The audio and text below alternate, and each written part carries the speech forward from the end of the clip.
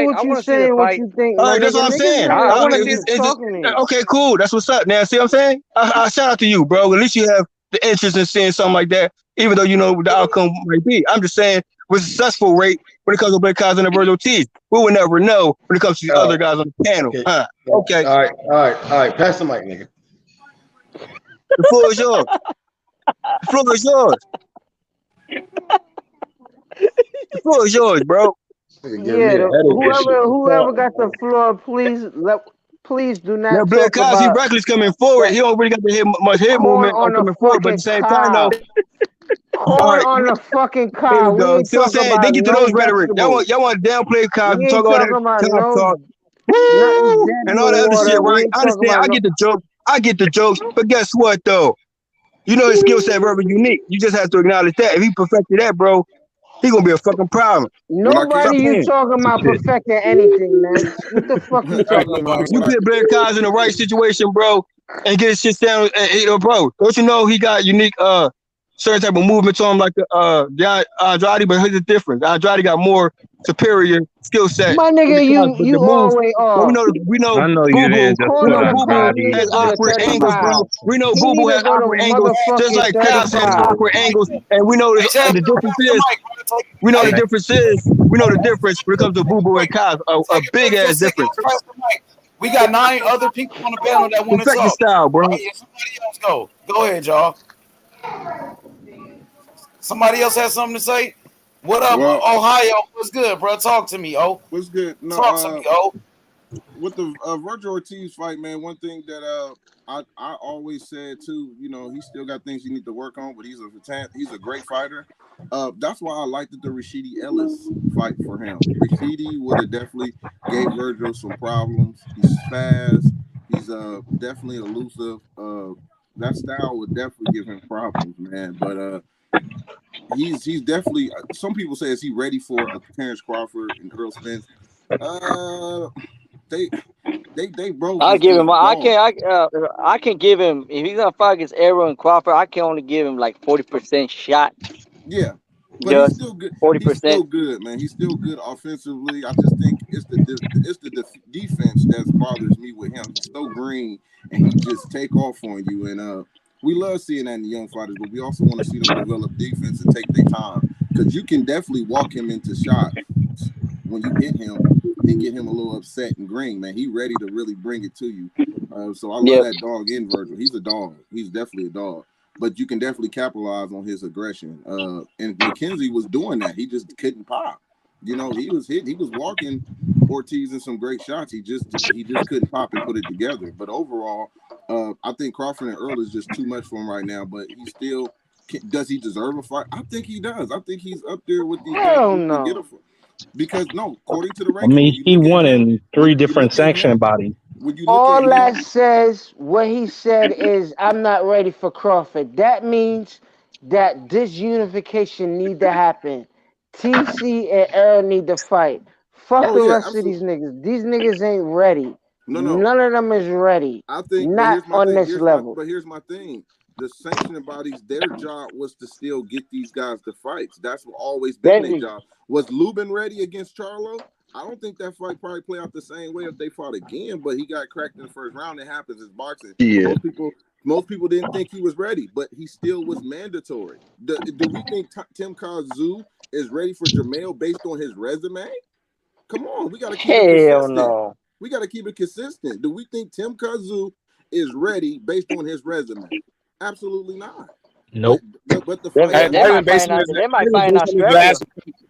But the fight And also not based on his fights either. Not just his resume, what happened in those fights. Absolutely. So my thing is, we have to keep it consistent too. It's not just who they fight, it's eye test too.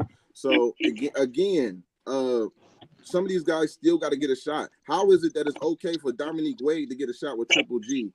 Ocampos get a shot with Earl. I mean, Charles Hadley get a shot.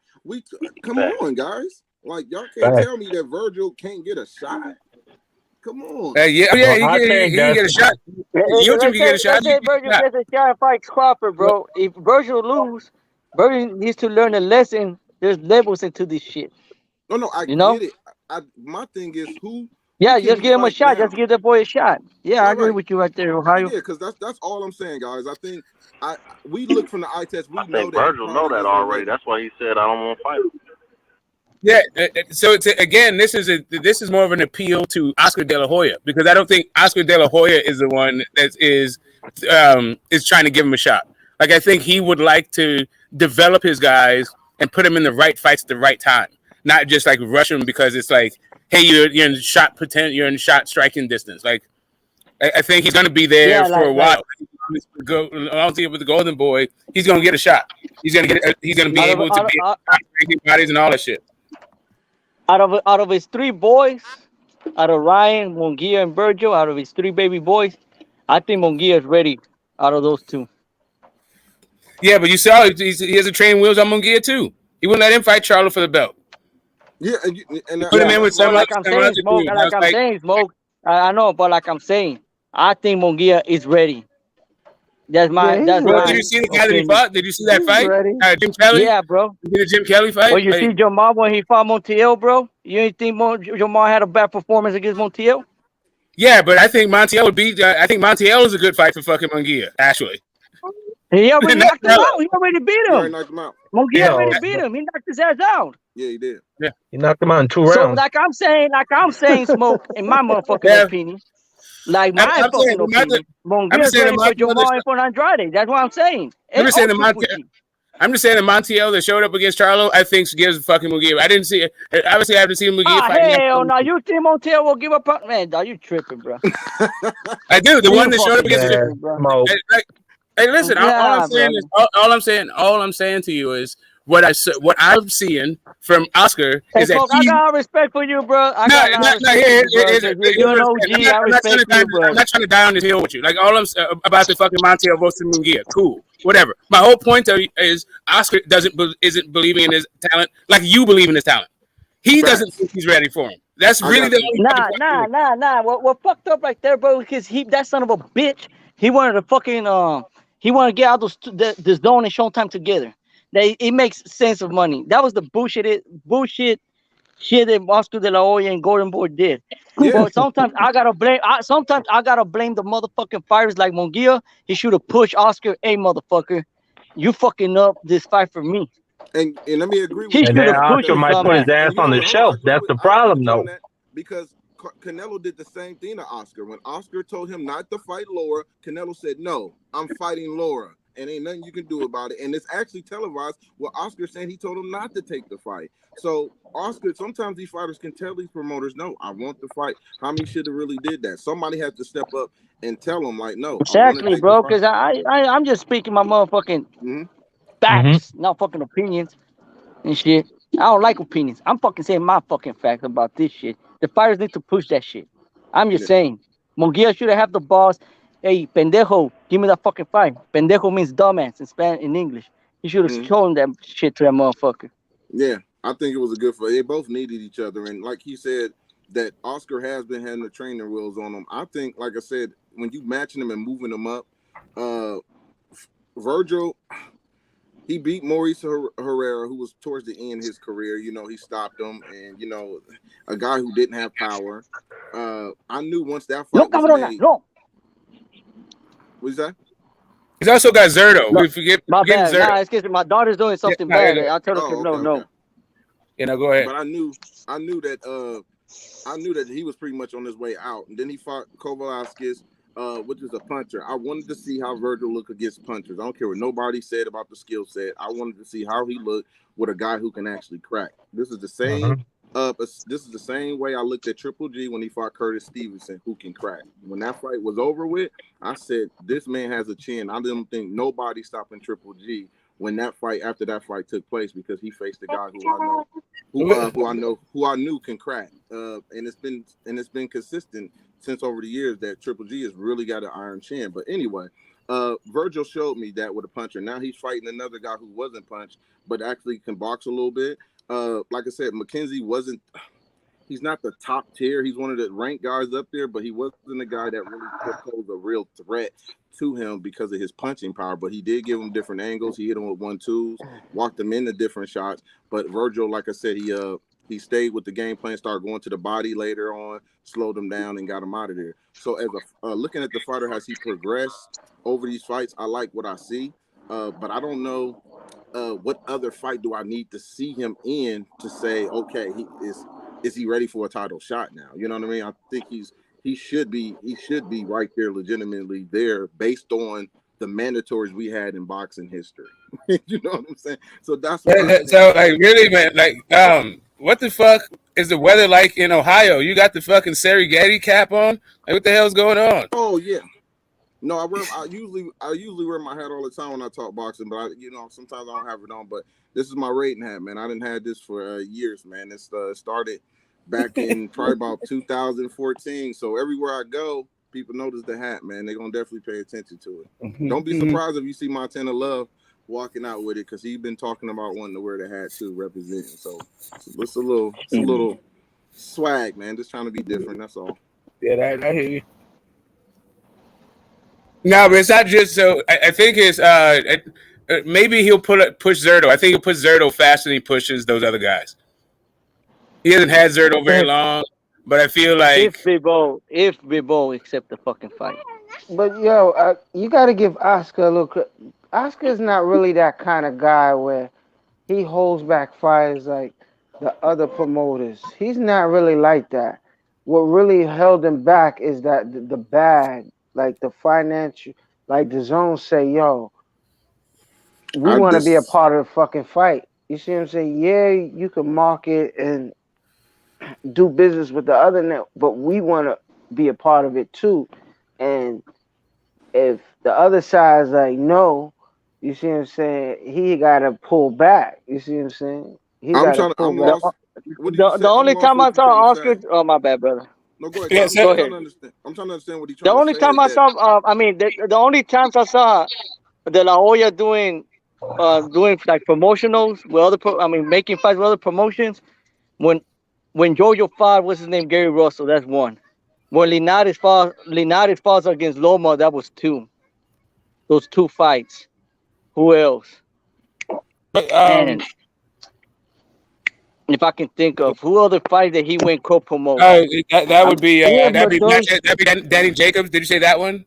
Danny Jacobs, Rocky Field, Kovalev, Canelo, yeah. Yeah, because but that one was the zone. But I'm talking. That wasn't the zone smoke. But the problem when he went like. No, Bebo was the zone. But Bebo was matching. And when he went, Bebo was matching. Yeah, but when so was Kovalev. No, Kovalev. I know what you mean, but they weren't the same. They weren't the same network. I'm talking about going to another network. Oh, going another network. Going Okay, to another network. I get you. Linares was still with Golden Boy when he fought with Loma. Yeah. And and Gary Russell and JoJo fought each other in Showtime. I'm talking about like that. That's way back in the day, yeah. Yeah, that's the last time I saw. I think the last time I saw that was like his before fighter went to another network. It was Linares and Loma. That was the last time he went to another fucking network. Yeah, so he hasn't shown that he actually is crossing over with trying to make big fights right now. I think he's trying. Well, Bevo's out matching him though, so maybe I'm just saying. Bevo's not with matching, bro. I'm just sort of expanding on the idea of like which one is more ready, Munguia or Zerto. Both. Zerto. They right there. I think they both. There. Zerto for sure. You say Munguia and Zerto is ready?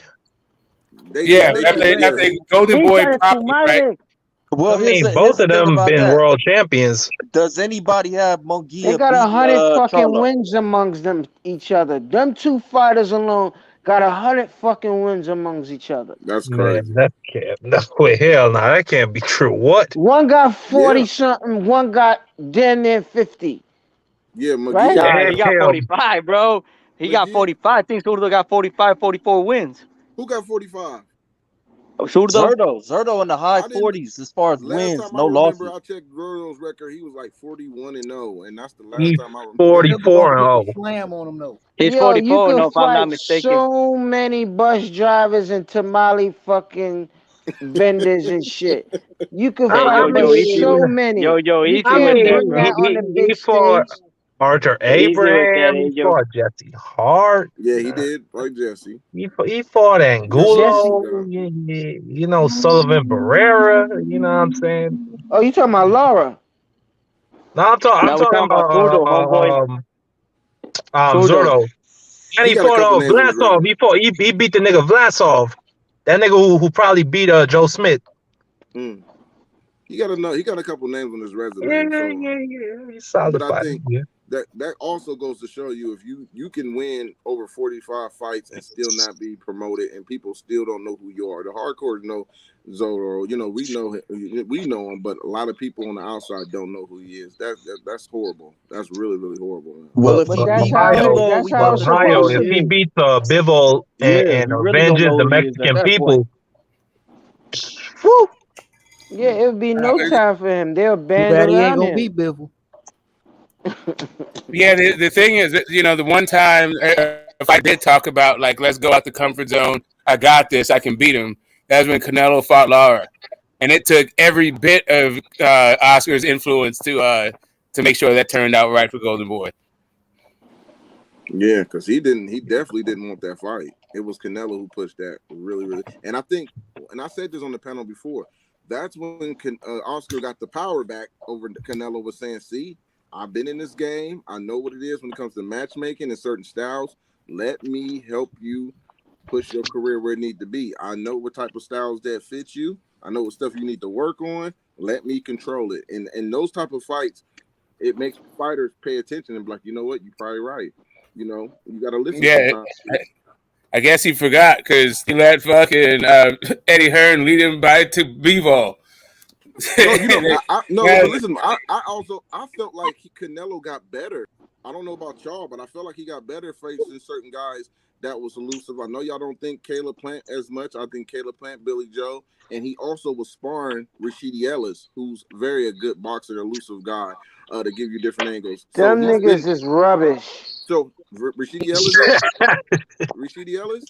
My point is, I like Speedy. I like Speedy. But anyway. my point is, he's working on that, and that's why he took on the challenge. You got to give him respect on that because some people don't face they don't face their kryptonite. He was trying to. So right. So so where Billy Saunders at now? Where's the other guy from Ohio or Cleveland?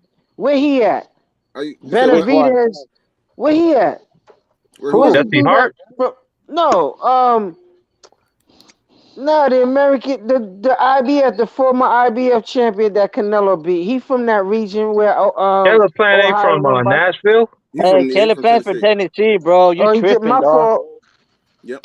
Yeah, but where he at? As you mentioned, as the prime example of what Canelo fought. I mean, I know Billy Joe. Last time I saw Billy Joe, he was a fat fuck. Getting drunk. Hey, Mark, he's coming back. He's coming back. Hey, yo. How is it the former IBF champion that got $10 million purse ain't fighting? You tell me, I heard he fighting Darrell. He's fighting Darrell, bro. Damn, bro. Yo, Ohio, you trying to add something? Yeah. No, it's saying, hey, yo, did you have Caleb Plant winning? How many rounds did you have him winning against Canelo in that? Maybe like 3 or 2. Okay. Like 3 or 2. Nah, he won more than that, but he asked me that. But only 3 or 2. The reason why I brought that up because some people did feel like Caleb Plant won more rounds, but my point was Canelo wasn't able just to hit him like he wanted to. He slowed him down. Oh, you said Caleb Plant? I thought Caleb Plant was winning that fight. And also, I think it's really weird to say that he got better if you're talking about like what Floyd was able to do to him, what Lara was able to do to him, and the way Caleb Plant moves. Like that doesn't speak to Canelo got better to me. But here's my thing though. He still took on, like you just said when you was trying to downplay him, he shouldn't have took the fight of his kryptonite, what you were saying. No, that's not what I'm saying. That's where you took it. The foot movement. I was just saying that I was just saying that he did not take Bivol. He didn't. To me, it looked like he thought that he could just beat Canelo, and that would be enough to beat Bivol. Oh, okay. Nah, Smoke. What Canelo fucked up, what Canelo fucked up right there, bro. What Canelo fucked up right there, bro. He was using much to his power, bro. I told people maybe both gonna outbox the shit out of that motherfucker. He thought that he could just Canelo his way through it, and he didn't have to decide. He didn't have to actually train to beat Bivol. Right? I agree. That's that. Like I think that right. So, and I think that Oscar De La Hoya would have read that situation, understand that about where Canelo is at this point in his career, and wouldn't have put him in there like that, or would have prepared him better. But because that dude didn't believe in his conditioning, in my opinion, for the fences and from the opening fucking bell. Right. So anyway, That's what it is to me. It wasn't really about kryptonite, about like foot movement. Although I was just saying, I don't see how the guy really got better. I mean, all Superman can do for kryptonite is like put it in some lead, right? That's it. But once the kryptonite's out, the kryptonite's fucking out. He's done. Yeah, I just don't think He Canelo been can done. campaign at 175. He just can't do it. And that's another thing too. He played himself. Of course, he played himself because he was avoiding inviting a middleweight to 68, and there was so many he could have invited, but he didn't want to pose that challenge. He posed a stupider challenge, and now it's the proverbial egg on his fucking face. We gotta hold these because you can't fulfill no rematch. No, I'm with you, Ayo. We gotta hold these fighters, the other fighters, the same as Canelo too. Canelo was going up and down in weight, which I respect. But my problem was with the other guys who were getting avoided. What are y'all doing if Canelo is not going to fight you? Okay, he ducked you. Okay, cool. So dare to be great. Why Charlo couldn't go up to 168 and fight Plant or Benavidez before Canelo got Plant first for the belt? Like, wait up, Smoke. All Benavidez and Plant could have fought each other that same year, and Colin Smith and Billy Joe could have fought that same year. Well, here's the thing. So here's all the guys. So here are all the guys on Matchroom, right? Because remember, everybody was talking about how the middleweights should have been on the zone. So they had Daniel Jacobs, Demetrius Andrade, Billy Joe Saunders, Callum Smith. Like none of those dudes fought each other. None of them. And that's why I was telling people we're gonna go right back. That's true. I didn't think about that. Hold on, but Ohio. Hold on, before we go back. This is why I was telling people it was done for Deontay Wilder to sign that $1 million contract with the zone because it already proved you can't get the fight you want. It's not up to you. It's to the A side to fight. The zone can't get you to fight. That was it. What you just mentioned is the perfect example. You go to the zone does not mean you're going to get the fight. It's up to Matchroom. That's what people didn't understand. That's why Al Heyman was mad at New DeBella. It had nothing to do with, he's trying to get him to fight. No, he did not. You was putting him in a situation that Demetrius Andrade was going in. That's what you were about to do. Rashidi Ellis, Golden Boy. Did he get the fights he deserved? No. Over here. Come on, guys. We got to wake up. But you're right because people forget that Demetrius Andrade was going to fight Billy Saunders, which was a much more viable fight. Right? Yep. To fight before Canelo. And then he just conveniently stepped away from the fight and said, I'll fight Canelo. I'll fight fucking Canelo. And, I get it. But but Demetrius actually re-signed back to the zone knowing that how it was actually planning out. He chose money over legacy. No. The money, but eventually that's gonna come to a point where it's like, that's all. It's gonna come to a head. I think Demetrius did get ducked. I tell people this all the time. He got ducked, but Demetrius also avoided some fights his damn self that he could have made. So which ones? Laura. He downplayed Laura. He called Laura. And then he didn't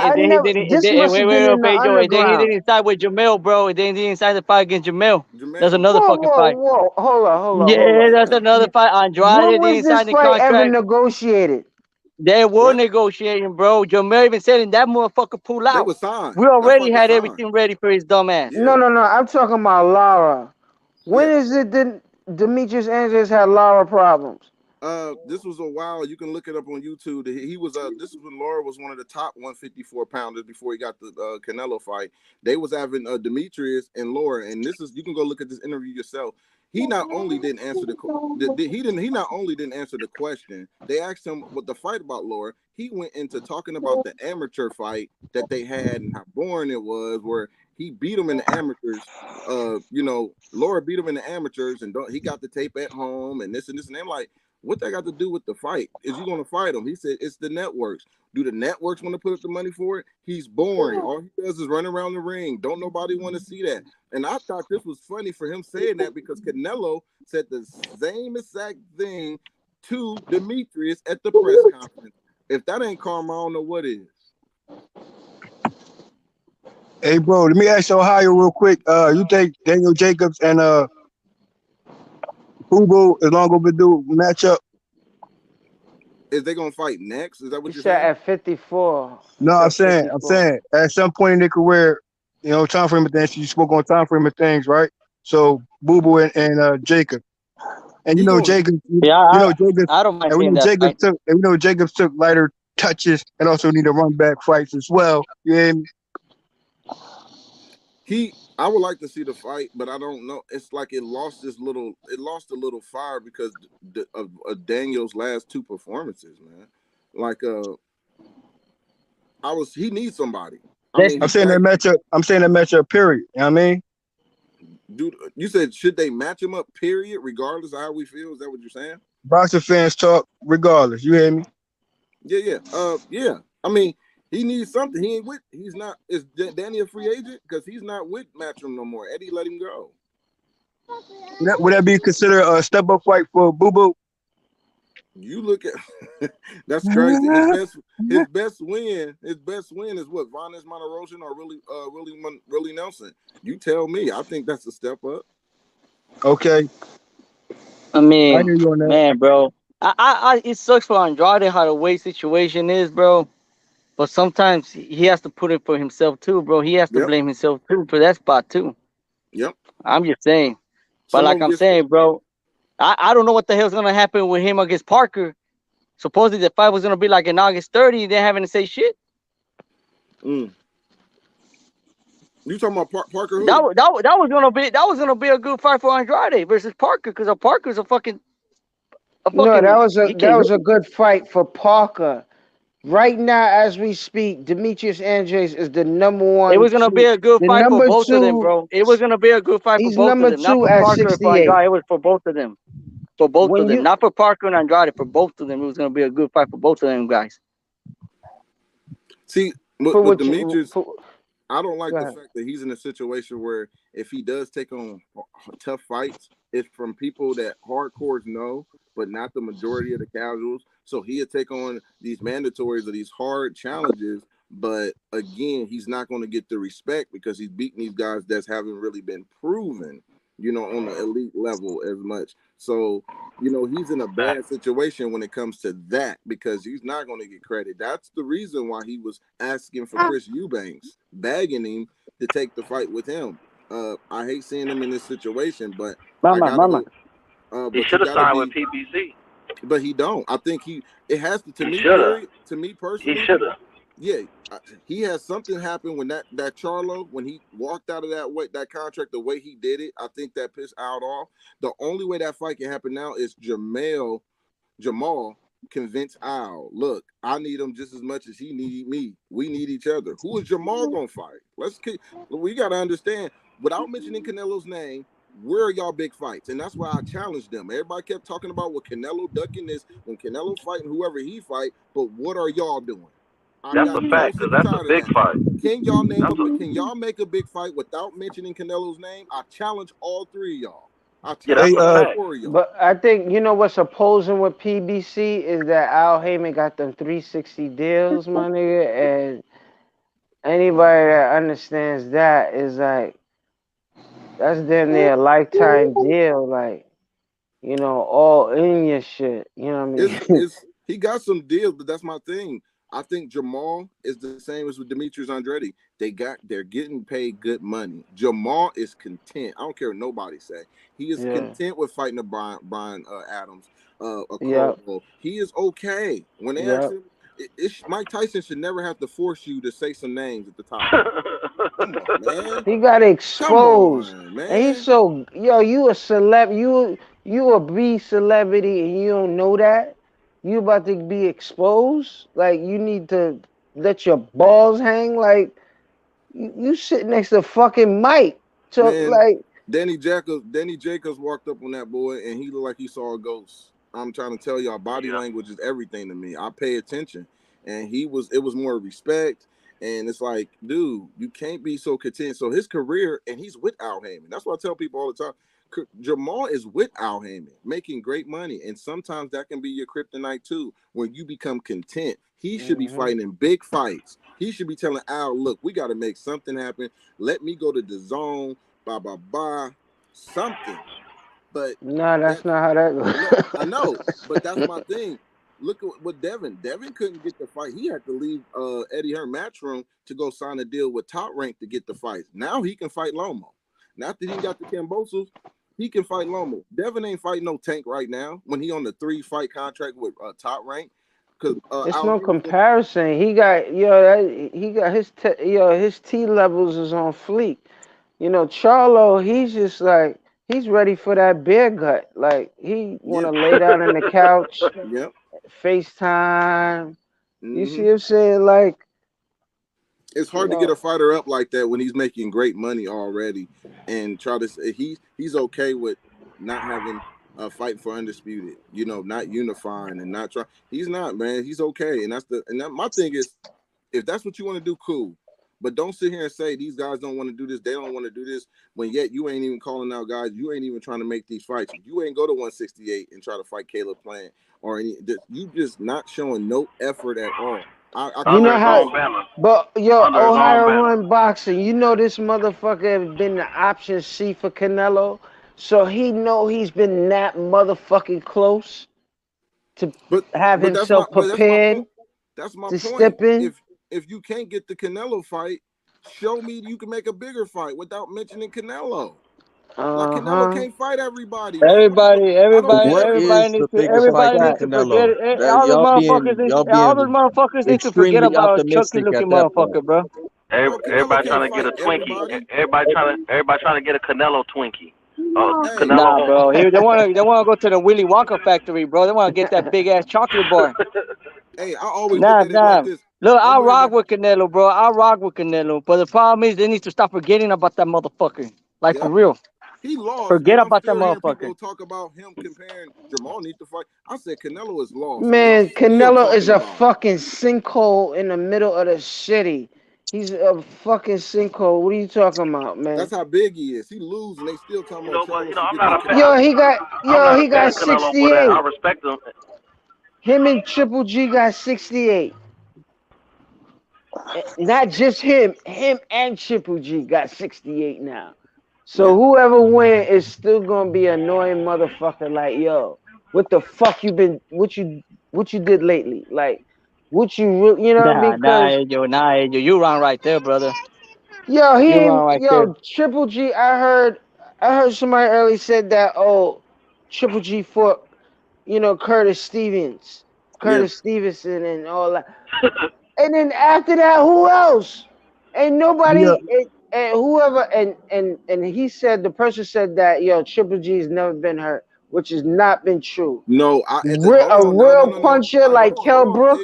That was me. Will come across. Hold on. I said he had an iron chin. When did he ever get hurt up top? You talking about when he got hurt by Devinchenko to the body? He still has an iron chin. Kell Brook came over that jab. He did not hurt. He did not hurt Triple G. Hell nah, bro. I don't know. You tripping, Ajo. Kell Brook never hurt. You better watch that fight again. I mean, he never hurt Triple G. He was throwing that nigga and hurt him, man. Y'all better watch that fight again. He never hurt him, dog. He did the same thing Willie Monroe did. Go back and look at Willie Monroe highlights against Triple G, and go look at Kell Brook. They did the same exact work rate. He was taking punches to give them and entertaining the fans. Willie Monroe did the same exact thing. The same. I get Will was doing that, but Kelly wasn't supposed to do that. He was supposed to be moving because he was supposed to show that he was the better boxer, but he flunked out and got and stood there for whatever it's worth because he was making this big, glorious, spectacular fight for fans. I think you see what I'm saying, but he hurt fucking Triple G. You should watch. I think in the 4th round. Hey, yo, when you go back and watch that fight, please show it to me. Yeah, bro. Trippy. You find me on IG. Tag me in it, brother. I'll love to see that because I know he ain't hurting. I think Kell Brook taking that fight was a moral victory loss type of fight where you go up and weight, you fighting the number one guy in the division, you lose, people gonna still say you had balls, they're gonna show you said you had heart, and you got your face broken. But that's what that was. Yeah, that's what I'm about Absolutely, to say. absolutely. It was stupid to me. Yeah. Honestly, I don't promote it. It was He didn't want that stupid, Spence but smoke. I said Everybody say, yeah, that nigga is the man. He's a lion, but you got a broke eye socket. Come on now. but He when didn't I want It that wasn't smoke. worth interrupted, shit. but He when didn't want I that smoke. interrupted, I was saying Triple G hasn't really fought anybody or he's been avoiding motherfuckers that can snap, Hurt his crack, ass. and pop. You see That what can I'm hurt his saying? Yeah, but ass.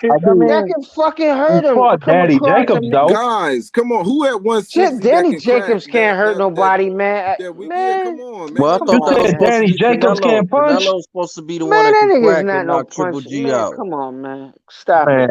Canelo Stop hit it, that Danny bad Jacobs boy. do got pop. Canelo hit that Danny bad boy Jacobs with got some. pop. Look, I was defending Triple Man. G for years because when people were saying this, he was a fraud. He ain't fought nobody. Okay, this is the thing. If he ain't fought nobody, then he should have got the same type of treatment Jeff Lacy did. When you step up in competition, you get demolished because you ain't faced nobody. Well, that's Danny kind of opinion on Triple G really ain't fought nobody, and I do agree when he did step up and fought Canelo. I thought he beat Canelo in the first fight, to be And honest Danny with you. Jacobs? So Danny Jacobs? Danny Jacobs looked good in both of those fights. I thought he looked pretty good against Canelo. I still think Derevchenko beat him, but they're all competitive I think he beat fights. Triple G. Yeah, But I my agree. point is, they're all competitive fights. If this guy is a fraud, they look like Ocampo. If he's a fraud, he look like Dominique Wade. If he's a fraud, they don't last 3 rounds. Triple G is not a fraud. People are just Hey, emotional. my thing is When too. Triple J I hear came on to that though. Triple J came to America to make his name big, like in 2013 or 12.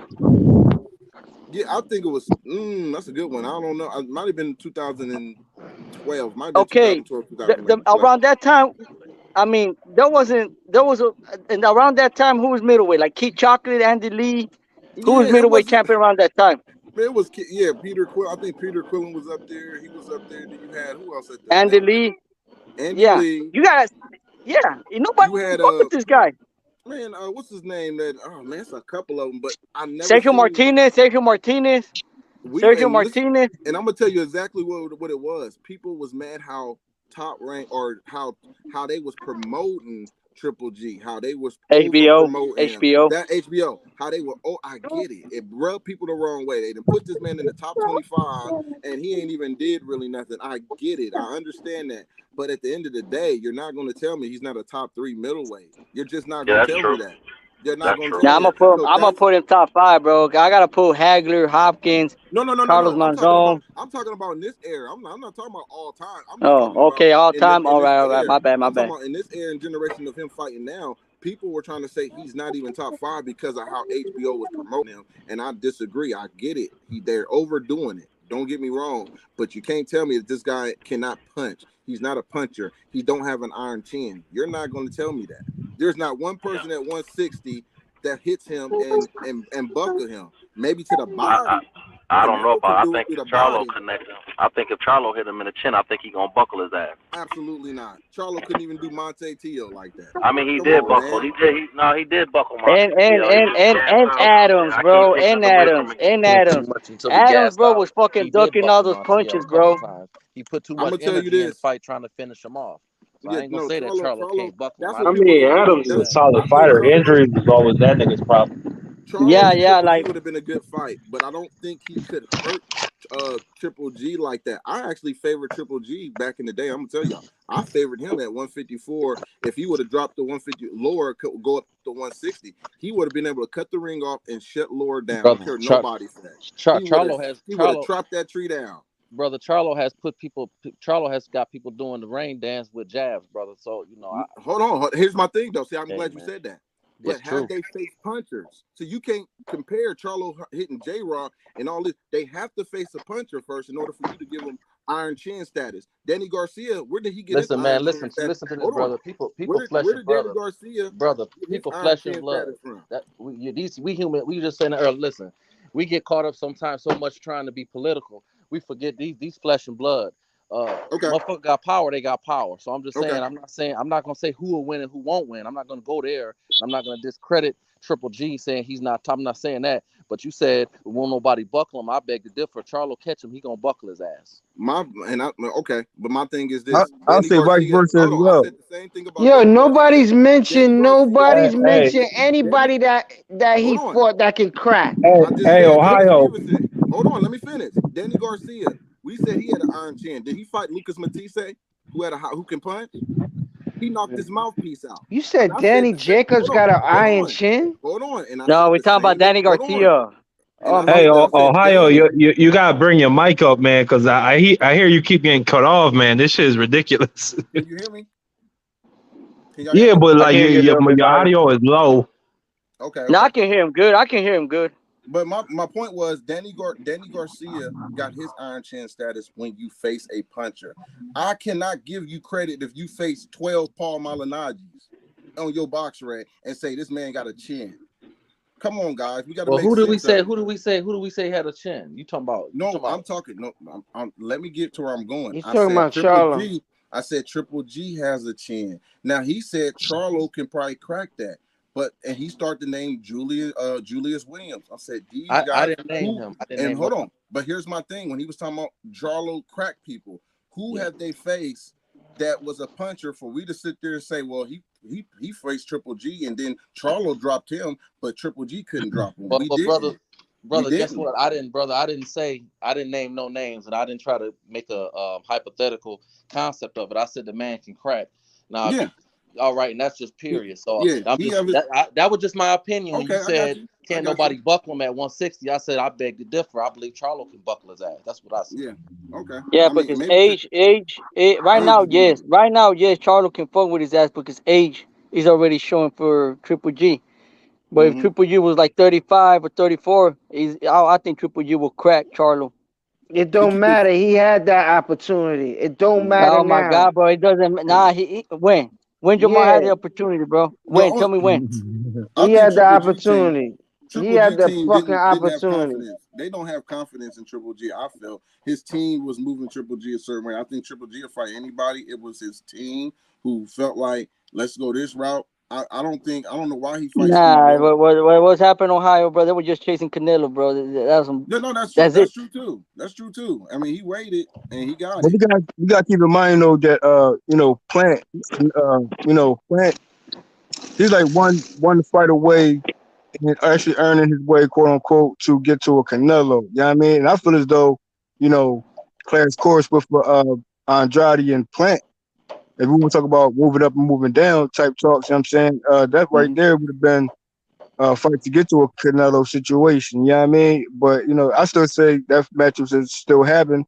Andrade is still in a good position, whether we like it or not, although we say, he's still got to prove himself and get those big fights, but, Charlo going to have to pick another opponent eventually, and the same thing with Canelo. Now, when it comes to this trilogy and Triple G and Canelo, the outcome going to be the outcome. And that was also a trilogy in boxing that has to be set in stone. That was unfinished business, and had to double back. And I'm pretty sure that Canelo has Andrade in mind, especially after a Plant. You know what I mean? And I just don't see them Andrade coming back on Matchroom, getting on DAZN, getting a fight with Canelo. I just don't see that right now. What I'm saying is, man, we know that Plant was a 10 mil situation. Daniel Jacobs, we know that situation as well with a Canelo. You feel me? So business-wise, negotiation-wise, and for a bigger fight that's still brewing, he can go straight to the smoke with Charlo, and that's still brewing. I mean, Benavidez still, Yeah, I think it's more. I think it's more of an action fight though, because it's still an action-packed fight, and it's just what we're waiting on. But here's the thing, like, Andrade, he gonna have to, step up, bro. I think he should get a Plant fight, work your way to that. Or I even was saying way back, I'm saying if Andrade was to go down and get the other Charlo and come out victorious, and then go back up to face the other Charlo, face both Charlos, bro. Put an effort to go down and go up. Canelo who faced both Charlos? Who you talking about? I'm saying that was my expectations. That was my expectation. Right here, you go again. Hold on, bro. Hear me out, bro. Because if you listen, I'm talking about a proper moves. You know what I'm saying? When things are in talks, you know what I'm saying? It's when you're waiting on fights, you gotta make something happen, make something shake. You know what I mean? Make shot value type situation. I thought that would have been the route Andrade would take to go down and make that effort and then go up and see, win or lose or draw in that fight. And there's other fighters in that weight class that Andrade could, take on. You know what I mean? But Canelo, at one point, he could actually stay where he at, actually, and never work towards the Triple G matchup. He could, and perfected that weight class. But it was unfinished business. It was unfinished business, so I still deliver on that. But going forward, I still see a Boo Boo getting that fight with Canelo. That's just me, though. But something got happened in between time. Yeah, I feel it. You got Hey, hope. hey fellas. Man. Hey guys. What's up? Hey, how you doing, man? Hey, I have a question for all you guys. We're talking about Triple G, and I want to bring up Virgil again. Between him and Virgil at the same point in their careers, who was more of a devastating body puncher, Triple G or Virgil? That's hard. Triple G was definitely just going through him, man. That boy was. That's a good question. I'm gonna definitely stick with Triple G though. Triple G was, man. He had Macklin shaking Triple like G. he had an orgasm. He had Matthew Macklin shaking like he had an orgasm in the ring, man. So I got Triple G. Yeah. I got Triple G. He has a good body shot. Yeah. Triple G is mean, man, and he keep his chin tucked too, man. Like I said. Hey, but here's a better question, man. Who's the top 5 body punchers in the sport? Right now? Yeah, I'm gonna go first. Number one, go, I got my boy Monster and Nui, my favorite fighter. I got Errol. Let him speak. Go, Mark. Go, Mark. Me? No, Mark. Go, Mark. Go take your top 5. We're gonna do all 5. Go ahead. Yeah, we'll pass it around. Smoke. You could go after me. Yeah, no, go ahead. Go ahead. Yeah, I got Inui. Then I got it's between Canelo and Spence. I'm gonna go with Spence. Then I'm gonna go with Canelo. Then I'm gonna go with at 4. Who I'm gonna put at 4? It's hard. That's a lot of them. I'm thinking so many right now. It's crazy. Like Jose Ramirez got good body shots. Lomachenko? Either Lomachenko or maybe shit. My top 5. Y'all go around, come back. Y'all go around, come back. Go ahead, Tony. Okay, my top 5 devastating body punchers are Virgil, Canelo. I would actually Fondora's a fairly devastating body puncher as well. Sebastian, Castaño.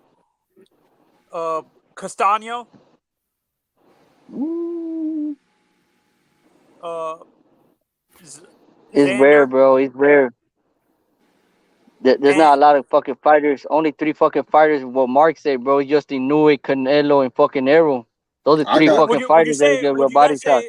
Would you guys say Bam is a devastating body? No, I'm talking about. You gotta see it consistently. I'm talking about like what you see Inui doing. When Inui hits you with that left hook to the liver, you just go out. That's it. And when Earl and Canelo just wearing you the fuck down, eventually it's gonna open some shit up to the head, and niggas just can't keep taking it. Like I'm talking about like guys who consistently work to the body.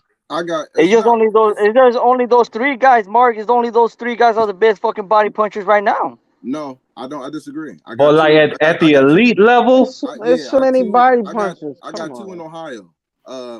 Jared Anderson at heavyweight. I'm talking about the elite, like at the world championship level. Championship level. Yeah. Okay. If we go like if we go like to the prospects, then I mean, come on now. Now we're talking about championship level right now. It's only those 3 motherfuckers right now: Canelo, Errol, and what's his name, Inoue. Triple G still putting it. Yeah, Triple G too. Triple G. You know what? Tank is not bad to the body, but he's been more of a headhunter late. Yeah. He used to Mel put work to that body too. Oh yeah, Mel hit Castano with that left hook to the liver. That's what finished him. He hit, he finished him with the fucking head. He hit He hit him in No, the he, head. he hit him to the head, but the last knockdown, that it was I think it was a left or it was a right hook to the body. Every time he's fighting, Nah, he got yeah, that you're body. talking about Rosario, bro. You're talking about Rosario. No. Right, he hit I'm Rosario in the talking body. about Charlo. This last fight with Castano. Castaño? I'm talking about Mel too. When Mel fought Rosario, he hit him in the body, and that motherfucker had a nervous breakdown. Man, Oh, I everybody hit it. completely forgot about that Everybody shit. hit You're him in the right. body. Yeah, He had that a was nervous breakdown. Hey, Look at no, but Triple G's Rosario, resume. he had like there's Yeah, something Triple wrong with G him. era. He got Rosario. He got my man from Brooklyn. He had fucking Rubio. All these B fucking fighters. Would you I'm telling you, I would can't you guys even. consider? I have a question. Would you guys consider Chocolatito a devastating body puncher or not really? No, but Chocolatito, yeah, I put Chocolatito on 4, but he's not no like devastating body puncher like a Inui. But he's steady and he's constant to the body. So yeah, I put him on there. Oh, before he retired, how about Nonito? Oh, that's like is Nonito He's got a like? good left hook. I mean, he goes to the head and to the body. It's pretty good. He do a mixture of both. He's got an I ain't excellent gonna left put hook. I Nonito mean, on left there. hook is his bread and butter.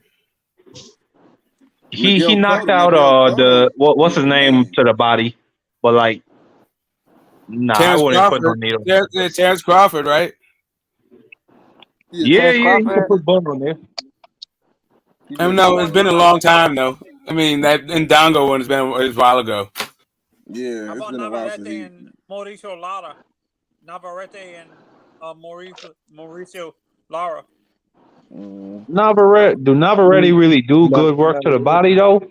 I know he throw a lot, but no, I don't think But he's like not like Inoue and Canelo Nero, fuck no, porque then Canelo Nero and Inoue, they place their fucking body punches. They place them good and they can counter it. Yeah. Yo, salute, fellas. Yo, this was a good talk. It was a great talk at that. H Money, salute. I'm about to slide. I might come back through later and shit, but I gotta slide, fellas. Nice talking to you, yo. Definitely. Right. Easy. all right, Al. All right. Respect. I'm out. So that's what you're talking about, Mark, right? Like that's what you're talking about, right, Mark? Like the elite of elite fucking body punchers and shit, like Inoue and Canelo, and I can put Triple G there and shit. How to place those fucking body punches in it? Good. He's good at them, man. Would you guys say Manny Pac-Man in his prime was a devastating body puncher? Nah. Did Pacquiao really go to the body like that? Nah. Fuck that though, bro. What's your thoughts on what's your thoughts on Bojack? Bojack, the wrestler? Nah, bro, the boxer, Brad. Badu Jack, Brad. Oh, Badu Jack. Oh, Badu Jack. Not Badu. He the king of draws. He the king of draws right now, man. He been through a lot, though, man. He's actually, what was it? He's signed. He's still signed with Floyd, I believe. That's one of the ones that they was really trying to push. Oh, Ohio. I got a fifth one. Joe Joyce. Joe Joyce. Okay. Oh yeah, Joe Joyce been knocking. You seen his last fight? I don't remember who did he fight in his last fight. Who did he fight? He fought Christian Hammer, big fat nigga, but he knocked him out to the body. Okay, yeah. He can he do solid work to the body. But he also has a beard, man. He got a beard. That boy got a beard on him. You got it. I think he's the next champ. I think he's a future champ. Yeah, I think so, man. So Mark, until he went into I still rocking with Tyson Fury, bro. Until he went into Andy Ruiz, bro. We'll see. Man, get the fuck out of here. Hell no. Andy Ruiz can't keep up with that pace. What you mean, bro? Man, Andy Ruiz, bro. Come on, man. Man, I don't think Andy fucking with him. Andy Ruiz was just a one-time. Andy Ruiz was a one-time thing, bro. Hold on, bro. Real quick, bro. I think he was a one-hitter. Hold on. Hey, my man, like you said, when it comes to certain fighters, I know about them prior. Now, guess what? We know that Andy Ruiz was on a class course with Big Baby Miller in Ohio. You already know about that, though. What Big Baby, the drug Big Baby Miller? Hold on, bro. Walking pharmacy. Listen, hold on, bro. I'm not trying to go all the way left with that. I'm just saying class course prior, to certain matchup for AJ. You know what I'm saying? I'm talking about class course talk, bro. And Andy Ruiz, Big Baby Miller, whatever you feel about him, I mean, we can go down the list. We bring up that term. I mean, we can go down the list on some shit, right? So I'm not going to go there or go left. I'm trying to understand what Big Baby you talking about. We got one in Ohio named Jared Big Baby Anderson. I'm talking about before. I'm not talking about the prospect Anderson. I'm not talking about him. I'm talking about class course. When it comes to Ruiz is a problem. Yeah, I mean, he been with a problem. He's been earning his way. He was gonna get to AJ regardless. And it just happened way sooner for Andy Ruiz. Now my thing is Joe Joyce and Andy Ruiz. That's a class course in itself. You know what I mean? And That'd be a good fight. That's a banger of all banger fights right there. And I'm telling you, Ruiz. But most of those I like Joe Joyce, but Andy Ruiz is a durable, more accurate type of fighter. Consistent smoke. He comes forward. He ain't gonna let up, and he also learning from his from his previous fight. And AJ, yes, he's doing the same thing. So, but Ruiz, he's still waiting on that. It's tied up still, right? It's still 1-1, right? Well, Earning way back to AJ fight. I think AJ will beat the shit out of Andy Ruiz again if they fight each other. I'm just saying though. I mean, we see how Triple G and Canelo is unfinished business. I'm saying likewise, respectfully, for the trilogies out here. You know what I mean? It's still boxing, bro. And that's not a trilogy that people are like clamoring for. Hold on. It's not about that. You know what I'm saying? Because still, guess what? Nobody going to clamor over Dylan White and Povetkin, and I'm still saying that's still a trilogy that's factually 1-1 still. It's about penning in the books. And also, AJ, he's saying he going back to the drawing board, so hey, he might sit it down in the first fight, and learn from his mistakes, I'm saying, and bring the AJ that he's soon to bring the Usyk to a Ruiz. Maybe have a different showing. I'm saying different showing. Trilogy set in stone. You feel me? That's across the board. I ain't being picky and choosy on that. And I can care less what other people care for or not. I'm saying for boxing, period. No, I get you, Mo. I agree with you. I agree with you right there, Mo. Yeah, you want to see the trilogy? I want to see the trilogy too, bro. It depends on the fight. It depends on the fight. Because I'm going to tell you right now, there are certain rematches and trilogies that I just think was pointless. I didn't think Bradley versus Manny Pacquiao should have been the trilogy. That was pointless. I think it should have because why? We talk about it today. And it made sense for that trilogy to go on. To even happen. I mean, and then think about this. Marquez and Pacquiao, that was a good trilogy. What about what's his name? But that's different. That was a rivalry that people clamored for. You know what I'm saying? Benavidez. Hey, bro, I hear you, bro. Yeah, ain't nobody clamoring for AJ and Ruiz. My bad, Mo. Go ahead. Hey, take your feelings out of the situation, bro. I'm talking about boxing, trilogies in boxing. That's the necessary rematches, bro, in boxing as well. That's why it's very important to do so. Because unfinished business. I'm still saying, hold on real quick, bro. Hold on, bro. And on top of that, Benavidez did a ran back, right? I'm saying, should that be a trilogy as well? Or no? Weapon of Ortiz knocked Andy ass with Benavidez and situation, a run back fight. That should be a trilogy. Again, so when Benavidez fought against Ronald Gabriel, they fought twice. Oh yeah, Benavidez got both decisions. It's few fights like that, bro. It's few fights like that. All I'm saying is some things are trilogy worthy. And I'm talking about trilogy worthy fights that on that scale, on that type of expectation that shockingly he became the first Mexican heavyweight champion of the world, and he deserves that trilogy, bro. Period. And AJ might want that get back. And guess what? You can take it further than that. You can take it further than that with Andy Ruiz and Parker, bro. Parker out here avoiding Andy Ruiz, bro. I get it. I get it. Some fights are entertaining that can be trilogies, but there is not, like, for example, if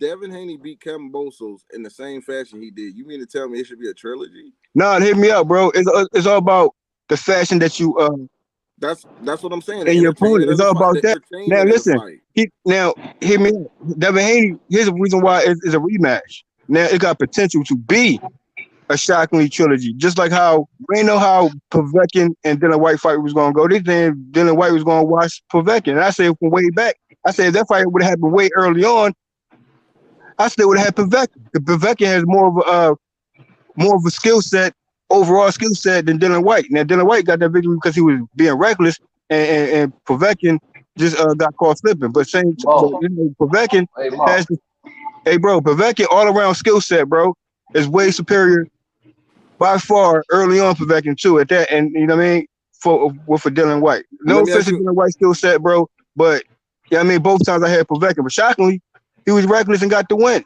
And guess what? They both defeated each other. They both defeated each other on the back foot. So guess what? That trilogy, they say to the smoke. Okay, I get that. But here's my question to you, Mo. Like when we talk about the trilogies and stuff, when Tyson Fury fought Wilder the first time, a lot of people still felt Tyson Fury won. It was a draw, whatever. The second fight, he dominated Wilder. He dominated, right? Hey, bro. He dominated Wilder. Hey, bro. Now, Here's the thing. I'll go finish, bro. no, I'm trying to get at you. I'm trying to set you up with this question. Do you still think You can't set me up though, but go ahead. Did you still think that was trilogy worthy after the Hey, second bro. fight? Here's the thing. The first fight was fucking epic, bro. Oh, do you hear what I'm saying? I hear you, bro. Hold on, bro. The first fight was fucking epic, bro, and he hugged it out. The second fight, it became, the biggest thing in that controversy situation.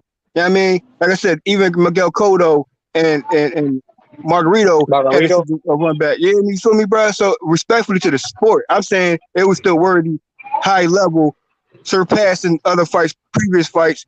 Yeah, I mean, and of course, it gotta be set in stone for a trilogy. That's boxing 101. I get what you're saying with the trilogies, Mo, but what I'm saying is sometimes fight can be so dominant that you don't need the rematch. He has proved you have hold on. You prepared everything you need. That's why Lennox Lewis scenarios, bro. Hold on. This is why Lennox Lewis did not give Rockman a rematch. Come on, bro. And hold on, bro. We know Rockman. Hold on, we know. Oh, hey, bro. We know, but like you said, the scenario and round by round situation was completely different from that fight to Fury and Wilder. And guess what? There was no controversy. Okay. So you get me again. So you can't be picking choosy on trilogies. No, the point I'm getting at is let me ask you again. We can. Hold on. We can, dog. The only reason why we you can't. because he signed the contract. My point is, if I'm Wilder's promoter, I'm just telling you, I rooted for Wilder. I was saying Wilder was. No, I get all that, bro. This trilogy worthy fights. There's nowhere around that, bro. Even hey, guess what? Hold on, he needed to take a tune up, bro. Nah, bro. Because he got dominated in that. Hold on, bro. Hey, listen. Hold on, bro. Hey, Mo, you was talking for 5 minutes straight, nigga. Let Ohio talk. That's what I'm Damn, saying. bro. Hey, bro. Hold on, bro. Let We're not doing Ohio anything. talk, Hey, my bro. nigga. Hey, Mark. Real quick. This is how I operate, bro. I go point for point. I don't know how you operate, bro. But you ain't gonna do a long ass rant, and I'm gonna respond point by fucking point. So you don't gotta insert. Hold on, bro. He a grown ass fucking man, my nigga. You see, you got the rated hat on, right? I'm an MK fan for real. So listen, Mark, don't insert. I'm talking to Ohio one-on-one at the moment. Now he's saying pick and choose your own trilogy. I'm still saying across the fucking board. I gave you comparisons. I gave you actual fights. Now listen, you might say it's dominant, but guess what? It's controversy in the context behind that. Reason why we got the trilogy, bruh. So respect the trilogy across the board. And guess what? Even other fights that's trilogy worthy, we ain't get. Just because you don't have interest in it, it's up to the boxers themselves to factually fucking know. Hey, this right here is a trilogy worthy fight. We got Canelo and Triple G, and people were saying that's not interested in that fight. But guess what? It's right around the corner. Are you going to say currently that Triple G and Canelo is not interested anymore? When we know, I know for the fact that Canelo is going to make that trilogy happen. It's not interested in Canelo and Triple G fight. Some fans here, but because in Mexico, wait up, bro. In Mexico, they wanted that shit. Mexico was you see what I'm saying? Mexico was the one. The Mexico media and all that shit. They were saying we need a Triple G trilogy. And I'm not upset. And we're talking about the status. And we're talking about the status of these fighters, bro. Mo, the fights were competitive for a trilogy. Did Canelo dominate Triple G in the first fight? Did Triple G dominate Canelo in the first fight? How about the second fight? Was it a landslide? Absolutely not. Those are the reasons why we should have trilogies in certain fights, even if you don't want to see it. those are the right trilogies. That's what I'm saying. You saying okay, bro? You saying you saying dominant? Hold on, you saying dominant? Hold on, you saying you basing off of dominance, bro? I'm saying this. No, I'm basing That's your whole ground. That's your whole point, bro. That's your whole point, bro. Is who dominated the fight and is worthy of a trilogy or not. That's your whole point, bro. Like, come on, stop playing with me. Hey, Ohio, what is the best trilogy right now of this century? Well, Now, when Zach, you but let talking me ask about you the a question. 20 Real century, quick. 21 century. Shane Mosley and Forrest could have been a run back.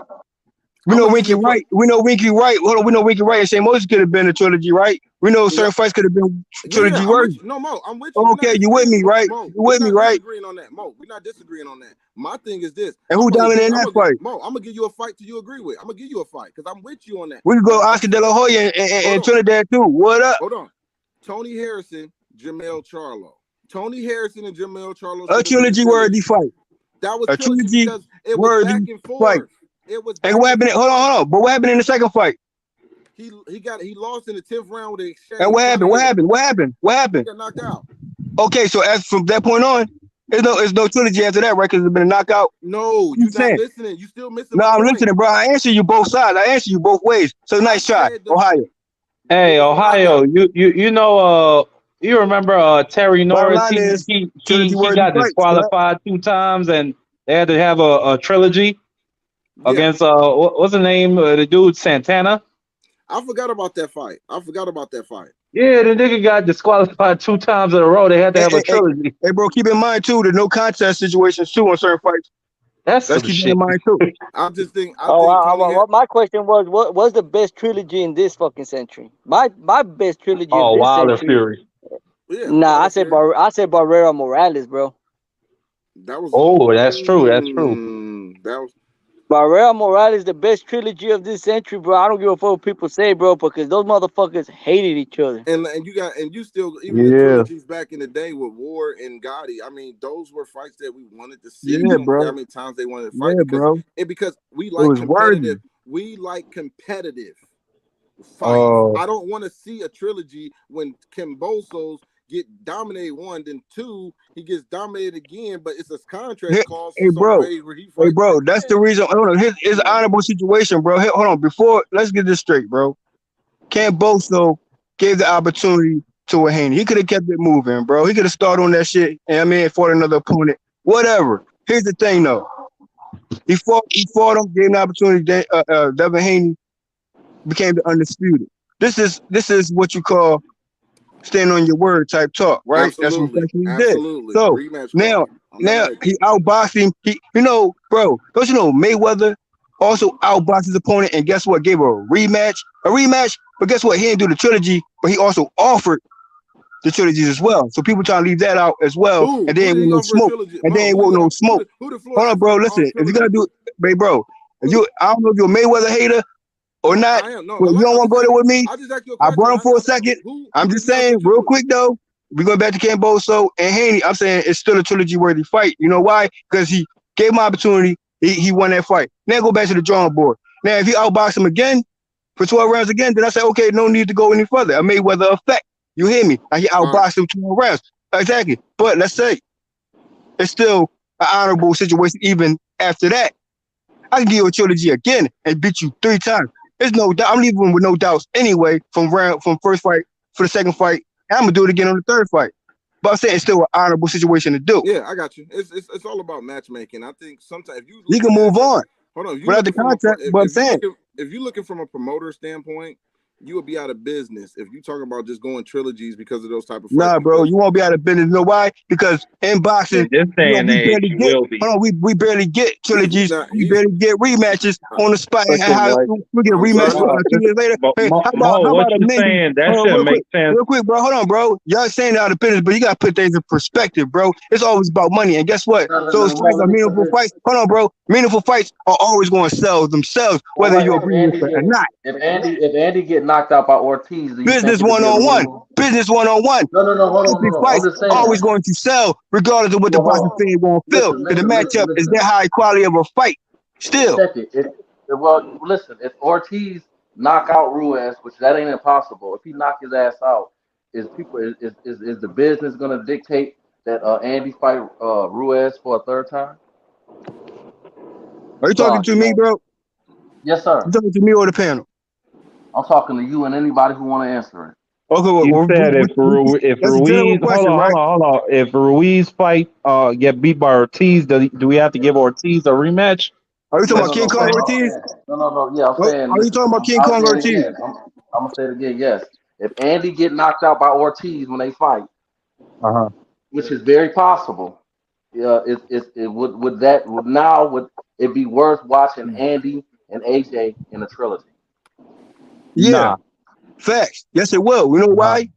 Now here you go. See this Well, this it the second. Hold depends on, if bro. AJ lose to Usyk. Hey, Marky. That's the difference Yo. between you and me. You want to be picky and choosy, bro. And I've been more consistent. And I say trilogies, period, bro. So even though Andy Ruiz possibly can get knocked I out by, mean, hold on, bro. that don't make Chill, you. bro. Chill, bro. We ain't doing that, bro. You speak. Mo, you've been talking for 5 fucking minutes Hey, straight. Let bro, me stop say being one sensitive word, my right now. nigga. Hey, bro, Damn. stop being emotional, bro. He asked the question directly to me first but and then let the me panel. talk. He asked me, hold on, bro, chill. He said the question directly to me. Did you not, sports heaven? All right, Okay, I'm so, gonna let you go. all right then. So real quick, respectfully, bro, you can say you got the floor. I'm saying this, that's the difference between you and me. So just know the difference on that, though. You hear me? So I'm saying Andy Ruiz and AJ still, whether Ruiz get knocked out by anybody, it's still a match. It's still a one-on-one situation, bro. That's not a fucking rebuttal. Mo, I respect you. Necessary in boxing, Mo, bro. I respect you. What you mean? Mo, you Hey, Mo, listen, man. I respect you as a man. Just let me talk. That's all I'm asking for you. Just I let me respect you as talk. a man too, but I don't cut me respect you off as a and say what man. you say. Now you see how the My panel. nigga, you cut me hold off on, bro. every time. You Real cut quick, me I'm off not trying right to cut you now. off. Nah, bro, Hey. we're not doing that, bro. Hold Go on. ahead, Now, Mark. listen, I'm gonna let him go. I'm gonna let you go, bro. I'm just explaining my end on my side, and you can explain yours. That's it. I respect to you. Respect to that. I thought DBX was him talking about boxing. Mark, go ahead and cook. Mark, go ahead, man. Yeah, go ahead, bro. Okay, we talking about you asked my nigga. I don't even remember what we was talking about. Ask the question About again, Andy bro. Ruiz and Anthony Hold on, Joshua, ask they the could do question the one more trilogy. time. My Ask bad. the question Okay, again, bro. I was just asking the question because the more I listen to him, he making a little sense. But when he was I make talking all about sense, bro. Stop playing, bro. Don't do that, bro. hold on, I bro. make all factual Man, sense. Don't cut me off, stop bro. interrupting, my nigga. Hey, guys, Please, No, indirect hey, though. everybody, No, everybody, indirect I'm though. on. My bottom line, my points and my bottom line is already factually made. Period. Now go ahead, continue to Yeah, speak from a but you boxing ain't got fan from your standpoint, my man. Yeah, my Hey, man, don't cut me off. hey, guys, Go ahead, you got the hey, floor. All right. So I asked the question. So I was trying to pick up to you, but let me say this. I asked the question that Andy get knocked out by Ortiz right. in the next fight coming up, which is very possible. At that point, with the trilogy with AJ and Andy, would it be unnecessary for boxing? Trilogy between Ruiz and AJ. I mean, if AJ loses to Usyk, then yeah, I could see the trilogy happening. So I said no. I said if Ruiz Andy gets knocked out by Ortiz and they up and coming fight. Oh no. What I was saying is, yeah, if Ruiz get knocked out and then AJ lose, then yeah, I could see the trilogy. But the only way I would see the trilogy is if AJ loses to Usyk. You know what I'm saying? But if AJ wins, then nah, I don't see it happening. Here's a question I got for you guys, Mark. I got one this directed towards you. If Yo. you remember, do you remember Kovalev versus Pascal? I know he knocked him out. I didn't watch the fight. I remember that fight. Was it worthy of a rematch? That's the question. I didn't see the fight. I would look. Was it exciting? No, it was to the point he dominated again. He beat him first time. He beat him the second time. It wasn't even. It was they ran out of opponents. I put it like this: Bob Aaron was at this time where he was running out of stables, and they had to put this rematch together, which made no sense. But the fight, if you can go back and watch it, it got so bad that they were moving his daughter in and out of the arena. Every time they felt like he was doing good, they would bring his daughter back into the arena. And then Kovalev seemed like he purposely seen his daughter sit down in a seat and start welling on him. And that's terrible. They would pick his daughter back up and make her lead the arena again. She had to be about 8 or 9 years old. Hey, Ohio, but keep in mind though, Man, bro. why the fuck you even bringing kids to fights? To be honest, Like if you Bro, know it you was. about to get your I'll ass never whooped, forget come that on. fight because I remember them putting the camera on the little girl crying and they taking her out the arena But and they bringing her back man, in. And man, Kovalev, Ohio, that shit don't make no sense to me. It's like, why the fuck you putting a camera on wives and daughters and kids? yep, I don't want to see that shit. bro, I'll never forget that fight. But the point is, I'm getting at is that it was pointless for a rematch. It shouldn't have been a rematch. They ran out of stables, and some of these rematches is not because people Okay. fight. If you say It's that, because Yeah, Ohio boxing, hold on, hold Oh, on, bro. hey, hey, Hold Mo, on, Mo, bro. Mo, Real Mo, quick Mo, though. Mo. You Hold on, gotta bro. stop cutting If you people say that, off. hold on. You gotta Careful, stop bro. cutting people Careful. off. Hold on, I bro. know, but Hold like on, bro. you Hey, asking hey, people to Marky, real respect quick. you. Hey, I'm bro, cool. Let you you ain't like had no, that. you ain't had no response after that. All you said was you ain't even prefer what you don't see on the fucking screen. Hey, listen, fans gonna show up to their boxing and they gonna support their family, bro. So fuck you talking about, my nigga. Now listen, let me go what I'm saying with him. To his fucking point. I say be careful what you say though, because you know why? Because Errol Spence dominated Bud Crawford. I don't want to hear shit about a rematch, my nigga. You hear me? Keep it What are you? consistent. Okay, Okay, but shall I hold repeat it on. again? Shall My I repeat it point. again? My Yeah, point because is I that didn't the understand a point I'm Shall I word of repeat what it the again? fuck you talking I about, say my if Errol nigga. Spence listen. dominated Porter, my nigga, I don't want to hear shit about a Hey guys, fucking rematch, my nigga. hey guys, I'm a bounce, guys. Okay. All All right, right, later, Mo. Odie. All right, Ohio. You All talking right, about Mark. Yep. they talking about rematch Right, calls right money now. for heaven. Yeah, They talking about and that's rematch Right. clauses I right think now. I So think hey, how about it be a There's fucking nothing. one-off then? How There's about be a one-off Errol Spence and Bud Crawford? Hey, and I don't want to hear shit about a fucking rematch, my nigga, or a fucking trilogy, my I nigga. thought Don't you. want to Hey be Mo, picking I thought choosy, you. my nigga.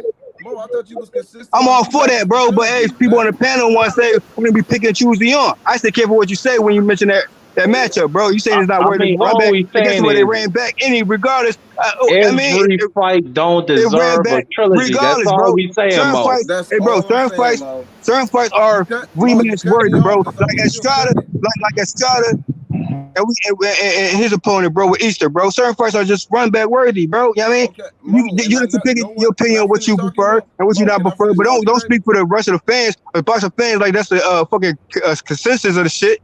You hear me? Mo, So I'm saying, okay, when Bud Crawford and Errol Spence go down, we don't know how it's gonna go. We don't know who's gonna dominate who. But hey, if you don't want to keep it, I'm consistent. I'm saying if it's worth of a rematch, how about it? How it's worth of a trilogy? How about it? No matter what scenario you're trying to put it in. and that's my thing. My thing, and that's where I disagree. I feel like it depends on the All performances, right, and that's hold on. all So right, here I all go. right. Here I go Errol with the Spence caveat. dominate, bro. I don't hear Hold shit on, about a I rematch. get it, but okay, I get that. But when I was Okay, talking Ohio about the run boxing.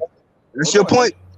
let me finish. You gonna let me finish? I was Go talking ahead, bro. about when I seen the second fight of Pascal and Kovalev was pointless. It shouldn't have been made. And sometimes promoters, which I'm looking from the promoter standpoint, you know, they look at it like when they running out of stables, they will put fights together that's pointless, that should not be put together. It makes no sense. And when you even think about it from that standpoint, it's not because the fans want to see it. That's all I'm saying. That some fights are worthy of getting rematches, are worthy of trilogies. No one's disagreeing with you on that. I think everybody on the panel will agree with you that there are some points, but where the disagreement comes in is you're telling me that no matter how these fights play out, there should be trilogies. I disagree. That's where the disagreement comes in. I am not about to sit here and say he deserves another fight because he got knocked out in the first round. Like, no. Bro, we even have fights that people get knocked out and they ran that shit right the fuck back. So I mean, even on the knockout shit, they ran it back. And So my who you point is, saying? but that's what I'm saying, Mo. If they run it back, there's a reason, not just because they needed to fight. There might not be the only two heavyweights signed to the program, to the company that's elite right now. They don't have nobody yet. So you're not looking at it from the business standpoint that some of these I'm looking fights at it. are It's made. business. Hold on, bro. I'm looking at the business as well. Hey, Some of bro, these hold fights on. are Respectfully, bro. made because It's they still don't have business. any It's more still stables, business. not Fights are made, because they bro. need to be Regardless. made. Hold on, hey, bro. Real quick. But fights are gonna be made. Rematches gonna be made. And at the end of the day, if they take it on, and it's trilogy worthy or not, according to you, I mean, it's still business, regardless of how you try to try to say it or try to rearrange it. Bottom line is, it's still business. Okay. Period. And it's still And trilogy. and, and, and, Period. and and people, and listen, the people speak because trilogy, Bradley and Manny Pacquiao numbers did horrible. So you want to talk about business? Let's talk about business. The third trilogy of Manny Pacquiao and Bradley did horrible because everybody got their results they felt in the second fight and even in the first. So there you have it. Bam, boom. You bring numbers into it now. So you don't bring We can bring numbers in. We can bring numbers in, but guess what? It still Well, was that's what factually you're saying. made. That It that still was speaks for the factually fans. made. The fans Okay, didn't but call for it. It did horrible. That's my only thing, and they be more careful when you putting other trilogies together because they'll think about the Bradley versus Manny Pacquiao fight, and I'm talking about top rank. Period. You take a risk. When it fails, you don't take that risk at all again. Well, When we, you have we can't always say that though, Ohio, because like I mean, even though the Wilder trilogy, the third fight, like it didn't do as good as the second fight, it still did decent numbers. You know what I'm saying? it was And entertaining though. That's the thing. It was entertaining. That rivalry with them has been entertaining. My thing is the trilogies is based on entertainment when it comes to me, and I'm behind. Let me ask you, hey, Ohio. Let not me only ask you a that, question. the matchup, Let because me no ask you a matter question. what, how the second fight Povetkin, played out, Deontay Wilder could still punch, no matter hey, what bro, you say. Ohio, Absolutely. Ohio. How you think Dylan White and Povetkin trilogy? What you think about the sales on that? What you think it would do? Nothing.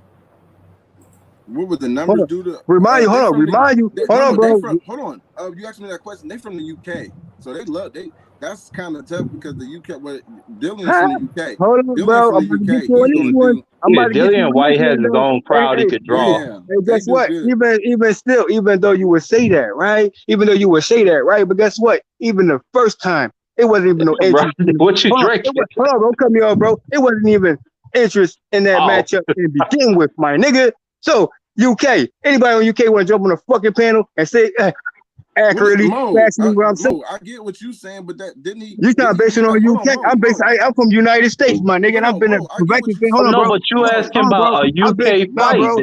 Nah, bro. It's not a UK fight, bro. Mo, Dillian Hold White and on. Hear me out. Povetkin, are you? Hear me out. Hold on, bro. Oh, Slow it okay, down. okay, Slow it okay. down. Let him go. Slow it down. Let him Now go. listen. I'm a Povetkin fan from day one. Okay. Now, here's the thing. I'm from the That's the States. most odd thing I've Hold ever on, bro. heard. Hold on, bro. You want to cut me off, bro? You want to listen, bro? I'm listening. Go ahead, Okay. man. Hurry up. Now I'm talking about the sideboard right here. You know what I'm saying? Now, UK had it was no interest in that matchup to begin with. You know why? Because it could have fucking happened way years ago if it actually was. And we know Povetkin was a fucking problem though. And guess what? You know who else was on the class course? Povetkin and King Kong Ortiz, which is a long overdue fight. And people still have interest in that fight though. For King Kong Ortiz and Povetkin, I still say this is still actually made. Okay, Now keep we talking going, about man. who Keep going. interest All in right, sales. all We right, bro. want to talk All about right, interest in bro. what? That's cool. All right, man. Let's come on, man. Get Hey, the go ahead, Now Ohio, the point Hey, was man, well, hold on, bro. the sales Go with ahead, Dylan White and Ohio, bro. Povetkin, it's gonna Hey, do what it chill, do bro. Chill, bro. from the States and UK, bro. Chill out, bro. Go ahead, Ohio, bro. I'm Trilogies sorry, in bro. boxing, bro. Don't save them, H Money. Don't Go save ahead, them, bro. Ohio. You know how I do. All right, go ahead, Ohio, bro. Chill out, bro. Povetkin been Go Don't ahead. save them, bro. You know how I do, Mo, bro. I listen Go to ahead. you, Mo. I'm You got the listening to floor. you very carefully, Mo. It's I like hope you is. I hope you is. No, bro. It's like you changing the narrative, man. I ain't Slow changing down. shit, Listening bro. to you. I've been consistent, bro. So Hey, bro, come let here him with that. finish, bro. Let me finish. No, he's not gonna say narrative, bro. Miss Hey, me with chill that out, though. bro. But go I ahead. just asked you respectfully to chill out. Let that man finish, bro. All I'm saying Don't is, save him, Mo, H Money. you Don't just save him. Mo. Go Let ahead. him finish. You went to start talking about people being interested, then we talking about the results of the fight. That's where you went to. And I'm not changing no narrative. I'm listening to you, brother. I really am. You start talking about interest because I said people stopped paying the third fight of Manny and them didn't do good. So you went into this, the knockout. No. You Fight. keep it on Povetkin. Keep it on Let that man Povetkin, bro. finish. Stop Come on, cutting him please, Mo. off, bro. That's where we going. I'm He telling ain't you. here for that Okay. bullshit. Mo, I'm taking you Hey, there, bro, ain't buddy. no bullshit with me, bro. Let him Don't finish, save bro. him, bro. Mo, Go ahead. you went to talking about I know exactly what I went to. You went from being Hey, talking about you being a fan of Povetkin Don't put words in my mouth, bro. Hold on. Listen carefully. Hey, bro, he ain't here for this bullshit, bro. He just here to talk boxing. Let's ahead. go. I'm sorry. Hey, bro, I just asked you respectfully.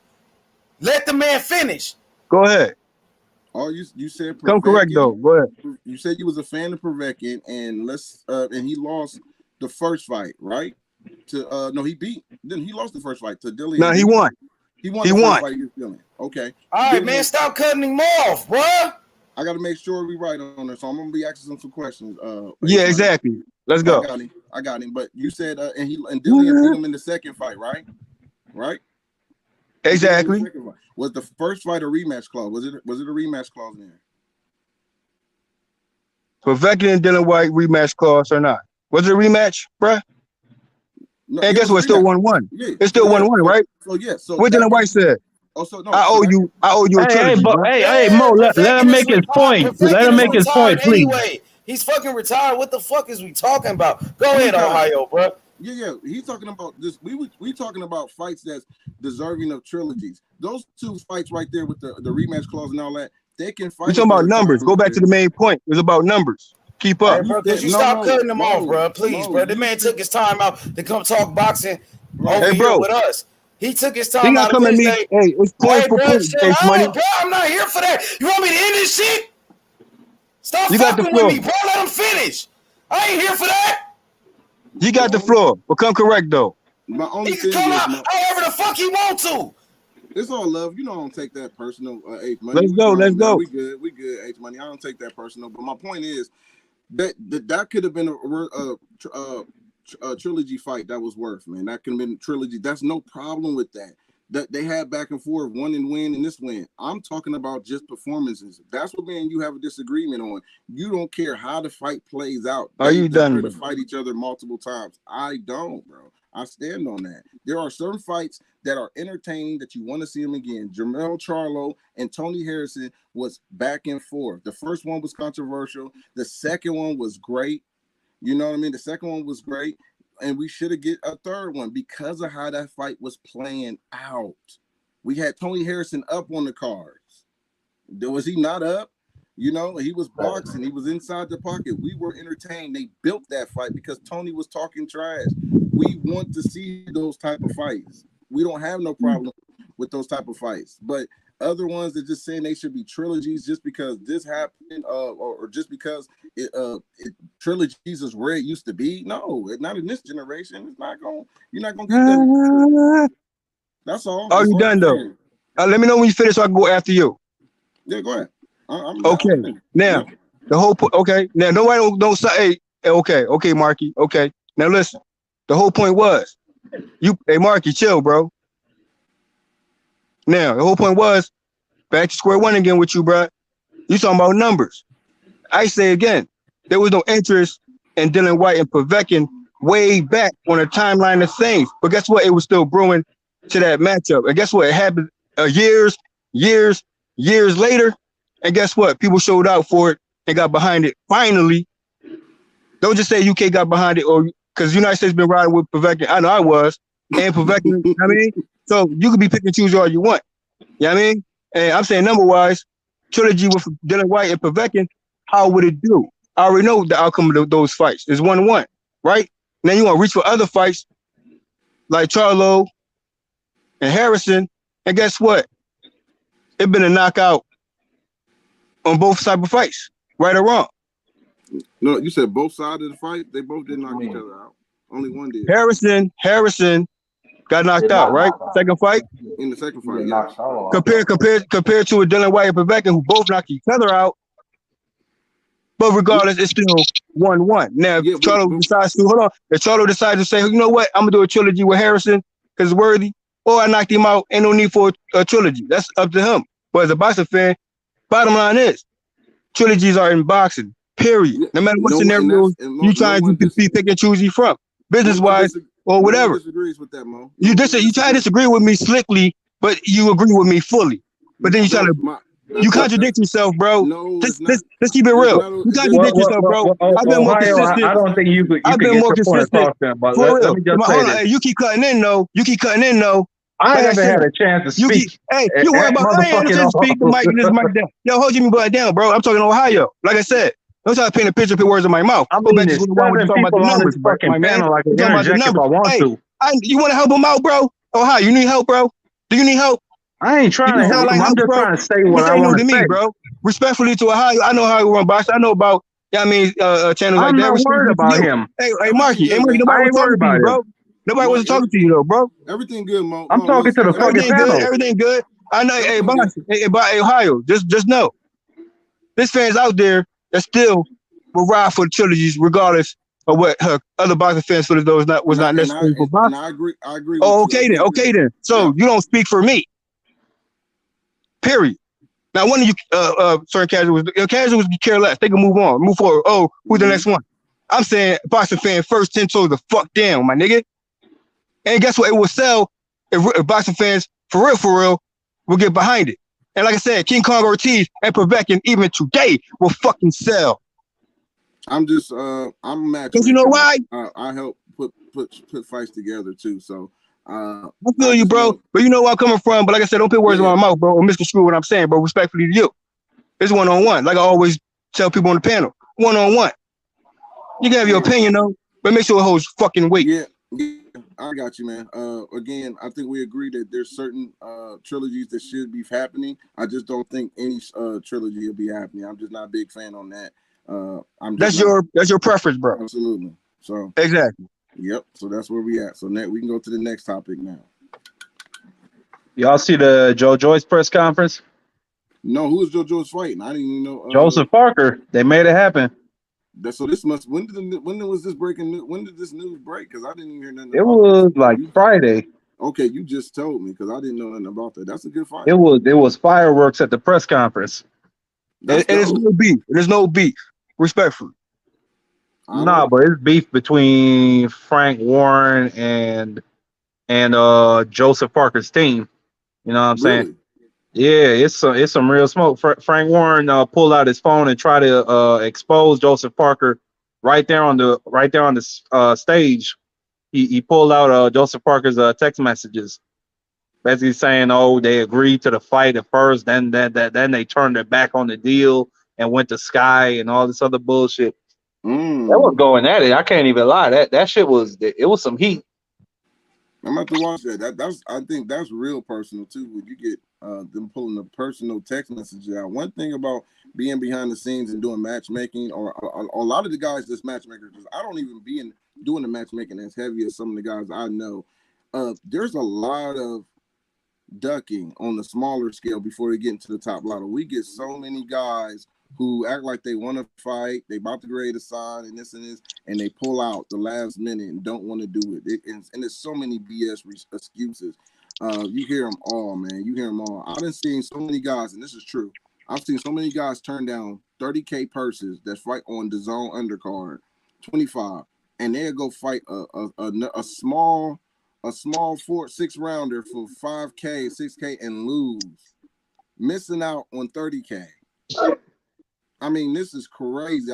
Man, it's crazy. We had, I'll tell you, I won't name the fighters. I would never do that. But if it get heat and they, come at me, yes, I got receipts just like Frank Warren do. You can do that when they get really, really personal because these guys do that. But we had a fighter turn Ivan Berlichek down. Ivan Berlichek, before Ivan fought Montana Love on the Jake Paul card. That was like it was like 35K to fight Ivan. The kid turned it down. He was undefeated. He turned it down. He had over 16 fights. He had over 17 fights. He was undefeated. He turned the fight down, and he ended up losing on the small card. Ivan Berlichek lost to Montana Love. Those doors don't open as much, but it's a lot of kids. I say they work too hard to turn fights down like that. You work too hard. You're not gonna be promised, especially when you're not signed to Top Rank, PBC, Matchroom. You're not signed to these guys, so which means they're not behind you. They're not putting money behind you, but they want to put you on their show for their fighter to look good against you. Now that's the opportunity for you. Let your hands do the talking. But these guys will turn them fights down because the moment may seem too big for them, or they're just not ready. I don't know what it is, but we have so many fighters that turn down on the small cards all the time, and it happens on the big level as well.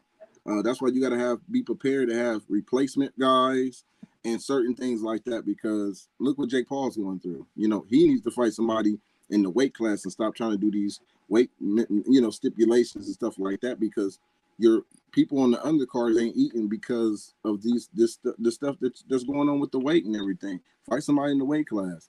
We ain't nothing worse than unprofessionals, man. Guys that just they say one thing, they're not a man of their word. They say one thing, then they go do something totally different. It's crazy. It really is. Well, would you put that blame on Rahman though? No, see, this is here's a good question about that. I look at both parties. See, when it comes to that situation, Jake is the A side. We had something that happened in Ohio, and I actually put this on my Facebook. Y'all can actually look this up. Wasn't that fight in Ohio? No. This fight was in New York. The commission is different. But this was a okay. fight that I covered. I actually put it out on my Facebook, Ohio Runs Boxing. You'll find it, or my IG. We had a cruiserweight named Alante Green who had to weigh in at 199. He fought this cat named Samuel Clarkson out of Texas. If y'all hardcores, y'all know who Samuel Clarkson is. He was at 175. He was on a streak and he lost to Bivol. Bivol was the last guy to really beat him on that streak. He was knocking out prospects on Showtime. But anyway, I was happy for Alante because I'm from Ohio. This was a big step up for him.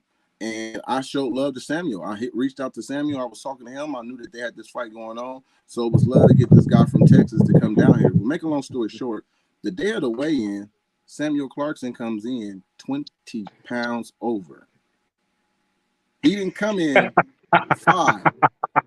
Y'all can look this up. When y'all get time, go look it up.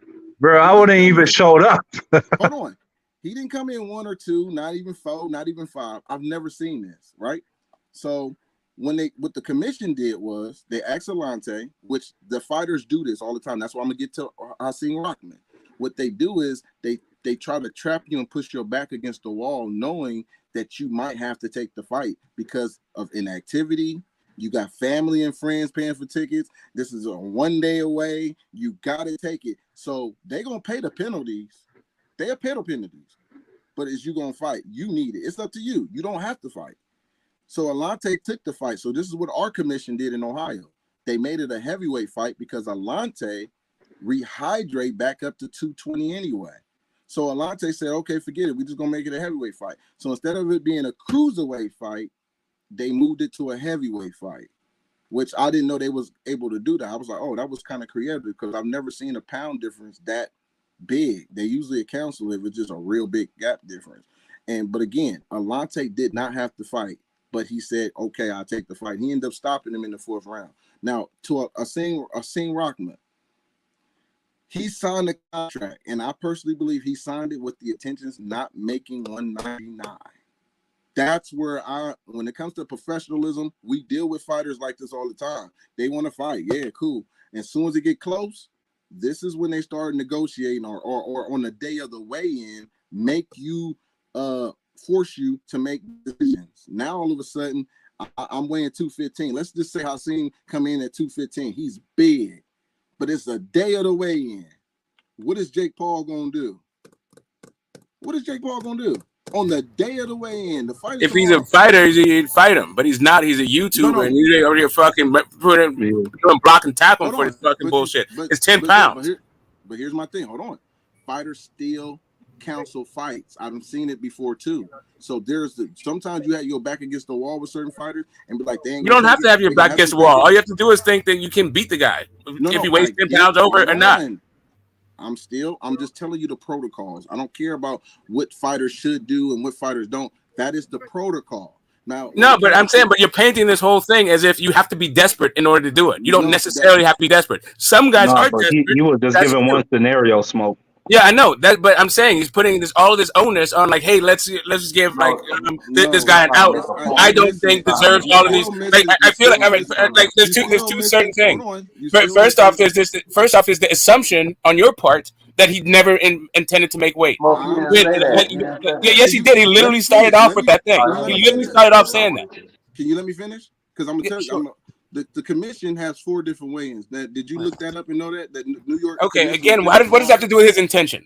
Hold on. Let me finish because you're not listening. You already got your mind. Okay, I am listening. You just keep accusing me of stuff that I'm not doing and assuming a whole bunch of stuff that it's weird that you keep thinking that you know what's in people's heads and then acting like it's fact. From me to actually Hasim Rahman Jr. too. Let me finish, and you can come in and cuss me out and say whatever you want. No, go ahead, bro. Hasim Rahman. Before he signed the contract, guys, I want y'all to understand this when it comes to professionalism. They was not going to let him sign the contract unless he weighed at a certain amount. So Hasim Rahman's team sent a video. This is facts. This is not an assumption. This is not my opinion. Remember what I just said to you guys. 4 different weigh-ins in New York because of the hydration clause and these fighters getting hurt very bad. It's different from Ohio. I just gave you a scenario when Alante Green was able to still fight a guy that was 20 pounds over. We're going to get to Jake Paul not fighting him like you said. So let me get to where I'm going. The New York commissions is very different from Ohio. They're a little bit more strict. So they had these 4 different weigh-ins, okay? The final one and these other 3 checking the weigh-in. So he sent a video saying that he was 115, 116, I believe it was. I don't want to mess with the numbers, but it was 116, which means at 199, he only had about 15 pounds to lose, not that much. So they was like, okay, cool. You're draining him. It's 15 pounds. It's not that, it's okay. So that's the first one. The second one was on the weigh-in, was on the day of the press conference when they weighed him again. I just told y'all it's 4 different weigh-ins. The second one was on the day that he signed the contract. Day he came in at 224. So they was like, whoa, you're going to have to lose about 24 pounds or 24 to 20 each day. You a last-minute replacement. Okay, cool. We're going to make it. We're good. The third time, this is a week before the fight. We're getting to the third, right? Now, he said if this is when the negotiations for the weight came, because they started to push what I've already said. We're not going to purposely make 199. We're going to try to see if we can get Jake Paul to bow down to one of the weights we want. That's 215. So here's the negotiation. At the third weigh-in, ladies and gentlemen, the third one. Now they're starting to negotiate the weight because New York Commission is on it. So he comes to say, let's do 205. Rockman team and them says, no, let's do 215. So that's where the negotiations start. So the back and forth. So from what Jake said, they said no. They exited out. They don't want to fight because you don't want to go 215. Cool. They're making Jake panic here. But Jake in the situation said, forget it. We just canceled the whole show. You're not going to make me fight you because you don't want to go to a weight 205. That was the negotiation weight. It was 199 and they jumped it to 105. Rockman team said no, 215. So here's where I caught Jake in a lie because I'm going to point that out too. I'm in behind the scenes. Jake said that Rockman pulled out of the fight. I didn't hear anything about the New York Commission saying that they canceled the fight because of the weight stipulation. Jake said that Rockman canceled the fight. No, it's up to you, Jake. Now, I heard New York Commission is very strict than Ohio, but Alante was asked, do you still want to fight? And we can make this a heavyweight fight. Jake fight would have been moved up to a heavyweight fight because he could have made the fight. He could have still fought the guy if he wanted to. But here's my thing. The same thing I tell fighters. It's still up to them. Doesn't mean they a coward. This guy don't have no amateur background, no amateur background, but yet we still want him to be a macho man and fight a guy who has over 100 amateur background. Which one is it? We claim about bums. We talk about bums getting knocked out. But now when it comes to Jake, he deserves to fight a guy like this because he talks so much. We got to take our emotions out of it and really look at the situation. So Jake's team, I felt, pulled out and manipulate the media, making it like Hakeem Rockman pulled out. There's no way Rockman, in my opinion, is going to cancel the fight. I think he tried to negotiate Jake Paul, but Jake didn't bite. But they would have still tried to make it down to 205. That is what I believe happened. I believe that their team still was like, okay, he ain't budging. Okay, we're going to have to try to take it down to 205. That's where I was talking about unprofessionalism because you signed the contract with the intention not to make weight. Because if he didn't have the intention to make weight, he would have never negotiated the 205 to 215. That's how I made that assumption because he was negotiating from 205 to 215. If you know you're going to make 109, you don't negotiate weight. That's why I said what I said. Right. So again, you can talk about your beliefs, but you're talking about now his intentions based on your beliefs, which is like really a really weird step to take.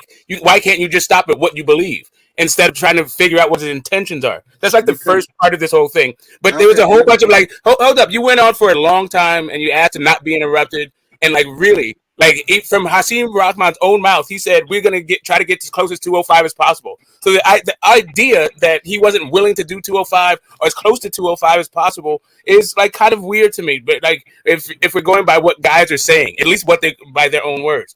But the last part of this whole thing, right, is something that I agree with you about. And that is the idea that he was trying to create a narrative in the media. And I feel like he did that from the very jump when he first even offered Rockman the fight, because he wasn't the one that volunteered all this weight stuff to begin with. So like the idea of like since and just like as an aside, like when we were talking about this stuff, I was being like very like specific to a point, and they didn't really have anything to do with weight like commissions and what Ohio does or New York, because ultimately it didn't matter because all of this shit was a bunch of media cap from fucking Logan Paul. Well, I feel like when it came to the commissions, they have a 4-weight clause. A lot of people didn't even know about. I hope that I educated some of y'all on that because that's what they do. It's 4. Yeah, I mean, I understand you on that point. I'm just saying that it doesn't have any. It's not relevant to this point because all these guys, all this was Logan Paul trying to weight drain the guy, and then once he couldn't do, and then like trying to really wasn't even about the weight drain. It was about making so many stipulations that the guy said no in the first place. Absolutely. So because Hakeem Rahman said yes, because Hakeem Rahman said yes, he took the very first out that he could possibly get, and it really has nothing to do with athletic commissions or different weight classes. But my point is, there's a lot of fighters. I don't make up no assumptions. I'm behind the scenes. There's a lot of fighters. That's why majority of the matchmakers and people that was behind the scene was favoring Jake Paul when they first heard it. Then it started then later we started to see certain things and be like, wait a minute. But we know what it's like dealing with unprofessional boxers. I just told you a guy came in over 20 pounds saying, well, hey, it is what it is. You still want to fight? The disrespect, the audacity for you to sign a contract and knowing you ain't going to make a weight. And then you say, this fighter's just going to fight. No, people die in the ring. And if a fighter don't want to fight you because you 15 or 20 pounds over, he don't have to fight him. You can call him a coward.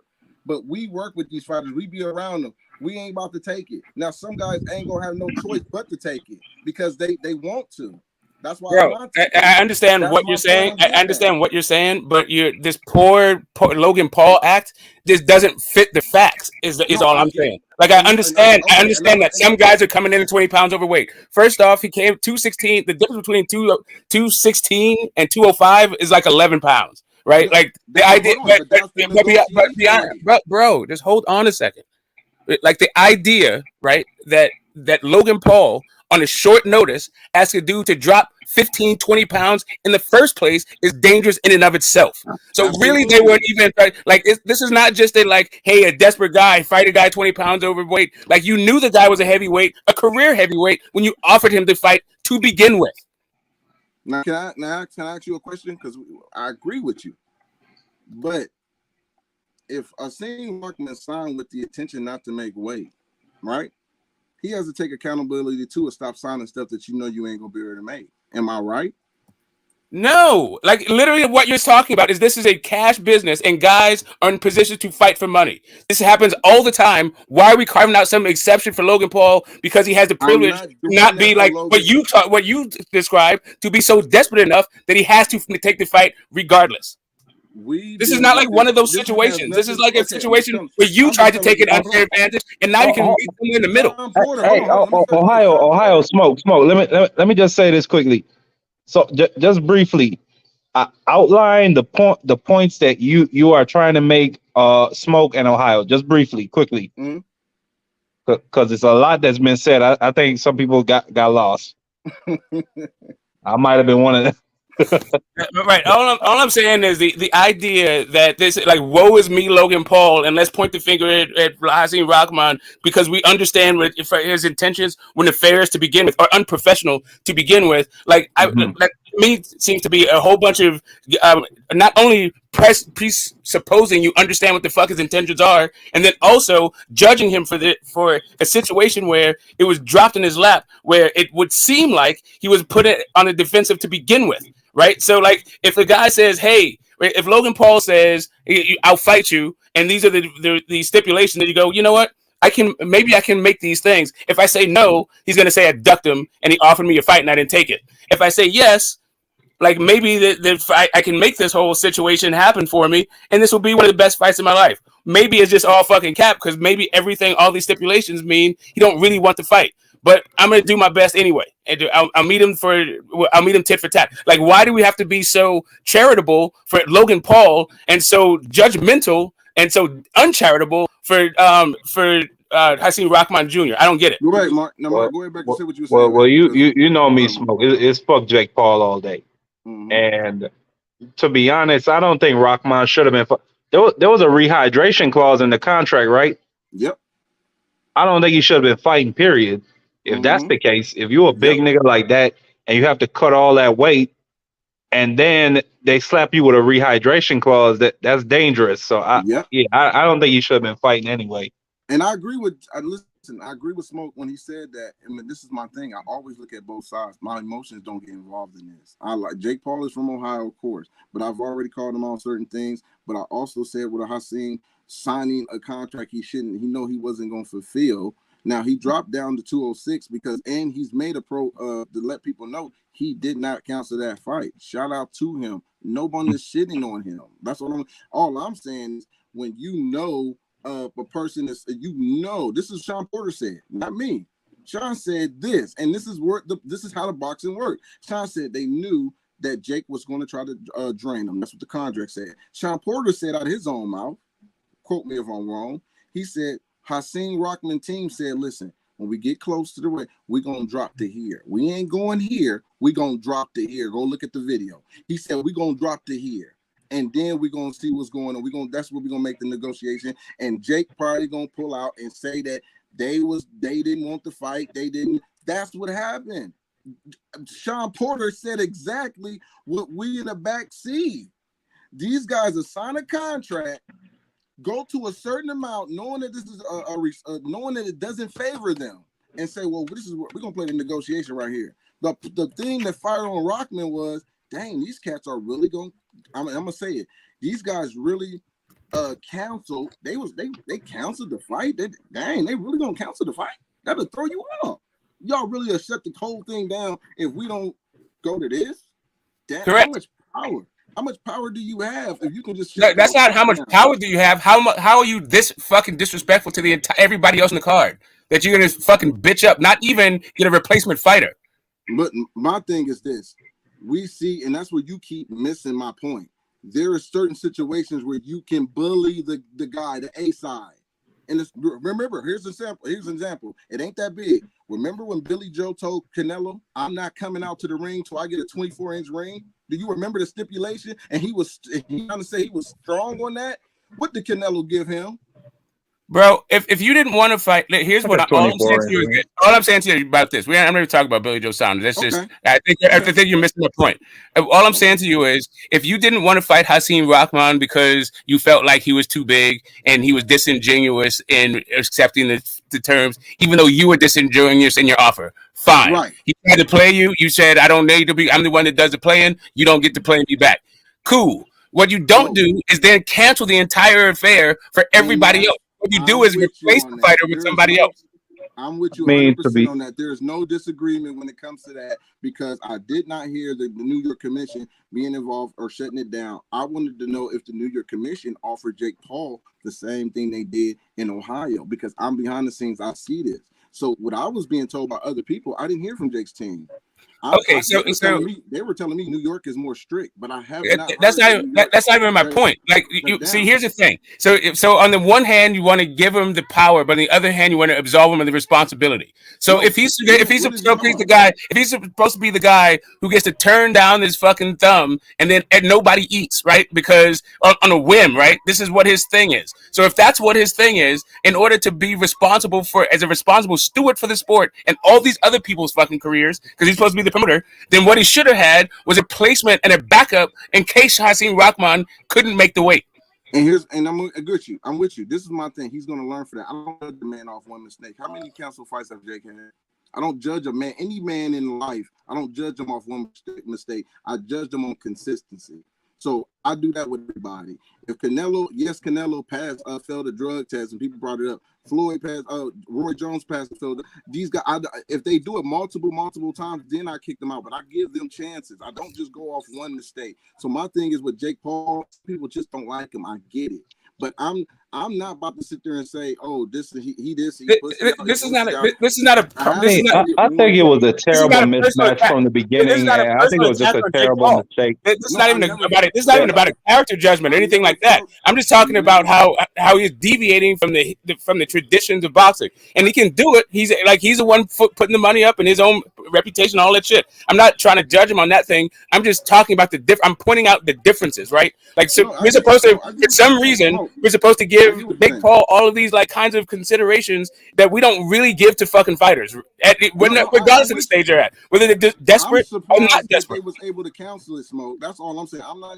I was really surprised on that because I've seen the game. I also seen what it's like when you get majority of the time, these guys, you can back the A side up with certain stipulations. The A sides do that to the B side majority of the time. I'm gonna be honest. The A side, Broner is the king of for 7 pounds within 3 days. We're going to 147 when it's supposed to be 140. Adrian Granados. These guys do these weight things when on the A side. The B side don't normally negotiate the weight at certain times. So that's when I was Rockman. I seen that and was like, whoa, you know what I mean? But I felt like Jake still intentionally didn't have the intention to make this fight because he started off with the contract being unrealistic. So I'm with you. The contract was unrealistic. So when you get an unrealistic contract and another unrealistic fighter to sign it, that's what we're looking at. Like, you're not gonna do it. But they had a plan, and that's what they were trying to go to. And mind you, they went to 106. So that proves my point. He wasn't going to make 199 when he signed. He was trying to get to the negotiation weight on the third weigh-in. That's what he was negotiating because Sean Porter said it. They already had it set. They're going to go here. We're not going to go here. We're going to try to negotiate here. But again, to what you said, Jake Paul should never do that. These fighters got canceled on the undercard. It's dead wrong. So I'm not justifying that. But if I see it again, then really it's going to be like, dang, that's what's up. Because Jake has done a lot behind the scenes when it comes to boxing with some of these fighters and helping them get a lot of money. So I'm not going to let just one situation. Now, what Jake need to do, fight somebody in your weight class and stop with these stipulations. You're not Canelo. You're not even, you have to fight somebody in order to get a ranking. You have to fight somebody in the WBC ranking to get one. You shouldn't be fighting no Anderson Silva or this and this to get a WBC ranking. They already showing you that they favor you. So fight somebody that's going to prepare you because it seems like you want to fight. You're about to get yourself in a situation where you're going to fight real fighters. So that's where Jake's team has to execute on.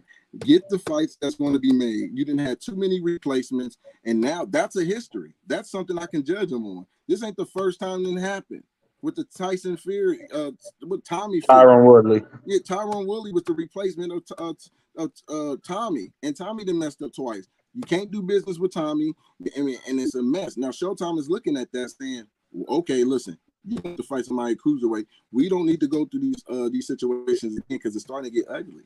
That's a reputation now. You know what I mean? So he has to start setting it up where he has to fight cruiserweights. And again, he's not really a fighter. He's starting to be a fight. He got to fight somebody real, man. So at the end of the day, that's what Jake has to do and his team has to do. They have to get in there and fight some of these top cruiserweights, or not even the top 20, at least 30. At least 30 or 40. You get a WBC ranking? Ain't no way, man. You gotta fight somebody with a. I mean, but what is like? What's his intentions? Like, is he trying to become the champion of the world? That's a good question because it seemed like that's what the WBC is doing. I tell people all the time when they talk about these rankings and these mandatories, it's it's popularity contest. The WBC shows you that. These rankings, these sanctioning bodies show the people that it's about popularity and money. If you have a following, you're gonna get moved up high. You're gonna get moved up high. You know what I mean? I wouldn't be surprised if Jake Paul is fighting on pay-per-view at the end of next year. What's his name? Mabu, Don King's fighter, the one Canelo was trying to fight for the WBC. Don't be surprised that he's getting a real title shot at cruiserweight. The cruiserweight division is not that widely separated with just skill set. We don't watch the cruiserweight as much. That's why it's really a great division for Jake Paul to be sneaky at certain fights in there. But he got some cruiserweights that can actually beat him. See, and that is the entire hustle, right? Like this is actually the bullshit that I'm on. Like you went from You can't like slipping and sliding and trying to point the finger while you go out the side door on somebody like Hakeem Rockman Jr. and then attach yourself to a guy that Canelo attached his name to, and then propelled yourself to a title shot just through just this conversation, right? And really, all this dude is really selling is, "Am I a real boxer?" And the actual answer to date is no. So why the hell are we now projecting him to be a champion? No, I'm not. All this is marketing. No. We saying he might be a title challenger. No, not even a title challenger. This dude is literally marketing himself as, "Am I even a real boxer?" Mm-hmm. But why? Here's my thing though. Why would the WBC Yeah, I give feel him a fight to get a ranking? What did he deserve to get a ranking in the WBC? Wait, he's ranked? No, he's not. They offer him a ranking if he win his next fight. That's what the WBC said. That's what Suleiman said that out of his own mouth. That he is getting a ranking, and the WBC ranking. Right, so that would make him right in the Bridgerweight rankings. So what? He'd be top 30 Bridgerweight? It doesn't matter. But Ohio, what was that based on him fighting Rockman specifically, or just any opponent? That's based up like Rockman. That's the question though, because you know how the sanctioning bodies work. It doesn't matter, you know what I mean, with them, because if you paying or if they paying for a ranking, it doesn't matter. The sanctioning body is gonna put you in a great situation. But I assume it's a fighter. I'm assuming it's got to be a cruiserweight. Yes, it was because he was fighting Rockman. It was because he was at that thing fighting with Hakeem Rockman with his amateur background, you just pointed out, and his pro fights. And he was coming down in weight, right, to fighting a heavyweight. They took all of that into consideration and said that they would rank him. I believe it was either at Bridgerweight. I think it was at Bridgerweight, but I'm not 100% sure. But to be ranked, I think they ranked 30 guys. So to say you're ranked, like, top 30. Bridgerweight is what's the weight though? Ain't that like 215? What is it, from 205 to 215? What is that? I'm not quite sure what it is. Something like that. I think it's like, I think it's to 224 or 225. Okay. But I think that's funny. Y'all Smoke basically said he marketed himself after a question. But what I was gonna say is that Jake Paul, even Showtime know, like, your lane is fighting retired basketball players and UFC fighters. Like Steven Espinosa was saying, this is too much for you to handle. You shouldn't be doing this.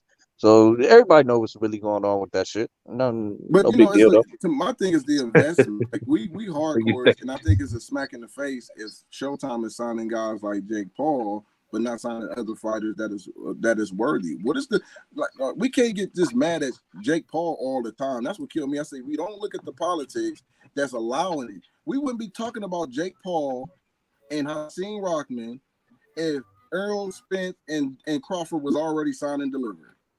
These fighters, we get the fighters that work hard and grind up. Some divas, we can't get the fights. Who this? A-side, how much money did he make? This is what our fighters that we support are talking when they in power. Okay? So what happens when you don't get the fights we want? The circus come in. So it's like we get mad at Jake, but you can't get too mad at the circus because the fighters that should be fighting each other should be fighting each other. We ain't getting that. So what else? Why are we talking about? Why should Jake Paul and them be headlining on some of these YouTube channels? Like, really? Because we're not getting the fights we want. It's you. I agree with you, Ohio.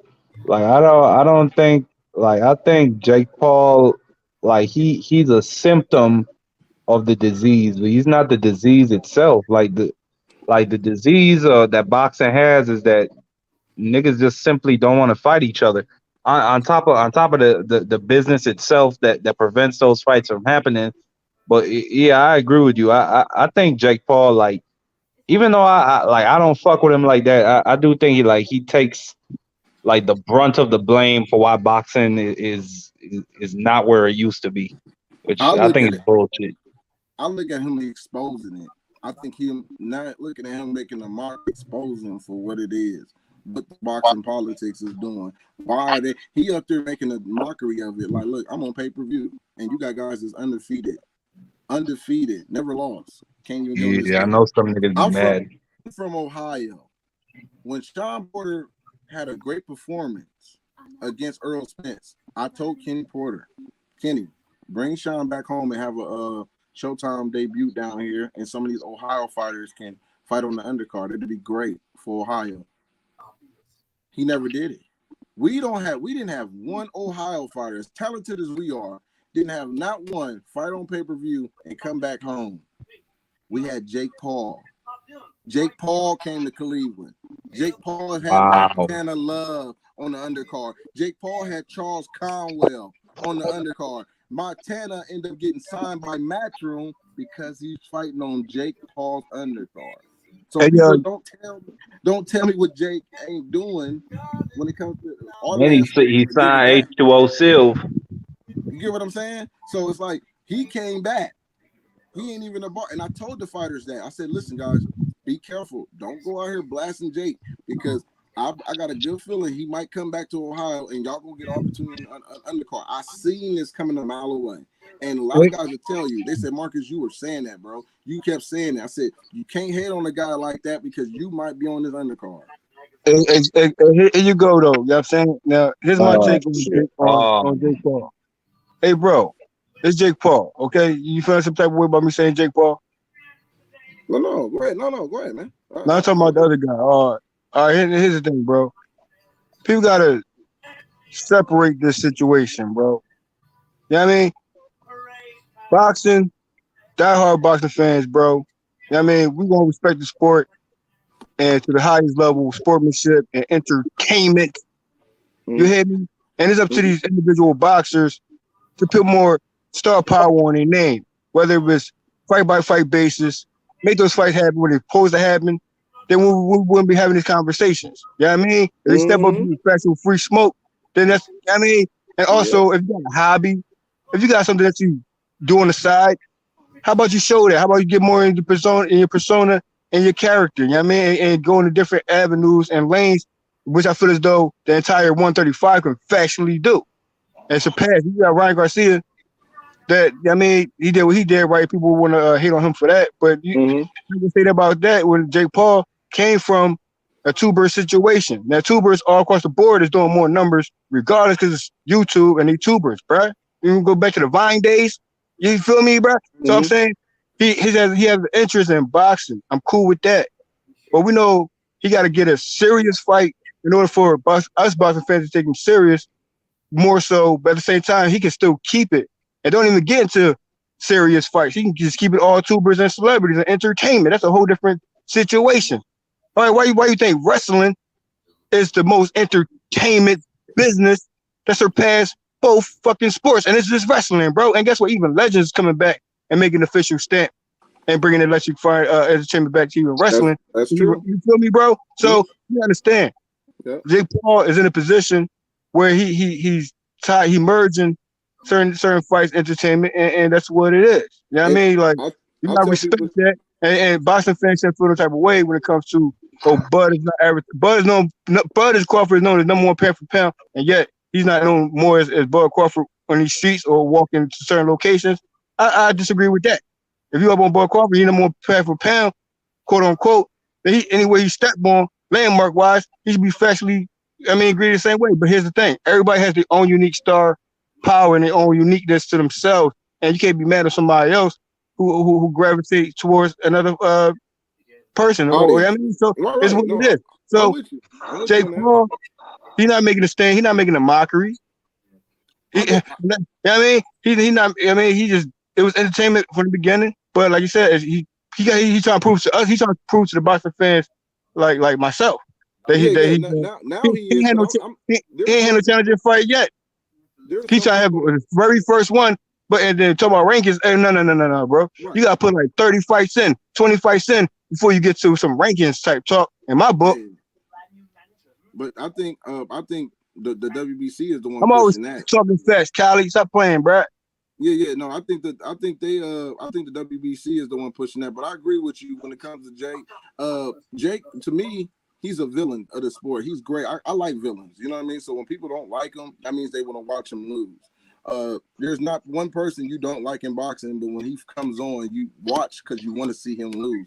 That's great. I love seeing that type of stuff. It brings interest. Now, if you don't like Jake Paul, you think he's a mockery of the sport, why would you even mention who he fight? Why would you even care about who he fight? You think he's a joke? You think it's all a circus? You wouldn't even entertain it. But the fact that you hear a lot of people talking about, I would love to see him fight this guy.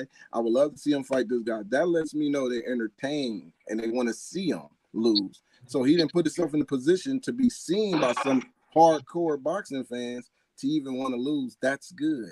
That is really good. That's what you want. Ohio, these niggas, they can say whatever they want about Jake Paul. That nigga is exciting. That motherfucker. Listen, that shit he did to Woodley, that was the nastiest shit I ever seen. Yeah, that nigga, he just turned him off. Like it looked like Woodley was like a toy when you take the batteries out the toy and it just dropped. And listen, that shit was ugly. They were so upset that they called it fixed, and that's what I said. Jake he's in a lose-lose situation because if he beat an actual boxer, they're going to say it was fixed. So he might as well you move the way you want to move because they ain't giving you no credit anyway. Listen, if you think that shit was fixed, you gotta be. Right. So, and that's what I'm saying. Like, it's nothing but cover for a fucking fraud, dude. Like I get it. It's a circus fight and it's celebrity boxing. Cool. I also understand. Regular boxing fight fixed, man. Come on, man. They even try to say Canelo fight was fixed. Like, come on, man. Yeah. Just because a guy says because people think fights are fixed, that's not a justification for not fighting real fighters. Like the fuck for real, guys. Like I don't understand. Like if we're just talking about celebrity boxing, cool, it's fun. Like and I understand and I appreciate what he's doing for women boxing. I'd appreciate for like that he has some kind that other people who wouldn't ordinarily give a fuck about boxing watch some boxing fights, right? Like I that's cool to a certain extent if they actually stick around and watch boxing. But if all they're really sticking around for is Justin Bieber fucking concerts and the fucking circus fight with fucking gloves, I don't give a shit about that for real. Nah, man, I feel you, Smoke. And you've made that very clear and you've been very eloquent on that since the beginning. And we ain't asking you to. I'm not even gonna try and convince you to fuck with Jake Paul. No, I'm not saying like I can fuck with him on that level. I'm just saying this whole like, am I really or am I not? This whole idea about like trying to blur the line of being a real boxer and not like a celebrity dude putting on circus fights. That's all I'm saying. Stop treating me like I'm stupid. That's all. My only point is this: like, stay in your fucking lane and stop trying to play with my fucking emotions. No, I'm not about to point fingers at Hakeem Rahman. Fuck that shit. I'm not dumb. Listen, I'm not saying. Listen, that's the job is to play with people's emotions. Look at Blair Cobb and Rowley. I mean, they talk a lot ahead, and I think you got to give Jake Paul credit because I'm king of trolls. I know how to troll too. I think what he does is brilliant to get under people's skin when he sit there and watch a Canelo fight, and then he tweets and say, "You know what, Canelo, you might end up getting a Jake Paul fight if you keep doing what you're doing." Hey, you see what he said? Them two kids to Canelo's. Bruh, he said he the next Floyd. I love it because it burns people up. They fall for it. He's a joke. He's making a mockery out the sport, Ohio. No, I just think it's more just troll. It ain't making a mockery. It's more just trolling. He knows his tweet gonna get shared everywhere. I didn't did this before, H Money. I made a joke, and it's sad. When you actually make a joke, people have been following me for years. They know I know the sport. But when I make a top 5 pound for pound and put Jake Paul in number 3. It goes viral. There is no reason why I should. So we know what we know what it is. No. He a viral tuber, and that's what it always going to be. Period. That's my thing. It shouldn't viral. It shouldn't be the point. Say, oh my goodness, I shouldn't get 500 likes, 5,000 likes, and 3,000 shares. You been getting that though. Yeah, them Jake Paul bots. They bless you for that. I mean, Rolly Romero is retarded, but he goes viral once a week. I mean, it just is what it is. The world loves controversy. They love, and that's the thing. If you can rub the people the wrong way, they'll want you to fight a top 10 opponent when you don't even deserve it. It's about emotions.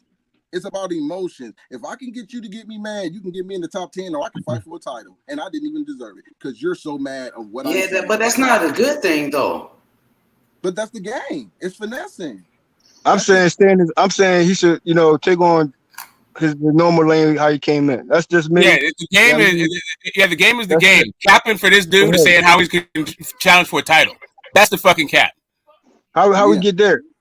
Like already? Like, come on, man. I'm just I mean, saying. Makahu said he wanted that fight. Wait, no. Let me tell you, he didn't say that, but that's a. I mean, I could see that fight happening. I mean, this nigga Makabu. I mean, he's fighting in high school gymnasiums. Like, why wouldn't he take a Jake Paul fight? And you believe in Santa Claus too, I bet, nigga. So you don't think this nigga? This nigga believe in Santa Claus too, man. That nigga wouldn't even fight Hasim Rahman. What the fuck But is you even talking about? Age Money, I get that, but I'm just saying, don't be surprised with the politics. All I'm talking about is the politics, how they allow. They said that he was going to be able to fight for a ranking against Hasim Rahman, bro.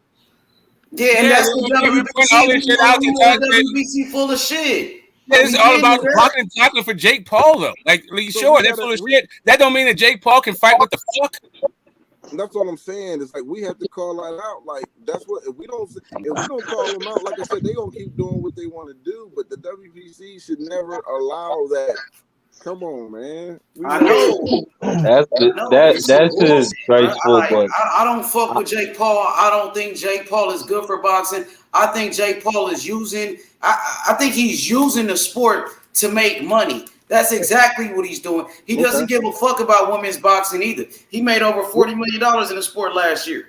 What's Jake Paul? What's Jake Paul amateur record? I don't think he's good for boxing, bro. And then he just canceled. He just can't. They just pulled out that fight with Hasim Rahman. You had fighters on the undercard who ain't gonna get paid because of this clown ass dude.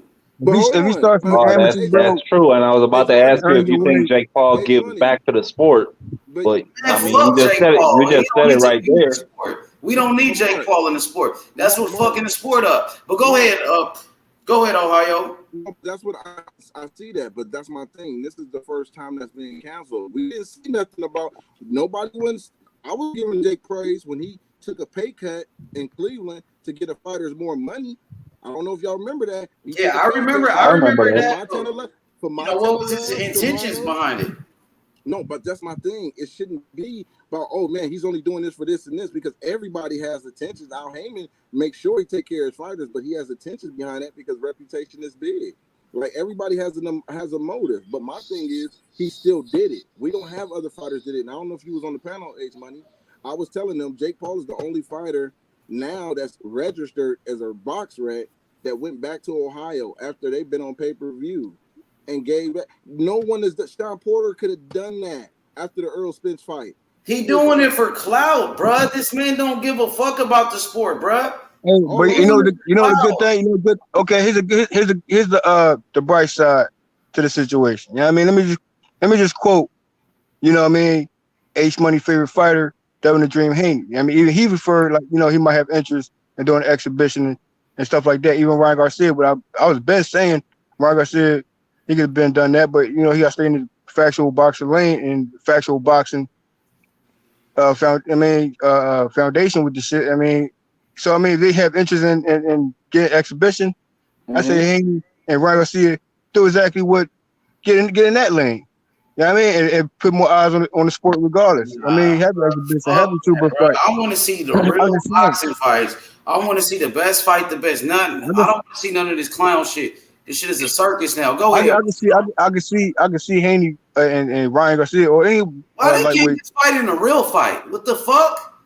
No, boxing fight. What they supposed to do? That's what they doing. But I'm saying if they want to step in that lane in that environment. When they start doing that, that's when I start. That's more eyes for Haney. That's more eyes for Ryan. So it's a win-win. Mo, let me ask you a question. And Mark, I ask you all a question on the panel. Just give me your honest opinion. What fight makes more money? What fight makes more money? Crawford versus Earl, or Jake Paul versus Canelo? Or Pacquiao Jake Paul versus Ryan Canelo Garcia. because that's a circus. It ain't no real fight. Or Pacquiao versus Ryan Garcia. Add that in 1 and 2. Nah, you know the answer to that, Ohio. It's gonna be the Canelo shit. It's a circus. So H, your whole thing is like you don't want no type of outside influence. You don't want nothing to do with no circus. I don't fuck with Jake Paul. I think Jake Paul is a clown. He's a culture vulture, and he's using the sport of boxing. That's exactly what he's doing. But like, Pretty what much. about once in a while with like a massive event like what Muhammad Ali Nah, did with man, the nah, I'm a wrestler real and boxing fan, McGregor and bro. I'm not here Mayweather? for that clown shit. Y'all can You fuck ain't with fucking that with it clown. at all. Nah, hell nah. At least you be listen. That's what I respect. H Money. I tell a lot of people that follow me on my IG that feel the same way about you. At least y'all stay consistent. They don't entertain it. They don't watch it. I know people who tell me, "No, I don't mess with Jake Paul. I don't care what he does. Like he don't bother me no more. I don't mess with him. I don't like him, and I definitely don't watch his fights. So they don't even be talking about his fix. The ones who are emotionally involved are the ones calling his knockouts fake. He ain't doing this, and he ain't. They're emotionally involved. They're watching him, and they want to see him lose. So he has an audience. He got his fan base, but he also got his haters. That's streaming. That's coming to the fights too. So I mean, that's what we got to keep it real about. He does have that. And they're gonna Your boy gravitate Jake towards Paul want to fight entertainment, bro. That's what it is. KSI now, Ohio. He want to fight KSI. That's a better fight. I'll fuck with that fight. I'm not listen, y'all can do that. I'm not entertaining Jake until he fight a real boxer. If they go give him a WBC ranking off of KSI, it's disrespectful, bro. And I'm from Ohio, so I'm No, they're not doing that. It was only because KSI ain't fought in like 2 years, right? Or how long it been? What, KSI? Yeah. I don't even know. I seen that they promoting him on DAZN, so DAZN is very heavy on these circus fights too. They very heavy on it, so they definitely will. And I see Jake Paul. Does he have a deal with them too? Because I see him on there. I see him. They got little advertisements with Jake Paul on there too. So that's the 2 and 2. You know, they might be putting something like that together because I see Jake Paul on DAZN's channel. Entertainment I purposes. know he do money. I know he did some business with DAZN and Eddie Hearn when they made that Serrano fight. Yeah, yeah. He got his own promotional company too, so that kind of, you know, he probably got a deal with Showtime, but I don't know what the clause is where he can't cross over because he did with Serrano. You know what I'm saying? So that makes sense because he actually. And you know what I'm Serrano's saying? back fighting on Showtime. So yeah, you never know. Yeah, he might got something lined up where he can fight KSI, whatever. You know, have that fight. But it is what it is, man. I at the end of the day, I want to get back to boxing.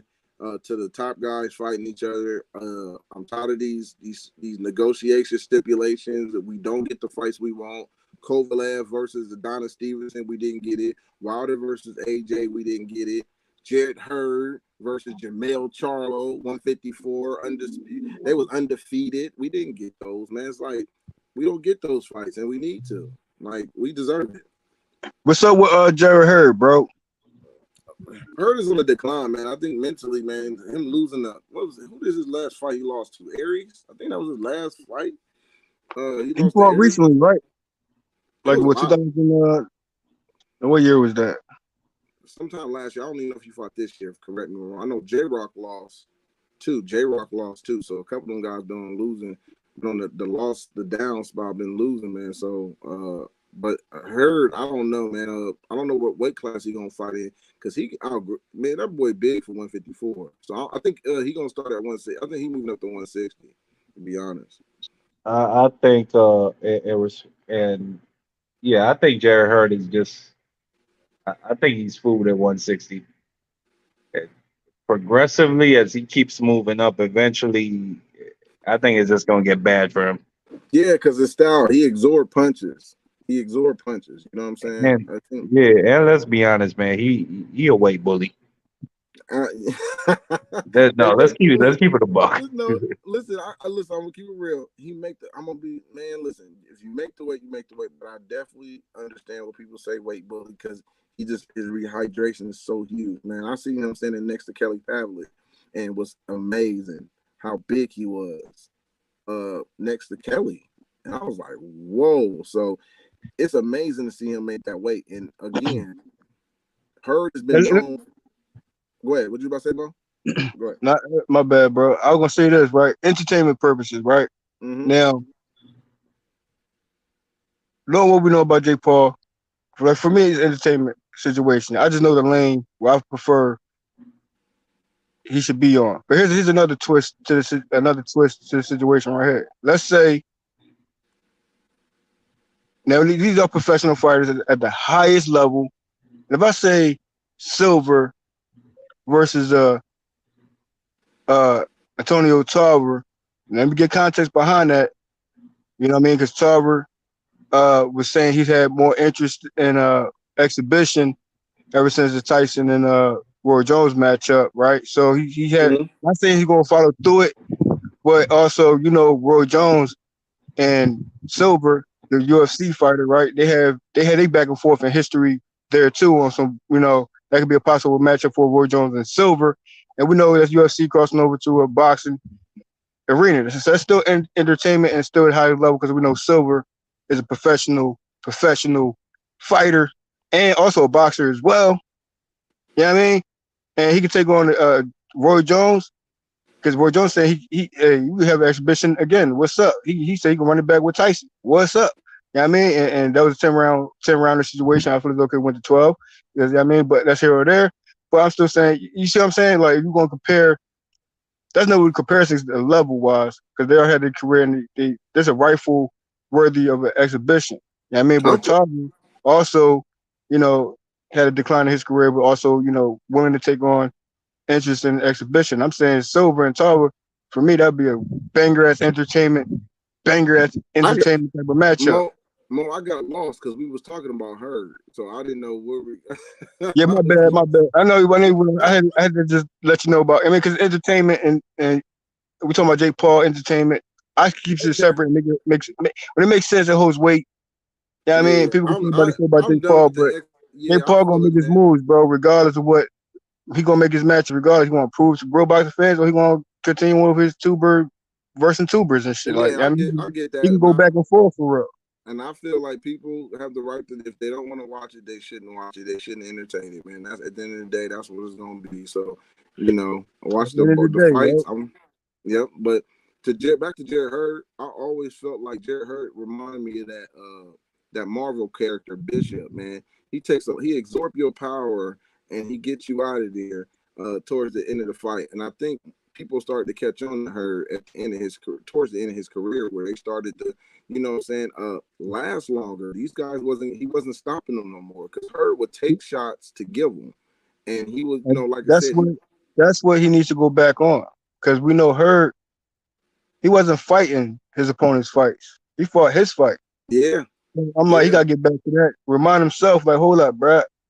I just think he's worn down though, because he was taking beatings, man. Like Tony Harrison was beating unnecessary beatings at that, because he got the agility and power to give it right back and go 12 rounds. Like, that's what I'm saying. Hurd is really a unique fighter in this era. You know what I'm saying? It's just I don't know what the situation is. I mean, maybe he got like a jab Judah situation, like discipline wise. I don't know, but he could reassure himself and come back. I'm still waiting for her fight. I'm still looking for it. Win or lose or draw for her. You know what I mean? I just rock out like that. You know what I mean? Because I expect him to correct next time I see him. Make him correct him. You know what I'm saying? Correct certain things and get back to how I know how he would do. Same thing with Devin Alexander. But hey, you know what I mean? Man, Devin is done, man. Devin done. I'm sorry. He said Devin done, but guess what? His brother banging. His brother doing this thing at once. I think he at 160 now. They got him number 2 on BoxRec. His brother doing this thing. I mean, but Devin Alexander, I know currently we can say that. You know what I mean? Certain fans will say that. For me, I'm still saying Devin Alexander still has certain hands to him that if he get back into that in his bag, reconfirm, check yourself again. You know what I'm saying? I know he up in age. I know people might think he lost it at the Red Cash fight. I'm like, Red Cash? I mean, you know what I mean? But he's still nice, though. He still can get somebody a run for their money, because I still feel as though a long overdue matchup with Devin Alexander and Bud Crawford years back would have been a banger fight. It would have been a southpaw versus southpaw situation, and we know. But hey, that's just me, though. They can care less for it. Let me read this comment real quick. Shout out to my boy Lolo the Coldest, one of the best young fighters in the game. He said, "What it do though, H? Virgil looked a bit sloppy for me yesterday. let me finish. He said, "What it do though, H? Virgil looked a bit sloppy for me yesterday. What's your opinion on him, and how do you rank him amongst the tops?" My opinion is, I think Virgil did good, but like you said, he looked a little bit kind of off. But I thought he still won every round in that fight, and he got the stoppage in round number 8. He improved his record to 20 wins and 20 knockouts. I still feel like Virgil's one of the top welterweights in boxing. I don't think Virgil can beat Terence Crawford. I think Crawford beats him easy. I think Spence beats him. I think Jerron Ennis can beat him. I think Boots will beat him. But I do give Virgil a chance against Keith Thurman. I think Virgil can possibly beat Keith Thurman. I think Virgil, he can beat Stanionis. You know what I mean? I still think he's a good fighter, but they got to pump the brakes on Virgil. I think they already pumped the brakes on him. That's why he was fighting McKenzie. But he's a good young fighter. You just got to take your time with Virgil. You know what I mean? He needs more experience. That's what I think. Hey, that's your fight. That's your fighter, H. What you talking about? That's the dude you've been talking about. Who? Lolo. Oh yeah, Lolo the coldest. Yeah, that's one of my first fighters, man. He's out there training with Terence Crawford. He's one of the best young fighters in the game. He's only 18 years old. He was the number one amateur. He was the number one amateur at 132 pounds. He turned professional at 16. So that kid is a beast, man. But yeah, I think Virgil's a good fighter. But back to Virgil. I think Virgil's a good fighter. You just got to take your time. He needs more experience. He still took care of business. What about you, Ohio? What you think about Virg? I think O stepped away. But anybody else want to tap in on that? Feel free. Can you hear me? Yeah, I hear you, O. Go ahead. Oh yeah, man. I talked about this earlier. I think Virgil is definitely a talented contender now, man. I definitely see Crawford and Earl beating him. He's green, and when you got guys like that you can walk in the shots because he gets hit and he wants to make he wants to return favors so quickly, man. And that's one thing about Ortiz. I think who did he fight? I can't even remember his name. McKinson, if I'm saying his name right. Yeah, McKinson.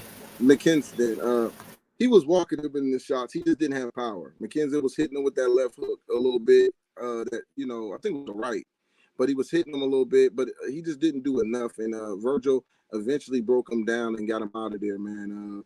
I think I always liked the Rashidi Ellis, but how would he do against Crawford and Earl? Man, I think he offensive is just his defense to me, and I think that's when you're fighting high-level guys like that, it's gonna come down to the defense, man, because you can get off the firepower, but they're able to move in angles and catch you coming in. And I think that's where he's gonna have to be careful with. But does he deserve to fight or fight for a vacant if after Earl and Crawford moves up? Yeah, I think he's there, man, because look at the mandatories who got shots at world titles. Ocampos, Dominique Wade, Charles Hadley. Man, these guys you mean to tell me Virgil ain't worthy of fighting for a title right now? You crazy. Yes. I mean, he's already in position. He's already the mandatory for the WBO champion, Terence Crawford. But they're not going to put him in a ring with Terence Crawford. He's been a mandatory for about a year now, almost 2 years. And Oscar De La Hoya ain't going to put him in the ring, even if he's the mandatory, even if he's in position. We seen Ryan Garcia, Golden Boy fighter, was Devin Haney's mandatory number one contender. They didn't try to make the fight with the champion, Devin Haney. And then you got Munguia. Munguia was Demetrius Andrade's mandatory for over a year. But Oscar De La Hoya wasn't trying to make that fight happen, even though he was in position. Yep, no, you cooking. You made some great points. Oscar doesn't he's not letting the training wheels off when he fires. Maybe because he don't believe in it. But my thing is he better, because in history there was a fighter named Constantine. I don't know if you remember him, H Money, because you know your shit. Constantine? No, I don't remember Constantine. No. Okay, okay, because he wasn't a really known fighter. Constantine was actually mandatory an eliminator against Ocampos. He didn't want to fight Ocampos because the winner got to fight Errol Spence. This was the second time he actually outed on that. He didn't even want to do it. I've never seen nobody turn down eliminators 2 times back to back. It was from a Campos, and it was another guy that Constantine was supposed to fight. At this time, Constantine was 34-0. He was from Russia. He was 34-0. He might have had about 15 KOs or whatever. But I've never seen nobody turn down eliminators to avoid Errol Spence. That guy avoided. So you have guys that will avoid those even when they even before they get to mandatories. So De La Hoya, to come back what you were saying, De La Hoya did that because he doesn't feel like his fighters is ready. But my thing is, Ortiz gonna have to fight somebody because he's running out of stablemates. He's gonna be eventually. I mean, he can fight Blair Cobbs. Blair Cobbs, they was just on the same card with each other. Blair Cobbs just beat Maurice Hooker. That's a common opponent with Virgil. You know what I mean? A Blair Cobbs fight is possible. I can see him possibly fighting Alexis Rocha. They're both with Golden Boy. They both fight at 147. Alexis Rocha knocked out Blair Cobbs. Let me answer this question. My boy says, you think Ortiz beats Conor Ben H? How do you feel about that fight? I think it's a good fight. I will favor Virgil Ortiz. I think Ortiz is the better fighter, but Conor Ben is a good fighter too. Conor Ben is not a bum. I think Conor Ben can give him some problems. I think it would be a competitive fight, but I will lean towards Virgil Ortiz. What about you? That's a good one, man. That's a good fight. I didn't even think about that at 147. If Conor can take some of his punches, it can be a long night for Virgil, to be honest. I think because he's Conor can bang, man. But I definitely will be you. I definitely agree with you. I think Virgil is the favorite right now, the power. But somebody just said in the chat, I've always said this. I favor Rashidi Ellis over Virgil. So I see that in the comment. Rashidi is a little too much. Now Virgil got punching power, but Rashidi is just fast, quick. He's going to frustrate him, and I don't ever think Rashidi is going to ever let Virgil set his feet. That's what's going to frustrate Virgil because that type of style is what De La Hoya don't like. De La Hoya don't like those type of styles. Aristotle Loa, Demetrius Andretti, he tries to avoid them. Canelo didn't listen, and that's why De La Hoya was like, see what I told you? But Jaime McGee got out of that way with Demetrius. Those guys are just slick. They're too slick, man. Slippery. For me, I got Virgil Ortiz over Rashidi Ellis. I like Rashidi. Rashidi can box and Rashidi's fast, but he's lacking power. Rashidi doesn't have pop. You know what I mean? And that's a big issue. I think Virgil is stronger. I think Virgil will break him down. I got Virgil beating him. I like Rashidi. He can box, but I just don't think he got the power. I don't think he's strong enough. You know, I favor Virgil Ortiz. Maybe you don't favor. Maybe what you're trying to say is you don't think he has the legs to keep him out of the distance because I think he can block. But if his legs keep up, H Money, Virgil ain't touching it. I got Virgil. Virgil gonna touch him, and I don't know if Rashidi could take that type of power. I seen Alexis Rocha touching on Rashidi Ellis. I thought honestly that was a close ass fight with Alexis Rocha, but Rashidi got the win. I thought it was close. No, you're right. I like Rashidi, man. I just don't think Rashidi is strong enough, man. Like he could box, he got some skills. He's similar to like a Paulo Malignaggi. I think Rashidi hits a little bit harder than Paulie. You know, he's kind of like Mickey Bay. He kind of reminds me of Mickey Bay a little bit, but he's a good fighter. But Virgil, I think Virgil is stronger. Virgil is more talented. I would take Ortiz in that one. I never really seen Rashidi fight live like that. So you say he fights like Mickey Bay? Kind of similar. Style? Yeah, kind of similar to a Mickey Bay. Howard, you remember Howard Davis? Howard Davis, I believe, was a gold medalist, right? I don't know if y'all are familiar with Howard Davis back in the day, but he kind of reminds me of those type of fighters. He can box, he's quick, he got speed, but he's missing a key ingredient, and that's power and his strength. I think Ortiz will break him down. You're right about the power. I would not deny that. I just think his legs, he got enough stamina and legs to stay moving on that bicycle all night. And when you fight a guy who don't have that much punching power, like Errol Laura used to be, he was never known to be a big puncher, but the boy can be on that bike and hit you with the 1-2. He turns the angles, he frustrates you if you don't know how to cut that ring off. So I think that's where I bank my money. I put my house on his legs. Not his punching power, but those legs and different angles, man, it will frustrate Virgil if he cannot cut the ring off on Rashidi. But if he can, I think you got a no-brainer there. He's gonna probably hurt him and get him out of there. But guys, I gotta get up out of here. It was good being on the panel talking to you. Thanks, H Money, for putting me on, man. For sure, man. Ohio, man. All right, Appreciate it, Ohio. man. All right, oh. Hey, Ohio, real quick before you go. But let him go. Let him go. No, you good. You good. Go ahead. All right. I got one question. It's a recent situation. You know what I mean? I want your thoughts on Gary Russell and Colbert. Gary Russell and Colbert. Yeah. I didn't know they was fighting. I thought Colbert was supposed No, to be I'm fighting. saying those match. I mean, it could be a brewing, it could be talks. You know what I mean, situation right now. But you know, Yeah, Colbert and Gary Russell. I'm not gonna try to be fat long, but I'm gonna tell you this. What Colbert looked in his last fight, me being like looking at it from a trainer perspective, I didn't like what I saw. I didn't like him not trying to go get it and win.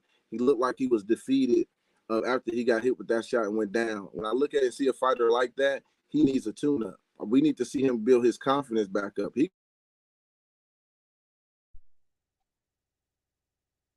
So he want Russell, bro. Hold on. Would that do it? When we in the gym working, I'm sorry because somebody called. When we in the gym working,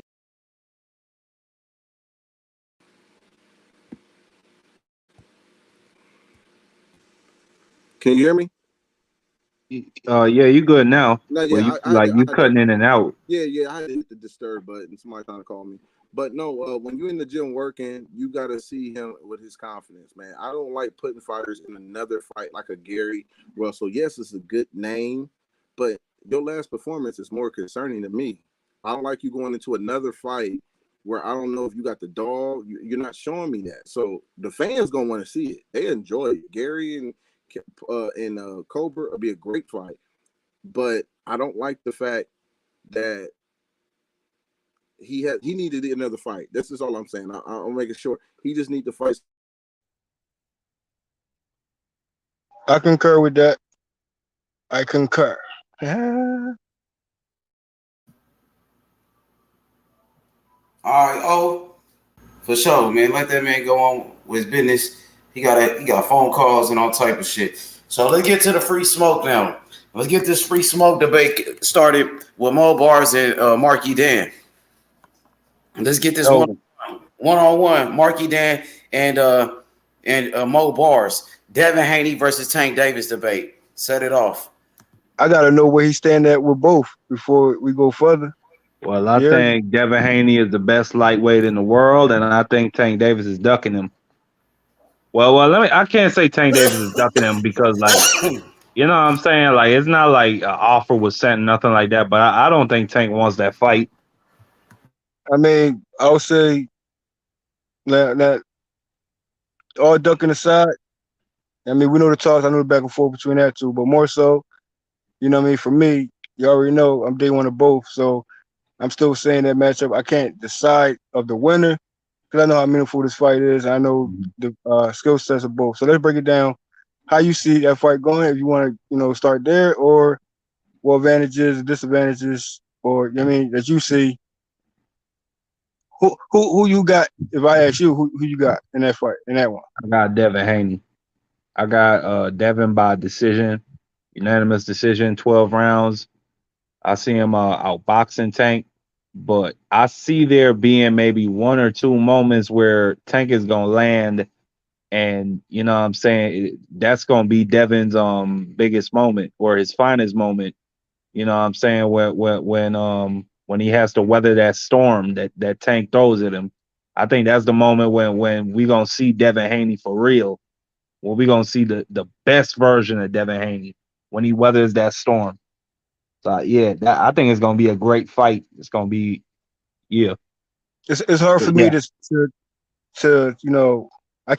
I don't see a one-sided fight. I don't see in this particular matchup, bro. I don't see outbox, outclass for all 12 rounds when it comes to a Tank Davis. I just don't see it, and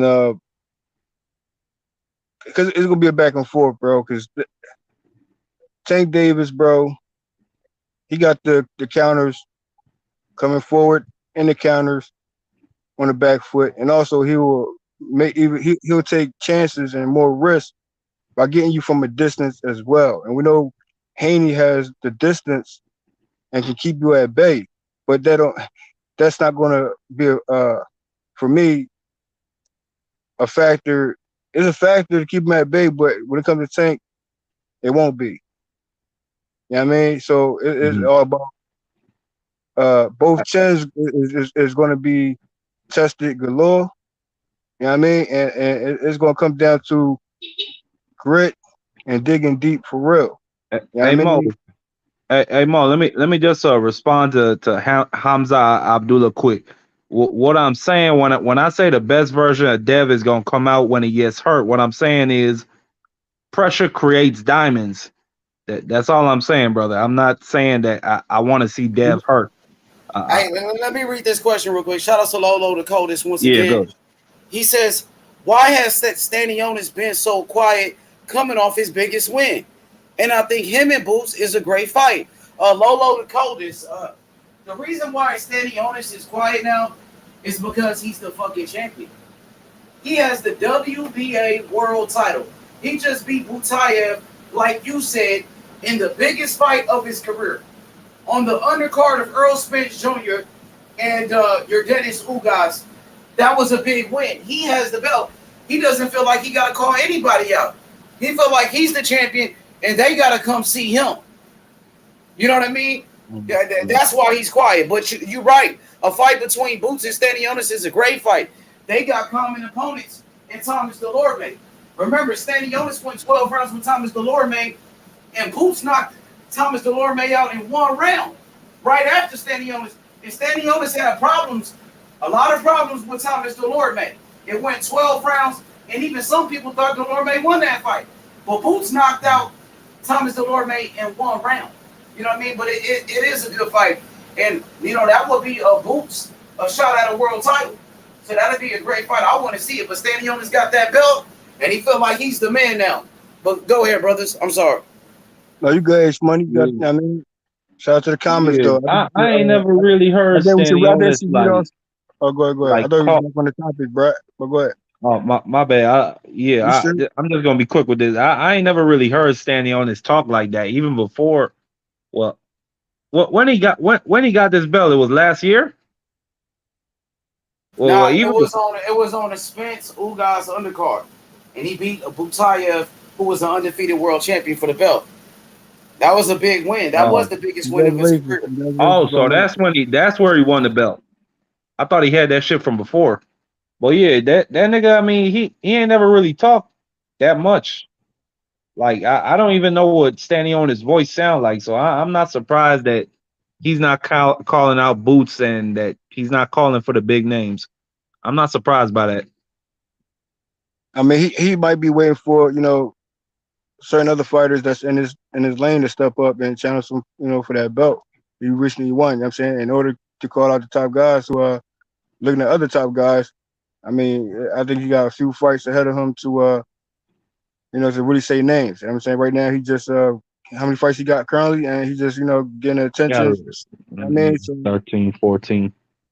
Yeah, so I mean, he working his way to, I mean, maybe on some Camboso type time to earn his way to top contenders, or top prospects contender situation. You know what I mean? But you know, back to Haney and Tank, bro, yo, bro, I'm saying they gotta let this fight sink in, bro. All angles, all levels, and both fighters love pressure, bro. One try to outbox you for 12 rounds, and the other one trying to get you out of here. But if it's the first round or the 12th round, that's the mindset going into this fight. And I feel as though, you know, I think it'd be the opposite approach when it comes to Haney and Tank. Yo, John G, what up, John? I both two might want to see it. What's up, my boy? What's up, my guy? What up, John? What's good, man? What you thought about Virgil Ortiz last night, man? Man, I like his performance, and I think he dominated. I only had Maurice. I'm talking about Maurice. I only had McKinson win in one round. That was the first round. But I did see some holes in this game. He got to tighten up on, man. His defense ain't really too much up the par, so he gonna have to work on that. You think he ready for EJ? Because man, just a couple of months ago, people were saying Virgil Ortiz would knock EJ out, and they said Terence Crawford was ducking Virgil Ortiz. No, man. That's just people building them up. But hell nah, bro. Hell nah. I mean, he got some skills. His skills was on display, but at the same time, he needs some time to really fine tune his craft before he can get up there with them elites like that. I think Boots Ennis will kill him. I don't know, bro. I honestly I don't know, bro. I don't know. I think Conor Ben will beat him. Me too. Me 3. I mean, like I say, they. I mean, That'd be a war, though. I want to see it. It'll be a war. And the thing is, I want to see his chin really tested. That's what we haven't really seen is his Ortiz chin get tested. So he need to fight a fighter that's gonna test that chin. He fought he got hurt against Mean Machine though. But we came talking back. about step up. Yeah. We talking about even a more test. I say even a more test in that regard. Well, But as far as the elite with Terence Crawford and EJ, that's a whole different level, bro. That's a whole different level. But he all right. You know what I'm saying? It's just a lot of people that gassed him up because he got that zero still and he up and coming. But nah, he needs some work.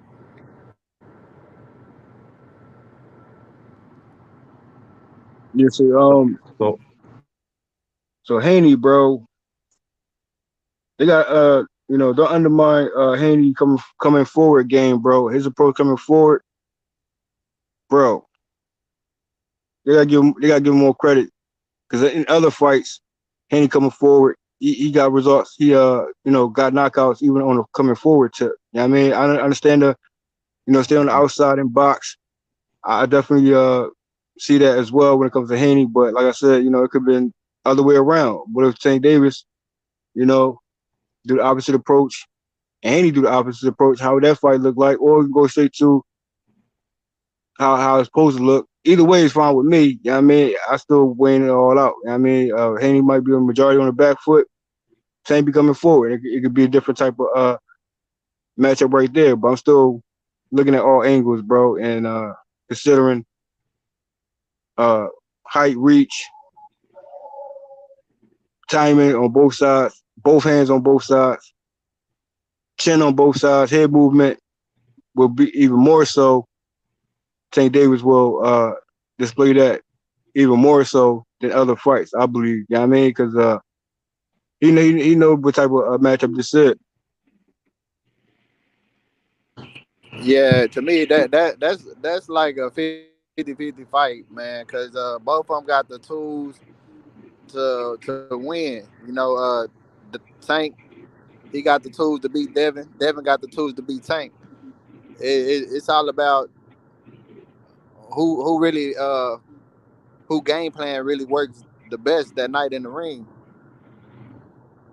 I don't think I just gotta think get that Tank fighter. Davis in the ring. Yeah, but I think that'll be a strategical fight for both of them.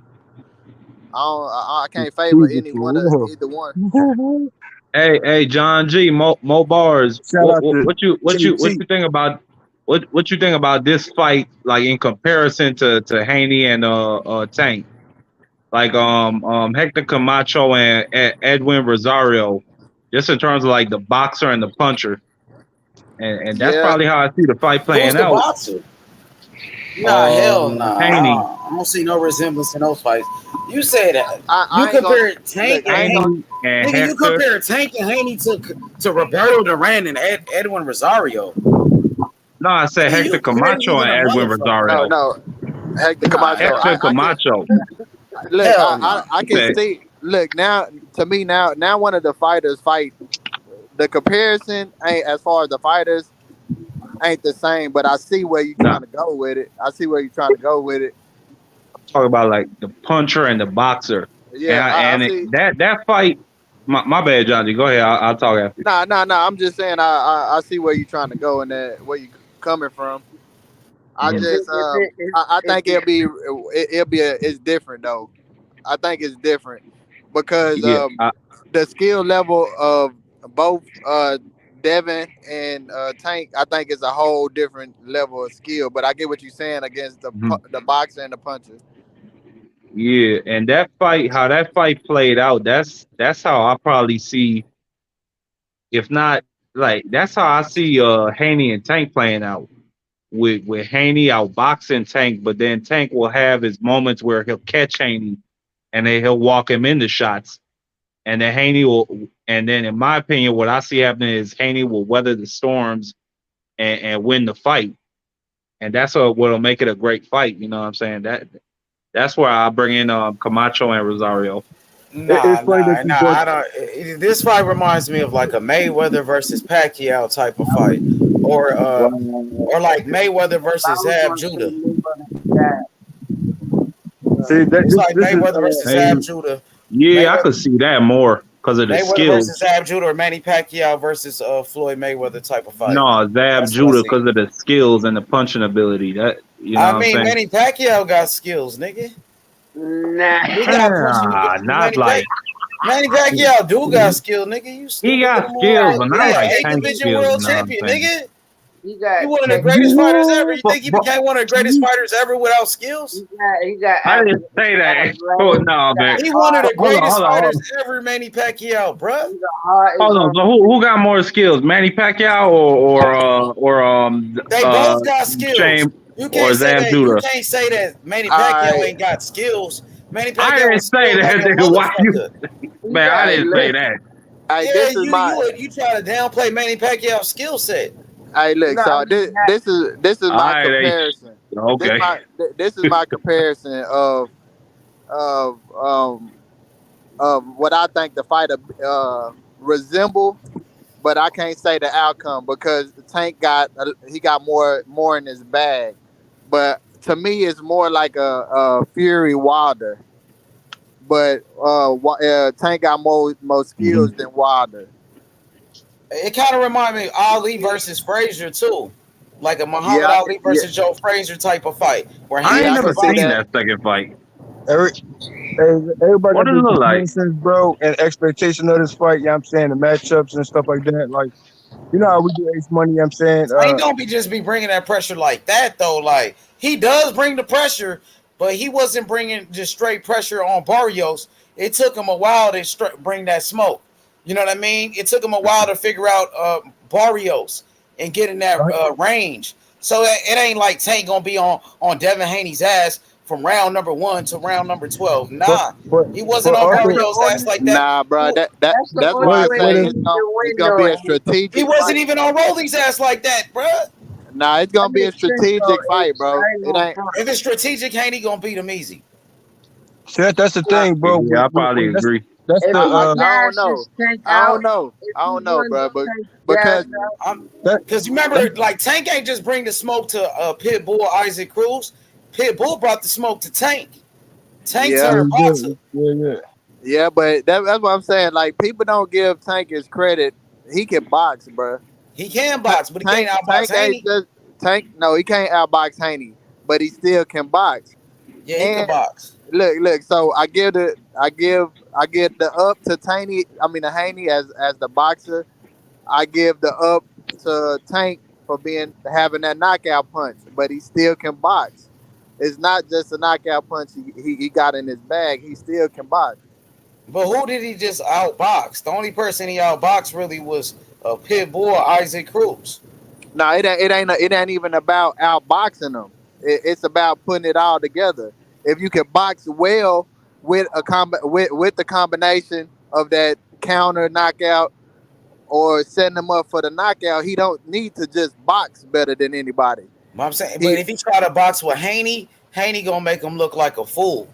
I don't know. Hell yeah! What motherfucker? I don't know, bro. Leo Santa Cruz was out jabbing Tank, bro. That's fact. That's facts. But Leo a big guy. Haney way That's for a better than long Leo guy. Santa Cruz. He way better than Mario Barrios. H Money, So John G, you say he should box, but so what range you I think guess Tank he will be mean box working to set from? up his power like a boxer puncher. You know what I mean? I guess that's what he's saying, to set his shots up. Yeah, but he gonna have to be dog. If you want to be Haney, Exactly. you gotta be a straight dog in there. Mm-hmm. Nah, I disagree You with can't that, stay bro. at the end of that jab all night long. So look, I don't see Tank moving in the ring like he fought Rolly. I don't see Tank fighting that type of fight. I see against Devin. I don't see it. But do you see? That's Hey, how boy, he was fighting against Barrios, wasn't it? Wasn't he fighting Barrios like that? Yeah, until he figured him out. And when did he figure him out? Like halfway through the fight, he was already down on the scorecards. Yeah, but I mean, a lot He of can't fighters afford to do that with Haney, bro. Haney I ain't don't gonna make know, the same bruh. mistakes as Barrios. This is the thing. We didn't see Haney make mistakes though. His chin has been Because he was taking chances, bro. Like he fought against Jorge Linares. He had no respect for that nigga. So he just was fighting all wild against him. This is I don't know, John bro. G. I think He ain't if fight like Haney, that against Cambosis, nigga. if Haney fight like how he fought against Cambosis, I don't think that's Tank how got he a chance. But I this don't is the think Tank thing. got a chance. That's why This they is the don't thing. want the Hold on, bro. Tank. I mean, Devin can fight how he fought against Gambosis, but Tank is not going to fight how Gambosis fought. Tank is a smart fighter, bro. He do what he got to. Cambosis smart too. He beat up on Tio. He beat your boy Bruh. Tio up. Bro, look. That's one fight I could give him. That's Well, he beat one. Lee Selby. He beat Mickey Bay. I know, but I'm talking about. I'm just talking about. I'm gonna say like. I don't even want to say elite, but like. Bro, Lee Selby was a former champion, my nigga. Yeah, but it's former. You hear me? Yeah, but he was a champion. These guys are elite level guys. He beat Mickey Bay, another former champion. Okay, so this is my point. Look at Maurice Hooker. He's a former champion, but you see how he looked. But who did he beat though? I'm just saying, like, at least you know who Cambosis beat. He beat Teofimo Lopez. Yeah. I ain't taking, like I said, I ain't taking nothing from that. I ain't taking nothing from him, but like Gambosis beat Tio, he did do that. But I didn't have Gambosis as a elite fighter just because he was. You might not have him as an elite fighter, but they had Cambosis. Listen, Cambosis was ranked *1 in the world at 135 at lightweight, and some people had him on the count for poundless. So do you think Lomachenko could beat Gambosis? Hell It's possible, but I think Cambosis could beat him too. I don't know. I just got. Cambosis beat the man that beat Lomachenko. Cambosis beat the man that beat up Lomachenko. He beat Tio, and Tio beat Loma. Yeah, but styles make fights, bro. And it don't take away from Lomachenko losing to Teofimo Lopez and Teofimo Lopez losing to Cambosis and Haney beating Cambosis. Mm.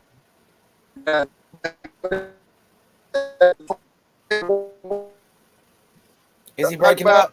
You see how I'm breaking up? Nah, you good now. Go ahead. Hello. You good? You see how George Foreman beat Frazier. Ali beat George Foreman. So like we can't. Yeah, Ali beat Frazier too. Ali beat Frazier 2 times. But you can't forget that Muhammad Ali he beat Joe Frazier 2 times, and Joe Frazier only beat him 1 time.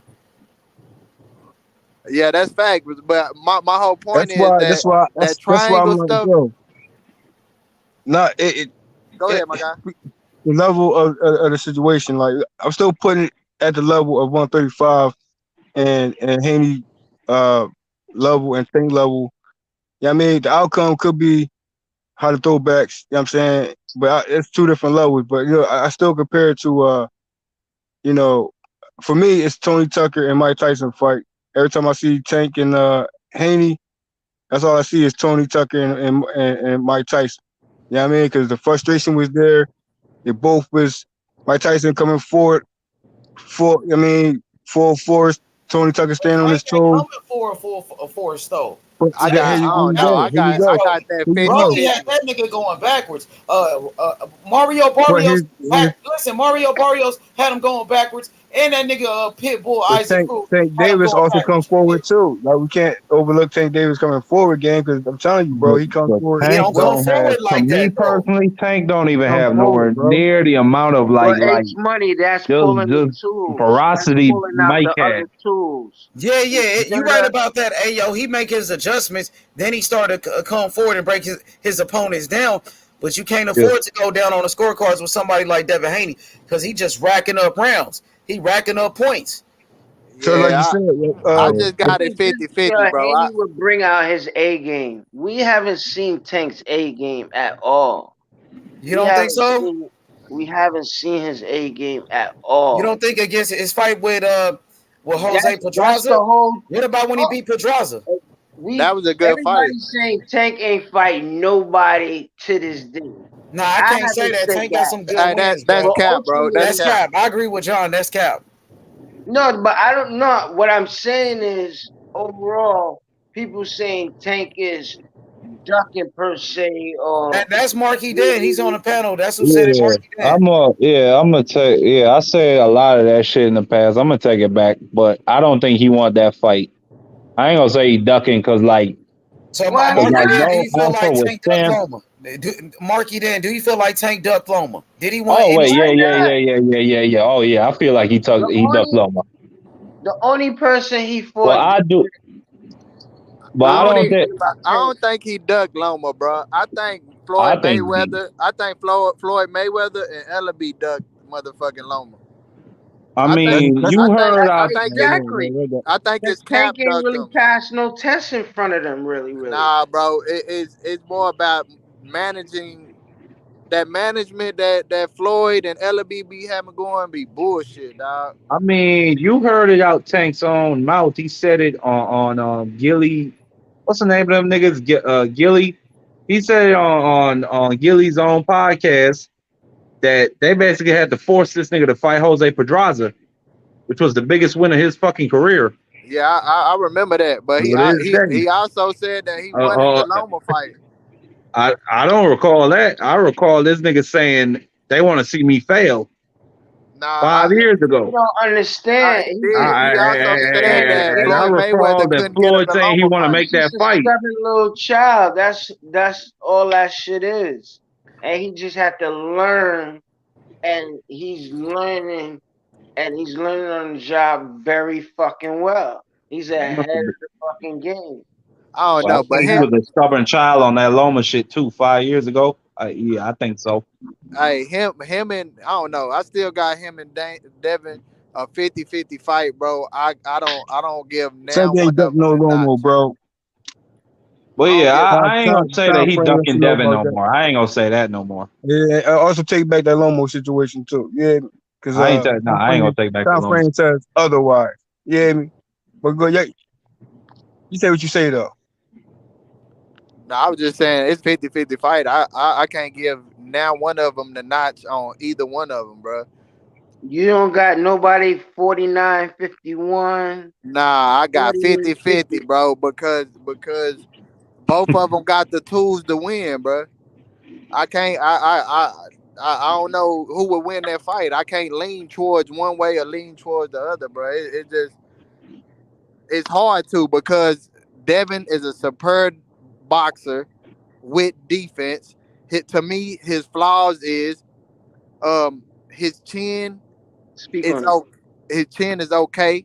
You know what I'm saying? We've got seen a him. good chin. He ain't never went down before, my nigga. Nah, he haven't, but he ain't never ever been touched by that goddamn left jab of Tank and that power. It's a whole different level. You mean Tank power shots?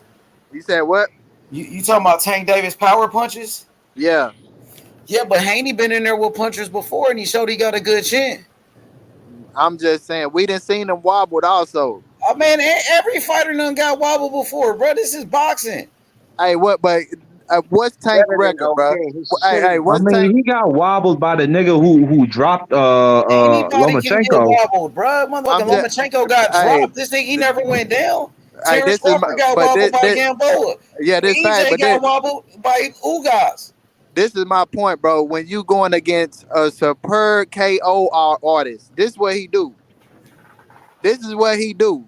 He ain't went up. He ain't went up against no fighter that he knocked motherfuckers out. But he got defense, and you listen. You can't hit what you can't see, my nigga.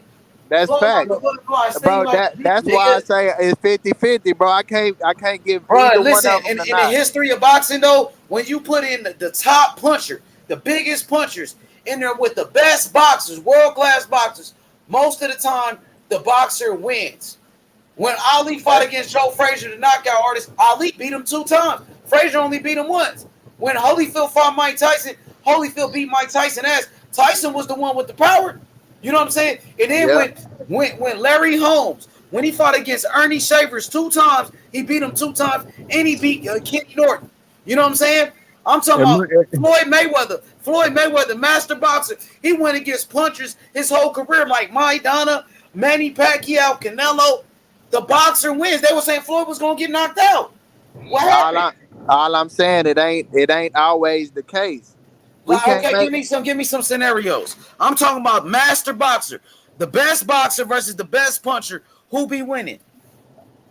majority of the time the boxer wins, but that's not always the case. We can't say Give that. me some That's what. examples, though. But hold on, I'm just saying we can't say that's what's gonna happen. I'm telling you, Okay, hey, most who likely is? that I'm telling you, most likely that's what's gonna happen. I don't know. I don't know. I got it 50 Bernard Hopkins, Felix Trinidad. I almost forgot Exactly, about that Hopkins one. and Trinidad. You know what I'm saying? Now listen. I'm gonna tell you like this. We will find out if Tank want the fight, but Tank don't want the fight. He don't want no smoke with Devin Haney, so we will never know. I don't know. Like Shit, what you mean you don't know? you He ain't said nothing about fighting Devin Haney. Devin Haney been calling this nigga out this whole time.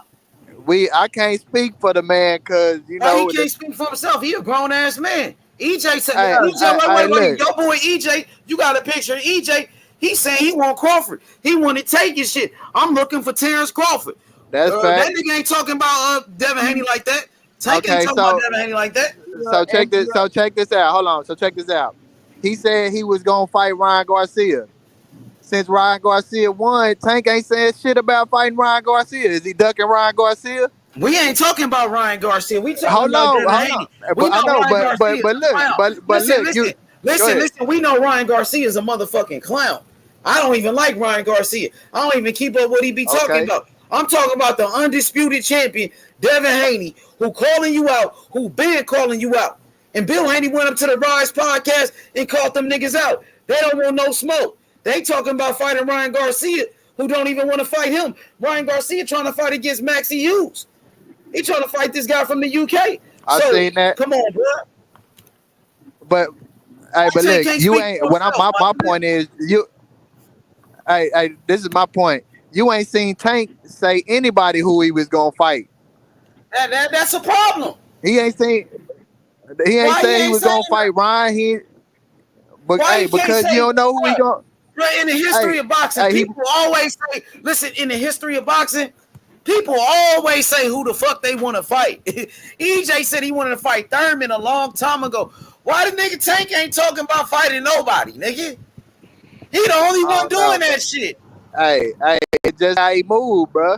That I mean, That's some shaky ass shit. Nigga don't want, it man. It sound is. like niggas don't want no smoke. Hey, it is. But I can't say the man ducking anybody because the way he moved. Hey, I man, can't listen, say bro. that. I'm gonna tell you from experience. Does he want the smoke? Does Tank want smoke with niggas? That's what I'm asking you. But I'm gonna tell you from experience. You can't answer that. You know, He sure don't want the smoke. I Man. mean, like Ducking, he damn sure don't want no smoke because he the ain't asking nigga. for no smoke. Money, hear me out. I'm gonna tell you from experience when being in going to be more and whatnot and mingling over there. Passing through over the years. I've come to understand that people You know, and whether you understand their twang or whatnot, or you make fun of it or whatever, they kind of quiet people. They not like rambunctious, and that's not their style.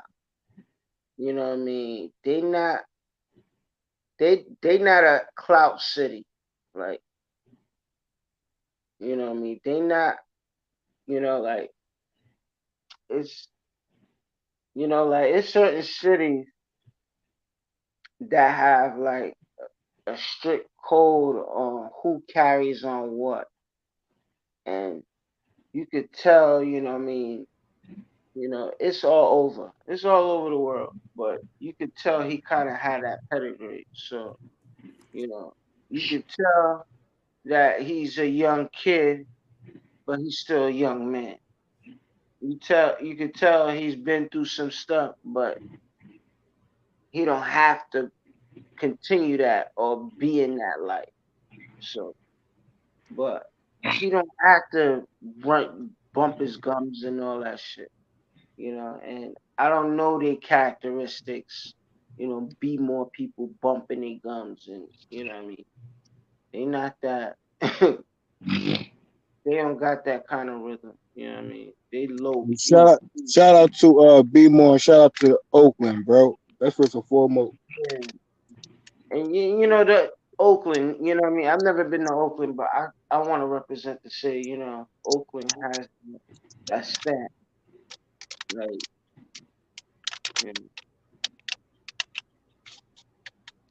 but Tank, who rah, you know what I mean? And he still got he young. He's of this generation. He got trolling in too. So when you hear him say what he be saying, he's still, playing along, stringing whatever. You can't take his word for face value. You know what I mean? Because he could only orchestrate but so much. Like, I mean, but Ayo, he can't use that excuse no more because he had the chance to fucking leave. He had the chance to be his own fucking boss and decide his destiny. So I ain't even, you know what I'm saying? I ain't even gonna give him that excuse. It's not an excuse, bro. You gotta think about Tank Davis at that time, what he said in that interview, bro. Like, why people, you know what I mean, feel as though, like he his own man, he his own boss. Like he coming to that crossroad, right, in that lane, so to speak. But you gotta keep in mind, bro, that's a responsibility to take it on the highest level. Not saying he's not able to do it. I think Tank Davis can actually do it. But I feel as though still his attachment with TMT and continue on with TMT. Reason why he signed. He ain't signed to duck no one. You know what I mean? So the whole thing about it is you complaining that you're not getting no big fights with Mayweather Promotions. You say hold on. You say I'm leaving. One at a time, I'm bro. leaving. That's not accurate though, bro. That's not accurate. Hold on, I'm just saying you could combat what I'm saying after I'm done speaking, Mo. Respectfully. But anyway, that's what I'm saying. The nigga said he's leaving. You wanted that free smoke. He don't leave. You've been waiting for the Hey, free bro. smoke. The free smoke is now. This ain't nothing new, bro. But go ahead. Go ahead, Mark. Get up in there, Mark. Free smoke. One at a time. Go ahead. Yeah. Okay, what was I saying? The nigga said he was gonna leave. He decided not to leave. Y'all niggas want to catch a body? This is the time, nigga. Every man for himself on the panel, nigga. It's Tank Davis versus Haney, nigga. Free smoke. But you gotta understand, Marky. You gotta understand. You gotta, when you're in that position, what you can do is you could throw it out there. You know what I mean? If he didn't say nothing, Mark, like don't that, hold back, nigga. Say that shit you always be saying about Tank. There you go. Look, he got Tank with a duck. He got Tank with the duck right there. Yeah, I'll put back my picture. Say, come on, bro. Don't hold back. Yeah, I'll back up my bullshit. Yeah. We see. Nah, You can 805. It's 805 and Marky. But let me say this. 805. Tank 805. Davis. 805. I don't think Marky, he's. y'all go ahead. I ain't gonna say he ducking Haney, but he don't want that fight. He don't want that fight. What are you saying, bro? Straight up. He don't want that. Tank don't want that fight with Haney. No. What are you Why saying, bro? he chasing him? Why he chasing him? He is the pinnacle of the lightweights when it comes to power. He is the little big man who popping off like him in the lightweights, 35 going below. That's a debate right Talking here, about man. Haney? Ayo and Marky, bro. Who knocking they people trying to heads gang off? up on Son? you. Who knocking Man, people fuck these heads niggas. off from 35 Hey, below? Mark, you outnumbered. You got to start swinging back, nigga. They trying No, to gang I up on you. don't do gangs, Hey bro. man, I said, listen. hey, yo, I don't At the do end gang of the up, bro. day, I never operate that way, never the will. So undisputed 805, champion is running 805, down on niggas for and fights. Marky, Dan. At the That's all end of the debate, bro. motherfucking day, that's all I know. Fuck with Tank and Mayweather Promotions, whatever dumb shit they doing over there, cause they not fucking with Put the banner up. undisputed. Ace Money, put the banner up. Undisputed. They know it's Ace Man, Money. hey, you got one job. Put the undisputed up. But you can say undisputed, but you could also, you know what I mean, stand behind him vacating undisputed to go, you know what I mean, fight Tank at 40. You know what I mean? I mean, nigga, the man is trying to get big fights done. Unlike Tank Davis. We hear you. Go ahead. Cook it up. That's all I'm saying about nigga. He's trying to get the big fights done. That's all we asking for from Tank Davis. This nigga say he's gonna leave Mayweather Promotions. This nigga say I want the winner of Haney and Kambosos next. And it's like we can't hold this nigga to his word over nothing. He also said that he also told Shakir that he would go to 130 and go take his He belt. said that too, Josh. Multiple roads in life. You got Ryan in the wing. You got Haney in front of you, and you got whoever else on the blind side or whatever the fuck. But when you talk about one fight at a time, it's one fucking fight at a time.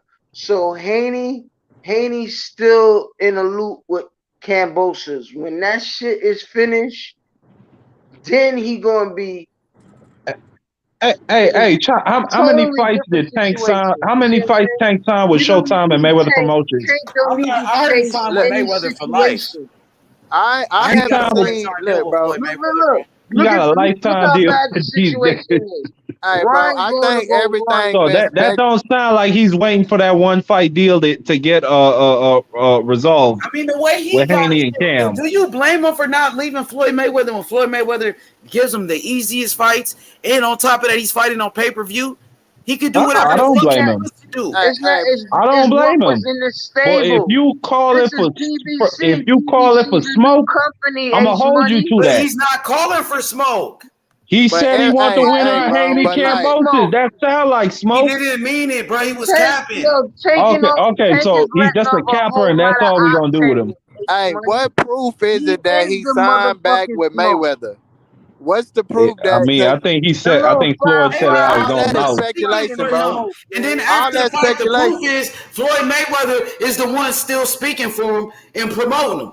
You know, when Tank and Ryan Garcia talking about fighting, who's the one doing all the negotiating? Floyd Mayweather. He said Tank Davis is a fighter. Hey, bro, I think all that smoke and mirrors, bro. Ain't no smoke and mirrors. You I wanted think to be all smoke that and mirrors. smoke and mirrors, bro. Hey, because if you go look, bro. He's still with Floyd Mayweather. He ain't So left Floyd Mayweather. why would he That's why would he Floyd go on the Mayweather's still Rise speaking for him. why would he go on the Rise podcast and say he his own boss? He's That not I mean, the nigga say a lot of fucking stupid ass shit on but different why would he podcasts. say that, bro? Why would he say Why that? would he say he never Why would asked he for the call big out fight? Haney? Why would Hey, he say he said that it's time for he knew Wow. about Haney bro. with Kambosos? I don't Hey, know. why The would he nigga say a lot of shit we don't understand. You gotta ask Tank Davis. Hey, bro, all that You gotta find speculation, bro. Tank Davis first. You speak for yourself, I bro. know he signed with Showtime. That's fact. You could go look that up. But Mayweather, bro. He after his fight, he said he's still Mayweather Promotions. What is we talking about? Guys, And know whenever y'all niggas Oscar is talks hurt. about this Y'all fight, he niggas talks is about hurt. Y'all gotta understand this is a Why you think? Real quick. Talk about negotiating with Hey, Floyd. yo. Yo, Hey, when yo. when I talk out, about signing Tank, motherfucking Mayweather Promotions, they got on his ass. They sent him a letter, nigga. They sent him a Yeah, letter. cease and desist. Real quick though. Hey, yo. yeah, You ain't doing that. absolutely, because this Oh ain't man. no Oh, janky my bad, Mo. promotion. This No, you ain't no good. janky I'll make sure promotion. my mic work, This bro. is Cause real business. hey, But yo, real business. Tank has Hey, all the bro. right in the world to say, yo, Let's, I want the big fights. You know, I'm ready to leave But he motherfucking really the don't want the big promotion I'm fights with. because he got the undisputed champion Devin Haney on his ass. Every But move yeah, he makes, but that's me barking. Devin That's Haney's just me stalking it. barking in the market. But Well, Haney, hey, bro. Mayweather and ain't them just all told him, bark. yo, you could do Haney got all the belts though. all that Shit, shit Haney you really want. about that life. You know They're not Haney gonna will put fight the money anybody. on it. Everybody know Devin Haney will fight in the bag. anybody, bro. The whole Hey, world know bro. that. Hey, bro. Real quick though. Ryan Garcia, right, and Tank Davis and Haney. Tank Davis, Teofimo Lopez. Let's not put him off the table. One question, bro.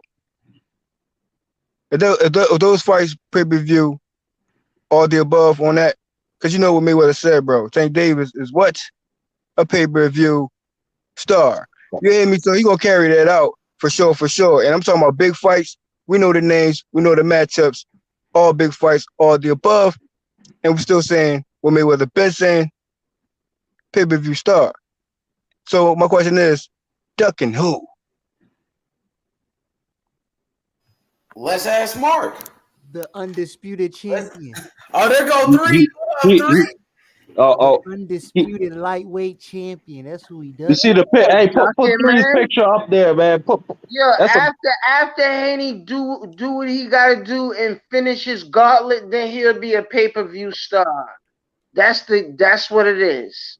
After he won the gauntlet, then he will become a pay-per-view star. Worry about Nah, he just worried about being the best. It's He easy to ain't watch worried Haney about that fights on shit. He ESPN. making I'm money happy. regardless of that, bro. Yeah, so Haney making big Yeah. money regardless of that. He They ain't put worried him about on that. PBC. They're gonna just put his ass on pay per Haney view worried straight out. about being great, bro. He ain't worried about money. He worried about being great. You know what I mean? But we know those money, fights. that's what I'm money, saying. that Already come with the boxed territory. in. Money He come with the already territory. You know what I Hey, mean? threes. That's what that nigga told the champ, Mike Tyson, on his podcast. He said, I already make great money. I'm thinking about my legacy. Exactly. That's what he told the champ. Exactly. What the fuck is Tank We doing? ain't worry about shit we already got. You know what I mean? Exactly. Yo, we worry about This being nigga Tank, he legendary. don't got legacy and he trying to get money. He ain't like Haiti. Y'all niggas is comparing these two men like they're the same individuals, man. You know what I mean? No, we ain't. We just letting you know who got the greater shit going Hey, on. money. Hey, bro. We talking about money talk, bro. We letting Hey, you we know talking about. who got, Hey, we talking about money talk, bro. we letting you know who got the accomplishments right Who now. I That's got all we doing. options, We Yeah. letting you know who number one, You who can top wiggle out dog. of Nigga. this. We letting you know who Wiggle made out of that. history and shit out here. You know what I mean? Nah, you at where you at because you know what I mean. You done came up. You see what I'm saying? Your timing was impeccable. You see what I'm saying? And you could say it's forced or they got boxed in, whatever. But he's still gonna be fortunate in the long run, and that's what Hey, that's you the know, game. you Tank know what ain't Tank going Davis? nowhere. That nigga Tank said he Davis also had a 35. face to face. Ronan's 40. Yeah. He Tank, 35. hey, bro. Hey, yo. Ain't no rush. Hey, yo, five. Hey, yo, five. You Yeah. know what Tank Davis said? What he said to Mike Tyson. You know what I mean? So Haney and Tank had the same type of talks when it came to Mike Tyson, bro. What are you saying? What he say? What you say? Said, hey, Tank Davis and Haney, they had their talks with the Iron Mike. They told him what it actually is. You said they had they talked with Mike. My nigga, who asking the question? Playboy, compare Tank's interview to Charlo's interview. Who had a better interview? Tank. I mean, Tank ain't possible for a nigga to have a worse interview than Charlo. Come on now. With Mike Tyson, better. Come on, man. Yo, Ayo, you cutting in. Yeah. Pay that bill, nigga. Well, yeah. At the end of the day, Undisputed, Devin bro. Haney is undisputed. He's got the money. He's going after legacy. He's going after the big fights. And Tank Davis, I mean, you know what I'm Stank Davis. saying? He, uh, yeah, threes. You gonna have to help me with that. I don't know what the fuck Tank Davis is doing. He's I can't stanking it figure up. it out. He being Stank Davis, man. He just doing what Stank Tank do. Davis. He doing what Stank do, man. Bro, Tank Davis ain't been in control of who he Ain't he gonna fight, make bro. Tank walk the fucking plank? Tank That's the Davis ain't damn been in That's the control of problem, who though. he He ain't fight, in bro. control of his shit. But we can't be saying Tank Davis been ducking motherfuckers because he ain't And been in control of who he fighting. That's just like hey, what, I bro. ain't saying that That no more. I ain't calling him a duck no more. But that nigga better be ready to fight when his contract up. Once when Haney go out here and beat Kambosos and Lomachenko, bro. I don't want to hear shit besides let's fight. I don't want to hear not a goddamn thing besides I want to fight Haney. That's all I So want to hear. after this fight with Kambosos, he only got one fight left. One fight left. After Kambosos, he Damn, got you one want more. to see the Tiafimo fight or the Loma fight? Which I fight you want to want to see see the more? Loma fight, man. If he fight Tio, that means he moved See, up. If he fight Tio, that means Yeah. he moved I up. might, I don't want to see that one bro. yet. I kind of think that it could be possible for a Tank and Loma fight next Yeah, that's because possible too. Loma trying to fight soon. And while that's He's trying to possible, fight. it would piss me off if it happened because then that would let me know that Tank could have fought Haney. That's why it would piss me off. Yeah. This is why I say, when how long ago Tank fought? How long since Tank Probably fought? like 2 What was months that? ago. April? What was that? Shit. No, it was in May. Not May. It was May. It It was was May. Yeah, it it was was May. no, it was at the end of May. It was right the weekend before Haney's fight. I remember that. So if it's gonna piss I you don't off, know, bro. I want to know if it's the same effect. If Lomachenko fight Haney, is it gonna piss you off that Haney gonna fight Tank? What you still say, gonna be bro? pissed off? I'm just flipping the same. I mean, you said you're gonna be pissed off about it because you're saying it could have fought Haney, whatever. But I'm saying if Haney fought Lomachenko, you still gonna be pissed off? Nah, because like that's an opportunity Devin Haney had to fight and struggle to get. Tank Davis could get whatever fight he wants at any fucking time. You know what I'm saying? Haney, I mean, like this Oh nigga man. gotta beg for a fight. It's bullshit. Literally. This nigga fucking champion and mandatories don't even want to fight him, nigga. Where they do that shit at? It's bullshit. Niggas is afraid. Bullshit. It's bullshit. It's bullshit. Yo, don't think I ducked off and shit. You know what I mean? My wife was checking up on me and shit. You know what I mean? But it ain't no bullshit. It's just timing, you know. Haney is in a prestigious position, even though a lot of Nah, naysayers, nigga, it's fucking bullshit. a lot of naysayers like him is saying it's bullshit. You see what I'm saying? It's bullshit. It is. A lot of people are looking up to him. You see what I'm saying? People older than him and younger than him. Not even so much people his age as peers. It's really the opposite ends. It's kids looking up to him and fucking his elders. But you know what I mean? But the nuance of what he's going through is it's a little strenuous. You know what I mean? But yeah, you know what I mean? Y'all niggas is young. Y'all just need to focus. You know what I mean? Like it's just the timing. But his timing is perfect. You know what I mean? I hate to compare him and Tank, but you know what I mean? Like they both on their journeys and niggas is ducking and y'all fucking associating ducking with them and it's a fucking crime.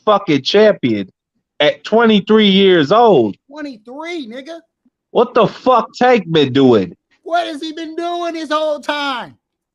What Yo, the he won fuck? the race. Get over that shit. Nigga He fighting won the Rolly race. Ramirez and shit, man. Yo, he won the race. Tank been Run with what you run racing with, for bruh. 4 more You gonna buy fucking years yourself. and he still lose the motherfucking race. Explain Tell that that. nigga to fight a competition. Bro, Nigga. What you running with, bro? What you running with, bro, we bro? can't act That like nigga, Tank ain't. hey, I y'all mean, better get that nigga in the ring with Ryan or some shit. No, John G, I He give Tank just his got respect. yo, I he think he a just got great fighter.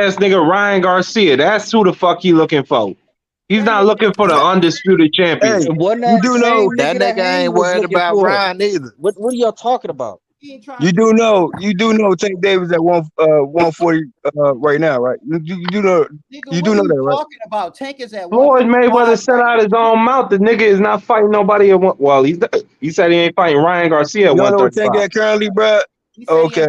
I don't motherfucking know where Tank at. You don't know where the fuck he at. Nobody on this panel know where the fuck Tank is at. Hey, bro. Tank Davis, if you listen clearly, instead of over exaggerating when niggas talking, right? Tank Davis actually said, bro, I'm 140, 45 right now. Fuck, he did not say that shit, nigga. Hey, bro, clean your ears, bro. Tank Davis, right now, currently, bro. It was only months ago. Since the interview happened, bro. So how the fuck between a couple months, and all of a sudden, miraculously, he at 135 now? Nigga, where the fuck, nigga, Floyd Hey, said how about you listen clearly to interviews, bro? Hey, How Mo, about I ain't you gonna let listen you clearly speak no to fucking the lies on my nigga interviews, Tank bro? Davis. How about you listen fully when it comes to interviews, bro? How about you Which do that interview was first that? before you talk to me? No, but which interview was that, my You out nigga? here lying your Okay. motherfucking ass off right now. Because from what I Negative. understand, this nigga is at 135. Are you confirming that right now? Hey, Marky. Hey, Mark. Are you confirming that right now? Hey, Threes. I Hey, mean, I Threes. could Hey, confirm watch that this, if you Threes. tell me Watch this, where Threes. you heard that Hey, I'm information gonna do a from. pick and roll. I'm gonna do a pick and roll right now. Hey, I'm gonna do a pick and roll right now. Hey, Marky. Where's Tank Davis at currently, Marky? Let me do a pick and roll real quick. Pick and roll. Let's go. Tell him, Mark. Let me do a pick and roll real quick. 135, nigga. Are you confirming that? Because you know the I interview mean, said if something you give completely me the different, right? motherfucking interview that you Hey, bro, talking about, I you can know the confirm interview it. said, hey, you heard the interview, right? Hey, Mark, it's so easy to confirm because his last fight was at what? What? 135, nigga. All right then, nigga. Fuck is you talking about? Oh, on top of that, Floyd even told Ryan ain't no fight at 140, nigga. If it's gonna be a fight, it's gonna be at what? 135. Oh, okay.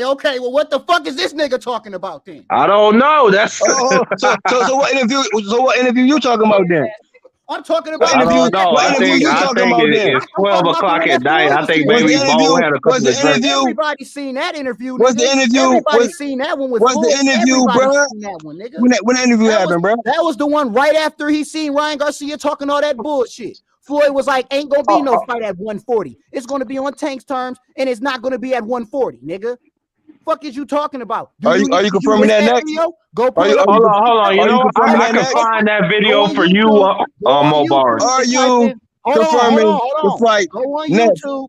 at 135? Listen to me. Go on YouTube. Oh, you listen, bro. Go on YouTube and type in Floyd responds to Ryan Garcia. That's all you gotta do. That's all you gotta do, nigga. That's all. And you can report and you can pull up that the last interview. And that will confirm that you're a capping ass nigga. That's not And really that to will argue confirm about. We all know Tank the is factual fighting at interview with 135. Tank Davis. There's nothing really. That's just a fact. You stepping on your own Tank feet is right fighting now. at 135. Negative. No, you really are. Yeah, You yes fucking it is. yourself up right now. Okay, Mo His Bars. shoes not I tied or found the something. video for you. Bruh. Now you gonna find this apparent 140-pound How you video. going to pull up a video that I already seen, bruh? That I already factually heard, bruh. So nice try. Nice try. Wait, so you agree with us that Tank is let at me guess. 135? Okay, so here you go. So Tank, how he saying it? So are you saying that Tank, that Haney, right? Goalpost? After Camboso, and he's gonna go up. Hold on. Hey, bro, I ain't never used a goalpost ever. Hey, bro, let me let you I know, understand Threes. you, Hey, Dabo. Threes. Hey, I Threes. understand you, You got no Dabo. threes. Hey, Threes. You Guess like what, to play though? like you a Hey, stupid ass Threes. nigga. Hey, You real Threes. smart. I see what Hey, you be Threes. doing. Stop talking to me. Stop talking to me, nigga. Hey, You got the Threes. goalpost. You don't see shit. You don't see shit. Cause guess what? I ain't never ever used a goalpost. Not even once. Not even once on boxing channels, bro. So you know who you talking to, bro? How the fuck you do that? This nigga moved the whole damn goddamn goalpost. What you running with? Let's keep it 100. What you running with, bro? Let's keep it a Nigga buck. move the flag. I ain't never used no goalpost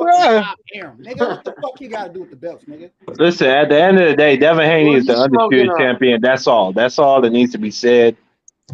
Tank Davis, you know what I'm saying? He doing his thing, making his money, staying away from Haney. It is what it is, man. Like that's just what it is. That's what it's gonna be at the end of the day. Haney getting legacy, and I Tank mean, doing Haney his is thing. legacy, but we can't deny that Tank is in a good situation with Floyd Mayweather fighting on pay-per-view, bruh. Fighting on Showtime pay-per-view, being with Al Heyman in the PBC. He's in a great situation. Yes or no? Answer that. Absolutely. Of course, He's situation, fighting beat. but his situation is great. So is Haney's situation, nigga. Exactly, because I mean, he's fighting Rolly Romero and make it. The difference between the two They is just the chose moment two that Haney different becomes paths. pay per Both view, them niggas his is doing their situation thing going to be though. even They more just chose great. two different routes. That's all it is. Hey, ain't nothing changed either, bro. Haney's situation still great. He his own promoter. All roads Right leads about that, to three. And living the Haney got dream all the here, belts. bro. So it depends on what you're looking for. If you care about the belts, right? Haney is the guy. Undisputed. Haney's the guy regardless. He really is the man. But Tank, the on the money other hand, and the belts, nigga. yeah, you're right about that, right? But Tank is a pay-per-view star. Every time Tank fight is on pay-per-view. Tank is one of the biggest names in boxing. And Tank Davis got the streets. He got the streets on lock, bro. They love Tank. You can't deny that. So they That's both fact. do, They bro. come They out. I both do, can't bro. deny But that he shit. ain't got the goddamn hardware, man. He He ain't just got the he hardware. just got a You're little right, piece. you're right But about that, three, He but just he got a don't little care. piece, It man. seems like they really don't care about that. They would like That's to the have it. problem, though. Hey, Yeah, hey, go can I ahead. just make this Let me tell analogy? y'all Because They this. I'm a capping nigga. though. Hey, They look, capping because look, they talking about I love Russell Westbrook, Ryan right? Gold's I schedule. love Russell Westbrook. That nigga just ain't got enough hardware to be one of the greats. You know what I'm saying? He a great player. He do a lot of good shit. You know what I'm saying? He even got an MVP one goddamn time. But he ain't got no championship bouts, nigga. Let me So how can I explain hold this him? to y'all How can I niggas herald him about as this one of the belt greats if he ain't situation. championship Let me bound? explain this. The reason why they saying the belts don't matter is because all the belts was tied up. If them niggas had an opportunity to get a belt, they would fucking go for it. But the belts was all tied up. So no, fuck the belts. The belts don't matter. We can still do our thing. That's what that is. But he got a Fucking belt though. bullshit. So yeah, he got a belt. So I feel like if they saying fuck the belts, that's some bullshit. Because Tank Davis, he do got a belt. He got the world title. So if Because let me the belts don't exactly. matter, Why? why you keep fighting for those belts? You right, H, but let me say this, because if the belts was over on PBC and Tank had an opportunity to go the undisputed route and all the belts was over there, them niggas would have done that. But the belts was over on the other side. That's why they was like, fuck the belts. Yeah, and Floyd Mayweather said, he said some people would say, oh, Tank ain't got this belt. Tank ain't got that belt. Floyd Mayweather said, oh, he said, okay, if that's true, he said, don't worry about Tank. Floyd didn't say, we don't give a fuck about the belts right there. He said, if Tank ain't got the belts, it's okay. Well, H Money, I could swear to God, I heard Floyd in an interview where he was basically shitting on Tank's belt. He was straight I up. don't He know, was. man. Niggas are trying to take somebody's words and He was flip pretty them. much saying that No, Floyd it ain't was got during the that's when Japanese he was press talking about conference. his too many Nah, bro, belts. them niggas is lying on Floyd. Floyd love Tank like a son, bro. Talk to him. Talk to him. No, he said he had, but he was just Nah. talking about how it's too many belts. He wasn't really shitting on Tank. He was just shitting on the sanctioning bodies. He was saying it's just too many belts out here.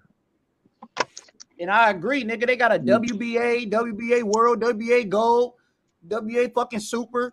Like it's too many of them, bro. What's the Hey, difference? hey, H Money, Y'all don't I'm gonna understand hop this off. I might come back world later. regional All right, come belts, back later, bro. Come back. not world titles, world regional belts. I'm trying to tell you, World bro. Like regional the belts. The WBA has same a shit world ton of regional fucking belts belts. that you could challenge or pose a challenge and still give a 12-round fight, an explosive fight. You see what I'm saying? So that's when you could say, oh, the belt didn't matter. It was about the two opponents and the big prize in the fight. So the belts do matter because if Ryan talking about he fighting Maxi, which was always a part of his schedule, is they letting it be known that they exposing himself again that yo, Tank is really the fucking A side. You know what I mean? So why not let me go back to 35 so I could create another unification? Because So I want to ask you. let me come in there and let me get my own title. Because Ryan got that lane. You And it talking will about be Ryan Garcia fighting for the IBO belt against Maxie Hughes? yeah, and it'll be the only legit fair fight showing where he was at these last two fights. You know. Yeah, that IBO belt is legit, bro. Even Yeah, no yeah, Nito I agree. Donaire. I No, agree, but hey, I'm just bro, saying based no on Nito how Donaire fought for Ryan's an performing. IBO belt. He fought for an IBO. That's a legit belt. So, Ryan Garcia said, the belts don't matter. That's what Oscar De La Hoya said. But you see Ryan Garcia trying to fight for an IBO world title. Yeah, so he could come to the table with something, because that's what it's really about, and the angle is there. It was always there, and it would be the only fight he'll fight. It will be an actual fair fight at the weight class we expect him to fight at, other than what he just did before, because both of them was at 140. He campaigned, and we could say he campaigned there for a year, and he campaigned and he ranked 7 amongst the rest above him. Not top 5, but 7 amongst the. Yo, Kai, what up, Kai? What's up, my boy? Hey, What's Money, good? man. Yeah, what's up with it? Nothing, man. I want to. I ain't. You know what I'm saying? I want to know what Mo Bars feel about his boy Daddy, man. His daddy performance. Mo Bars. Yeah, yo, we I mean, I want to know what you feel about your boy performance, man. I think it was a DSG performance, bro. You know what I mean? And he got the job done. You know what I mean? And we're looking forward to the next opponent and making our way to a Charlo, bro. Nah, bro. Don't do that. Don't do that. That boy said straight Charlo. You say you ready? Nigga, I mean, we got free smoke, though. Yeah. It's other credible opponents prior to a Charlo, but Charlo saying the names in the name. We'll see. Why Usyk? Say again? What you say? You said Usyk. Nah, he said Charlo. Man, he want all the smoke, huh? He said he want Charlo for the undisputed. Charlo? I mean, who said that? JFL said it. He said Danny Garcia versus Charlo. I'm saying credible opponents go looking forward after the credible opponents.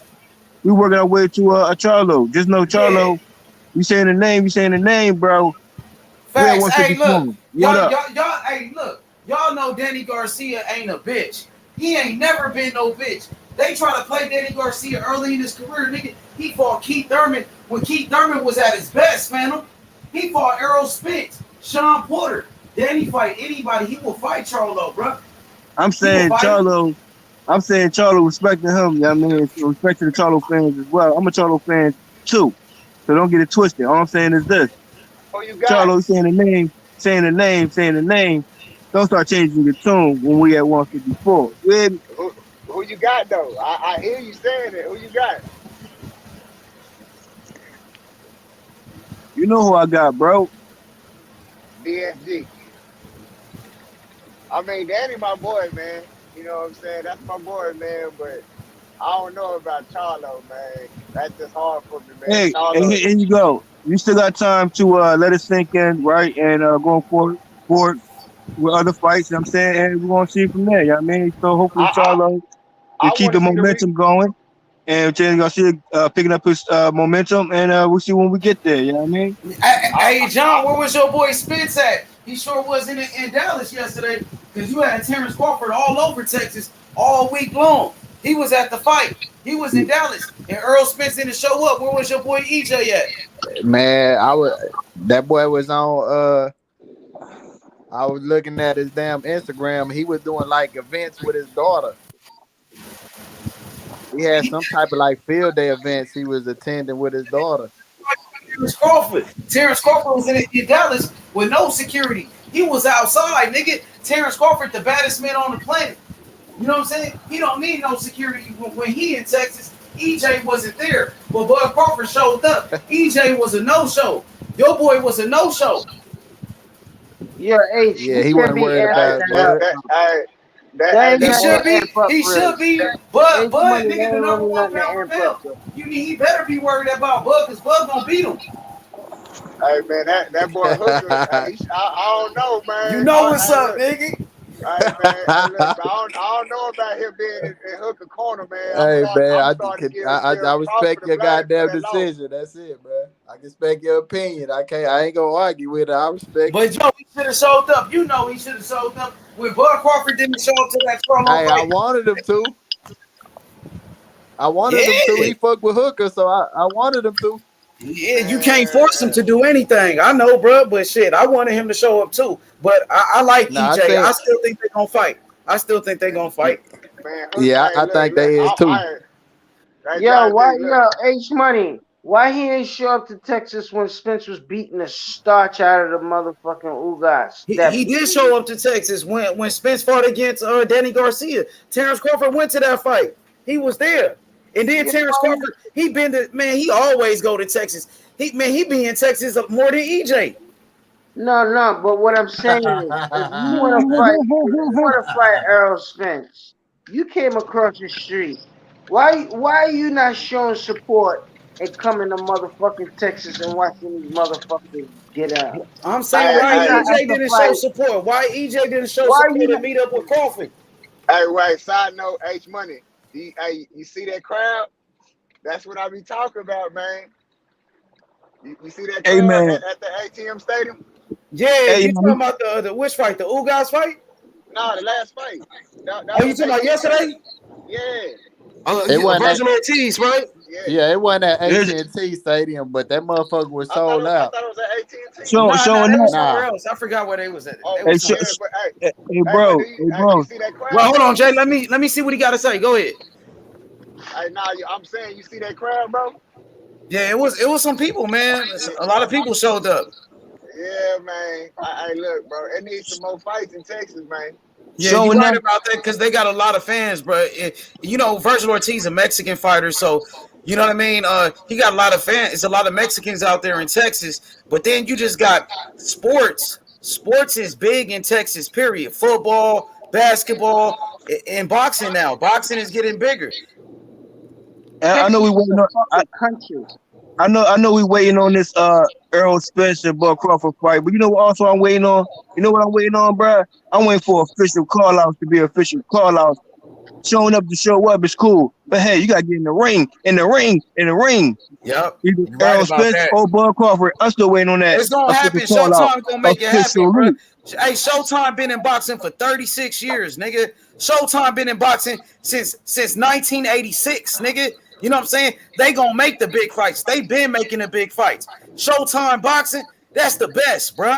You know what I Get in mean? that ring like Pacquiao, call out Spence. Get in the ring like Nigga, Porter and Thurman, call out ESPN Danny ain't been in Garcia. boxing longer than I'm saying, Showtime. Bud Nigga, Crawford, Showtime been putting on fights since 1986. The Zone new to this shit. The step Zone in ain't that shit. ring, bro.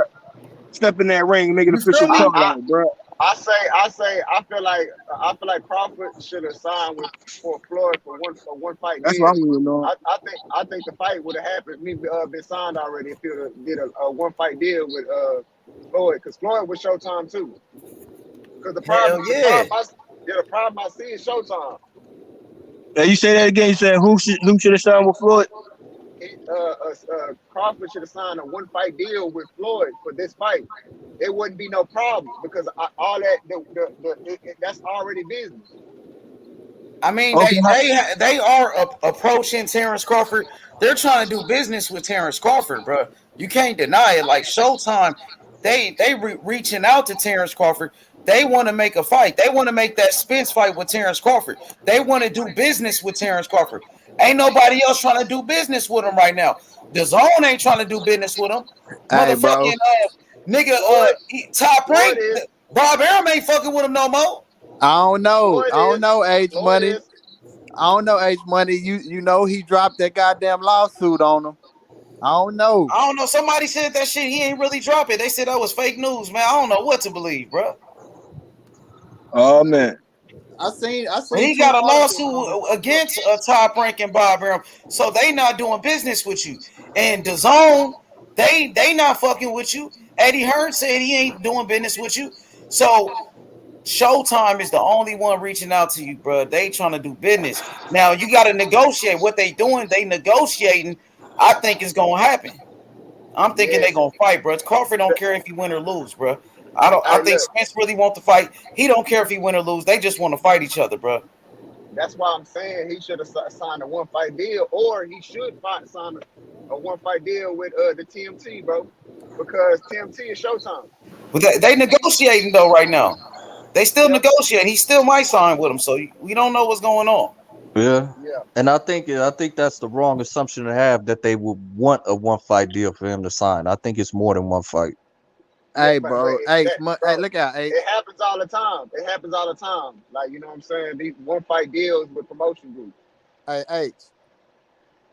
Look out, H Money. What's up, my guy? What's good? What's up Bro, with you? what happened with Mo Hooker, bro? What's the fuck? Damn. I never seen him perform like that, bro. He out of shape, man. Like he looked drunk. He looked drunk. yeah, he looked like he be partying and shit, smoking weed. He doing something, bro. Bro, But that was he bad. with Terence Crawford. He with Bo macking him.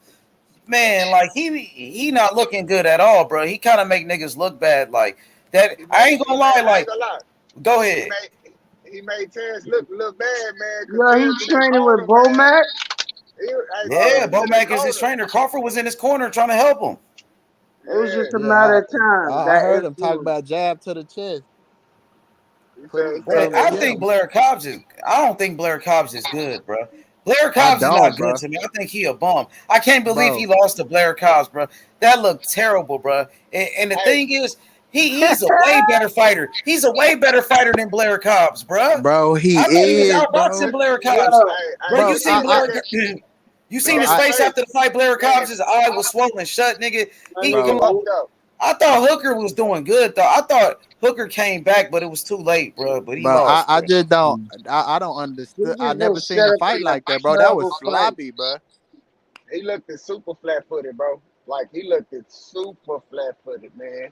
And usually he had, good movements in his old fights, bro. But in that fight, nah, bro. That nigga looked like I don't even know. I want to see Cobb fight Rolly. But they fight at different weight classes. Rolly fight at lightweight. He fight at 135. Rolly been calling that motherfucker Errol Spence. So yeah, he said Rolly just he clout chasing, bro. He don't mean that. He clout chasing. I know, but he talking like he go to 47. Man, he lying, bro. That's like Gary Russell talking about he gonna fight Terence Crawford. Don't get Rolly fucked up. Rolly will get in that ring and get his ass knocked out. Rolly will fight. He ain't gonna fight Errol Spence. He lying about that. He capping about that. Yeah, he might be serious because that's a good check for him. That's all he care about. Shit. I bet nobody would even sanction that fight, bro. Like, come on, man. He gonna get punished. What do you mean? That nigga's a professional fighter. What you mean? Hey? I mean, because you right. He will have to jump up 2 weight classes. And not only, I had to think about that because he's jumping up in weight. Not only that, he's trash, bro. I wouldn't even entertain that shit. He cloud chasing, bro. Hey, that nigga's cloud chasing. Y'all know he cloud chasing. Rolly can't skip the line. He can't into a tank fight, got his ass knocked out. He'll fight, nigga. Rolly can't jump the line to fight EJ. That nigga is just cloud chase. But yeah, it's money. Yo, what's up, hey yo? What's good? Yo, you gotta hear me out on this shit. The nigga corn on the cob. Like how you say he's terrible. Corn on the cob. You gotta understand, he's such a late bloomer. You could just see like he boxed like he in his 20s. He did in his 33, 34 then. And he's still, I'm trying to tell him, bro. I'm trying to tell him, bro. He's so late. You see what I'm saying? But he ain't. But he late, but he ain't though. And then he was in Nah, several good fights. That last fight, you know what I mean? Not Mo. Rocha tore his ass up. Yeah, I think that was a big weight issue there. I mean, ain't no excuses. Ain't no excuses for that. Ain't no excuses, but I'm not even champion for him or anything like that. But yeah, because if you're gonna bring up the weight, Morrell had the weight advantage. He came in overweight. No, but that's what I'm saying. Shit, Mo now, his last 2-3 fights hasn't been promising for him, like based on matchmaking, like, or just he wasn't even ready to be in the positions, like I mean, at this especially when point, he's it in looked the like order. Maurice Hooker is just a name on a resume. That's where the trajectory of his career is going right now. I think Cobb, he a little talented, bro, but that nigga head is wide open, bro. I mean, cause what's the name? Hooker was slow as hell, and still tagging his ass.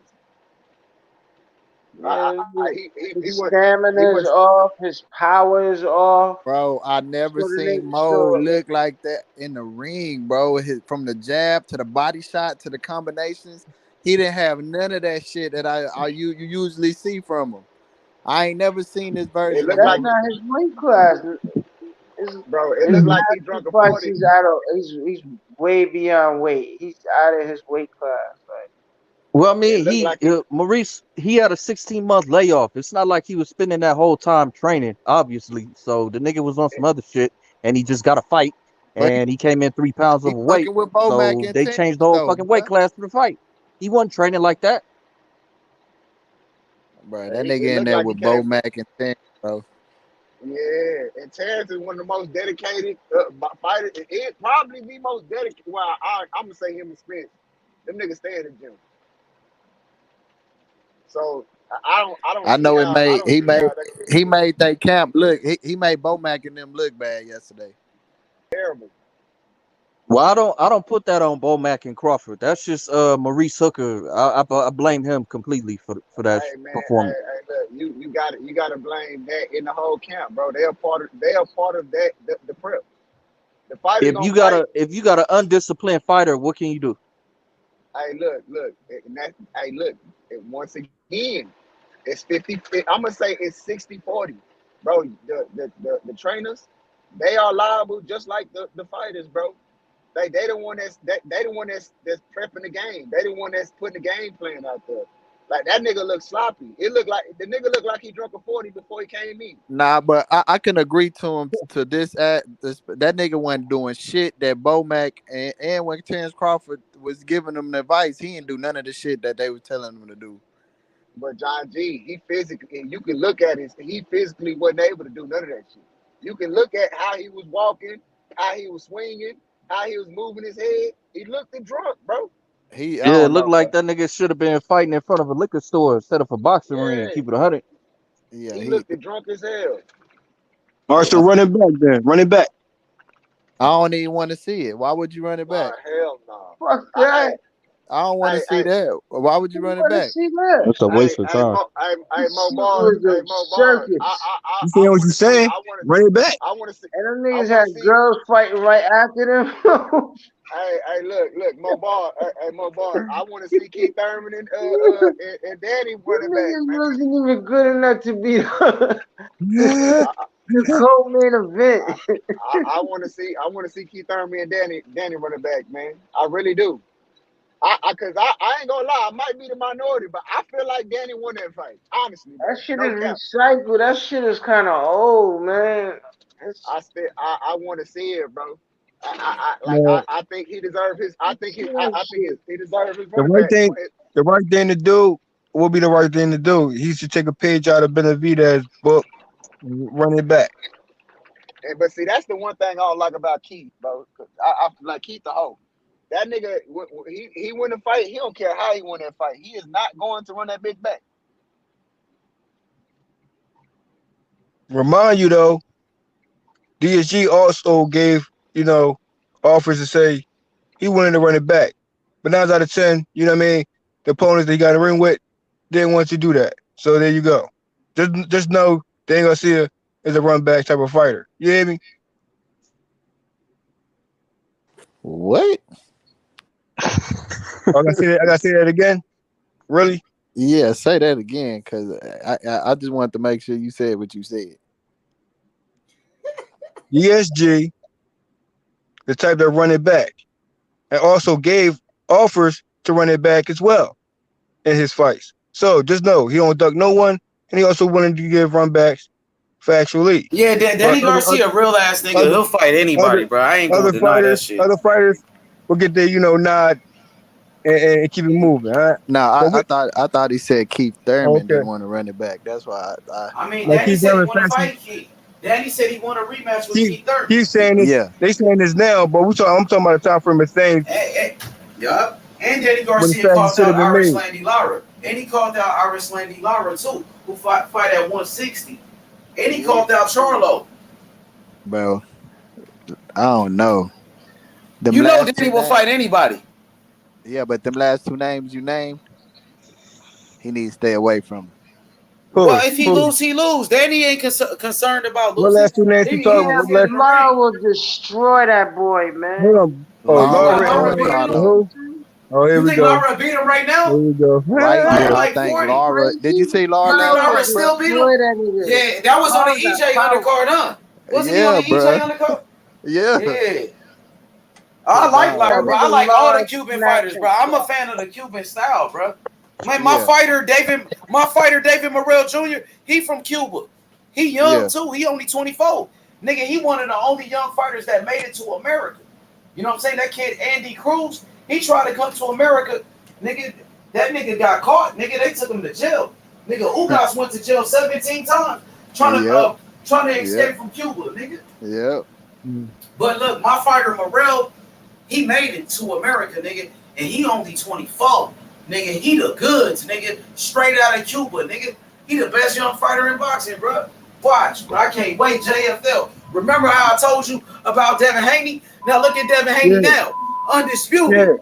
Nigga, I got another champion. David Morrell Jr. straight out of Cuba, nigga. This kid is the truth. He got the skills, bro. He got the skills. Watch out. I said the same thing about Cuban fighters yesterday, bro. I got a bias towards them, man. Them boys. I like different, them, man. bro. You They right different. about that, bro. You right. They different, bro. Especially if you get a young one. The only problem they be coming when they get older. You know what I'm saying? Because you know what I mean. Most of them be older, like Luis Ortiz. Imagine Luis Ortiz if he was a young fighter, bro. He'd be beating all of these guys, bro. Look at Ugas. They got Ugas when he was older too. Go ahead, bro. Yeah, they becoming what Mexicans used to be in boxing, bro. Them Cubans, because they bro everywhere in every weight division, bro. Heavyweight down, bro. Ortiz, King Kong Ortiz, bad boy.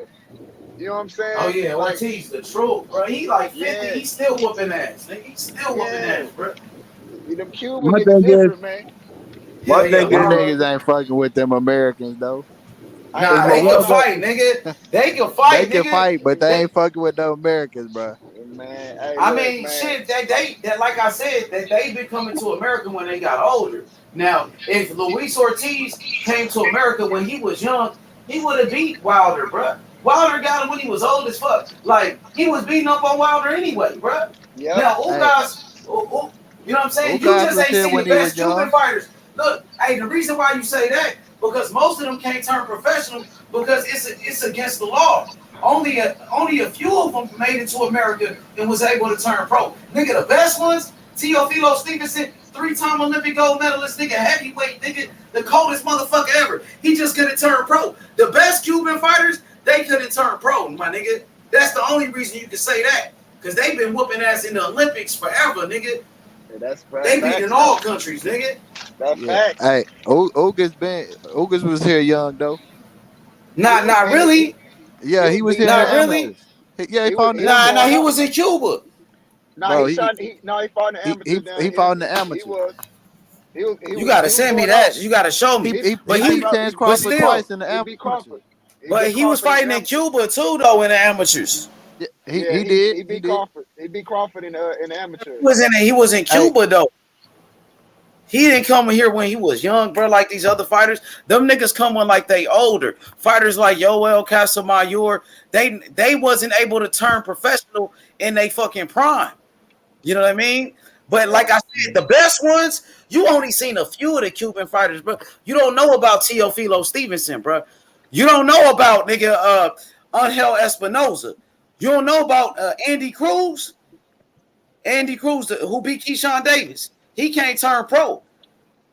You might beat the mother, you know what I mean? The top guys, listen, it's against the law in Cuba to turn professional as a boxer. It's against the law, bro. So the best ones ain't turning pro.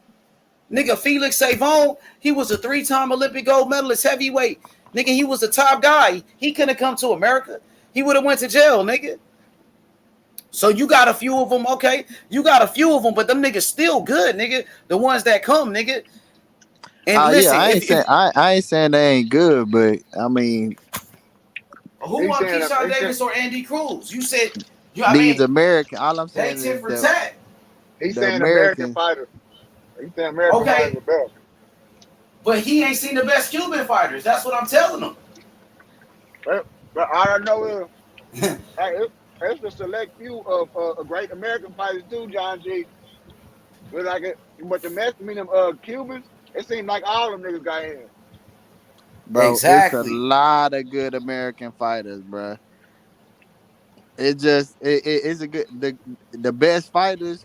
It's a lot of good fighters that fight good fighters in America. Yeah, but I'm telling you, the best Cuban fighters, they wasn't able to turn professional, bro.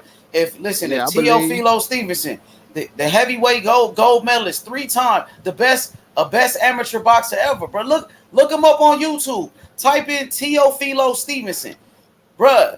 He was the coldest motherfucker ever, nigga. He couldn't turn professional, but he could have beat George Foreman. Even George Foreman said it, nigga. He could have beat Muhammad Ali. That's how good he was. You know what I'm saying? If Cuban fighters could turn professional like every other country, then it would be different, nigga. You will see more champions. You will see more fighters. Then it would be different. But it's not fair to say that when Cuban fighters can't even turn professional. Hey, so who your boy fighting next? Who, Morrell? Yeah. I think he gonna fight his mandatory. It looked like he got to fight his mandatory undefeated fighter from Kazakhstan. He from the same country as Triple G. He a good fighter too. He undefeated, bro. He got a good pedigree too. Very good amateur boxer, an Olympian too. So he a good fighter. But my boy David Morrell gonna beat him, bro. He gonna hurt him. I don't want to see the dude get hurt, but Morrell be knocking motherfuckers out. 7 wins, 6 knockouts. One of the most exciting fighters in boxing. You know, and your boy YB be in the gym with him every day, damn near. Yeah. So is he like another Jenna Beck? This guy here? Something like Johnny Beck. I think Johnny Beck is better, but he is something like Johnny Beck. And he's a southpaw like Johnny Beck, too. So he's similar to Johnny Beck. You're right about that. Wow. So he got power like Johnny Beck, too? He might have more power. I seen this dude, he knocks some this guy out, Lennox Allen. You know what I mean? Lennox Allen ain't never been stopped before. So he got some power. He can mobile. fight. Morrell mobile. He more athletic. He could bang too, though. He tough. He could fight on the inside. That nigga explosive, bro. Yeah. All I know is he got to show improve more than Rosario. You hear me? Because Rosario, he got to come back, return, and get back in his bag. You know what I mean? Because I like Rosario's style. You know what I mean? And he got to redeem himself. Or, you know, Morrell. Yeah, try, you know, get on that Rosario level event soon enough. Have Jamal moved up in weight yet? I know he said he's going to go to super middleweight. Nah, he fight at 160. He got to fight at 160 against Sulecki. Sulecki, yeah. He was talking about moving up. That's why I was wondering. They be hating on Charlo so much, bro. So them niggas be hating. Triple G, how many belts Triple G got over there at 160? 2? He got 2. He got 3 belts. Really, he got the IBF, he got the WBA, and he got the IBO. He got an IBO belt too, so he got 3 belts damn near. So he allowed to fight Triple G and keep his belts. I mean, fight Canelo and keep his belts. Right now, shit, they about to fight next month. Yeah, they about to fight next month. Yeah, so they not forcing him because he, you know, they finna fight. He finna fight against Canelo, so you know maybe they after that Canelo fight they gonna try to see what he gonna do. Yep, and my nigga Danny gonna stop Jamel, man. He gonna stop him. I don't know. I do got Charlo in that fight. I got Charlo, but I like Danny though. You know what I mean? I think it'll be a good fight. I think Danny, put up a good fight, man. Danny But always put up a good fight. I don't think so, bro. I don't. He'll I put up think a that. good fight. I got Danny at least winning like 3 rounds against Okay, Charlotte, all maybe right. even 4. I think 3 that's or Okay. gonna be the 4. first time. Hold on, my I think that's guy. gonna be the first. I'm That's not gonna be the saying. first time. I'm not saying 9-3. I'm not saying 9-3. I'm not saying 8-4. Then what am I Hey, saying, my guy? hey, before we get to Charlo, man, there's other fights between fights before the main event fight, bro. Come on, man. Oh, We shit. saying what's up with Lubin too. Don't you know what I mean? What up, Lubin? All right. Nah. I Hey, think bro. that. I would want to see Danny and Castano. Man, 154 is gonna be some shit, bro. It's going down. If hey, who you got, Danny or Castano? I got Man, levels, that's a levels, good levels, fight. levels, That's a bro. good fight, Who got bro. more levels, That's some Castano, bro? good shit, Let me bro. ask you. that's a good Yeah. fight. But It's gonna be a toe-to-toe Castano just action. got fucked up by Charlo. He coming off of two wars against Charlo. Shit, he got knocked out. Danny will give him a good fight at this point. You might favor Castano by a little bit, but I wouldn't be surprised if Danny could beat him, bro. Bro, I ain't that's gonna the Nah, lie. thing. being I serious. think Hey, nah, being serious. I think Danny would win that. Cause Danny, he's more Nah, elusive. He I got don't more know. hand movement. He got more feints than Charlo had. I think All that right, I think that'll be. I think he would win in decision. I I don't don't think he'll know, knock him bro. out. I don't know. well, here you go. So, Kai, I got the gist of what you're saying, bro. So you got Danny Garcia losing to Charlo. You got Danny Garcia losing to Tony Harrison. You got Danny Garcia losing to Lubin. You got Danny Garcia losing to Austin Chow. You got Danny Garcia losing to pretty much No, everybody. Everybody at I just 154. said Hold no, up, hold no. up, hold up. I just said I got him beating Castano. What are you talking about? No, hold on. Let me take it a step further. You got Castano defeating Danny Garcia. So pretty much everybody at 154. No, You I got just said I got Danny beating Castano. and I'm gonna say What the fuck retake is that wrong with again, you? bro. I just said I got Danny beating Castano. Hey, that's your Danny, pick. I mean, yeah, I hear the talks out there. Come bro, on, man. no, bro. Oh, you Are think I you was talking to listening to you? me? Oh, you think I was talking to you directly?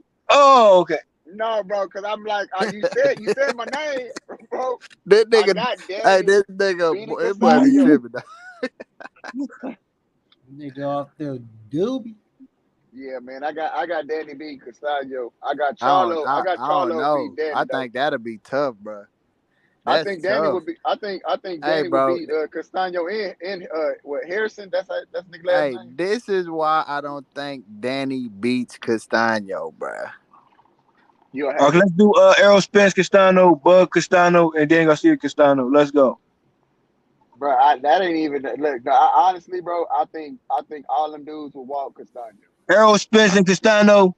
Come I on, think bro. Bro, I think Spence will bro, walk him. bro. We ain't talking about them right now. We talk about No, Danny. no, no. We're talking about all three of them. We Castano, talk Errol about Spence, Danny, bro. Castano, Bug Crawford, and Castano, Danny Garcia, bro. Go in, down, in go the down. Royal in the Royal Rumble in the Royal Let, Rumble because let, that's let's what the do fight that I real like. quick, bro. I just want to know. I just want to know.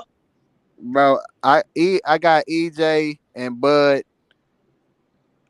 beating Castano. Yeah, I got him Danny, walking. Danny. I think I got Danny and Castano. I give it. Ooh, bro. Ooh, I don't know, bro. It's hard. I give slight to Castano, but it'll You be a know his good fight. history. You know his history. You know he did with Charlo, where Spence could do to a Charlo that Castano did to a Charlo, and on top of that, Earl don't Castano and Errol Spence got history, right? Yeah, in the amateurs. Everybody will fight should happen in the pros. So you got Errol Spence defeating Castano. Okay, Yeah, Bud because Crawford. you talk about the amateurs and we talk about pros. Okay, that's Yeah, fair enough. They say, oh, what about Crawford though? Crawford and Castano. Who you got? Yeah, he said, Bud. I got Bud. Yeah, I got Danny, Bud, Crawford. Let me not say Bud, Spence. I got him walking. I mean, I think all three of them can beat Castano. Castano it will give them somewhat trouble. I got Danny beating Harrison. No, Yeah, no. No, I got Tony Harrison Harris. beating him. I don't see it. All right, Bud Crawford, Harrison, Errol Spence, and Harrison. Let's go. But I don't know. I don't that's I don't know. That's Yeah, I got. Yeah, because don't get me wrong, Harrison, all right, but yeah, that I don't know, man. To me, he was trash in both fights against Jamel. Like honestly. The only fight I think that Jamel lost, and I already told you this, John G. hey, but look, I feel like he lost. Let me finish. I feel like go he ahead. lost. I think I lost the first fight against Castano. That's me personal. I think that's the Bro, only look, fight Jamel lost. we can't use a fighter like how a fighter is off one fight, cause Harrison can fight. Yeah, you can't say like how he performed against one fighter is how he is, cause you come in that ring tripping, Harrison to get on your ass. Who's tripping? Out of I Crawford, think Danny Garcia could beat Tony Harrison, to be honest. Yeah, that's how I think he got a chance, bro. It's like a 50-50 fight, to be honest. He's gonna be tripping. I think Danny Garcia can beat Tony Harrison. I think he got a chance to beat Erickson Lubin.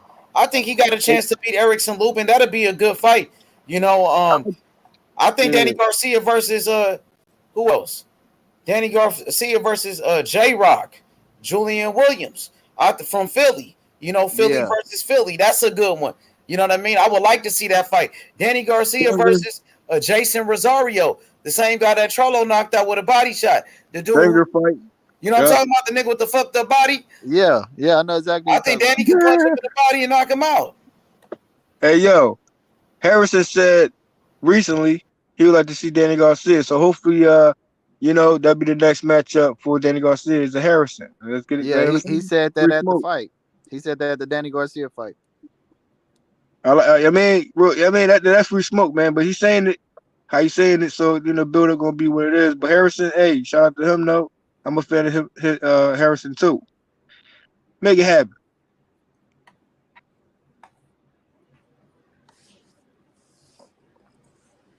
What about Danny versus goddamn?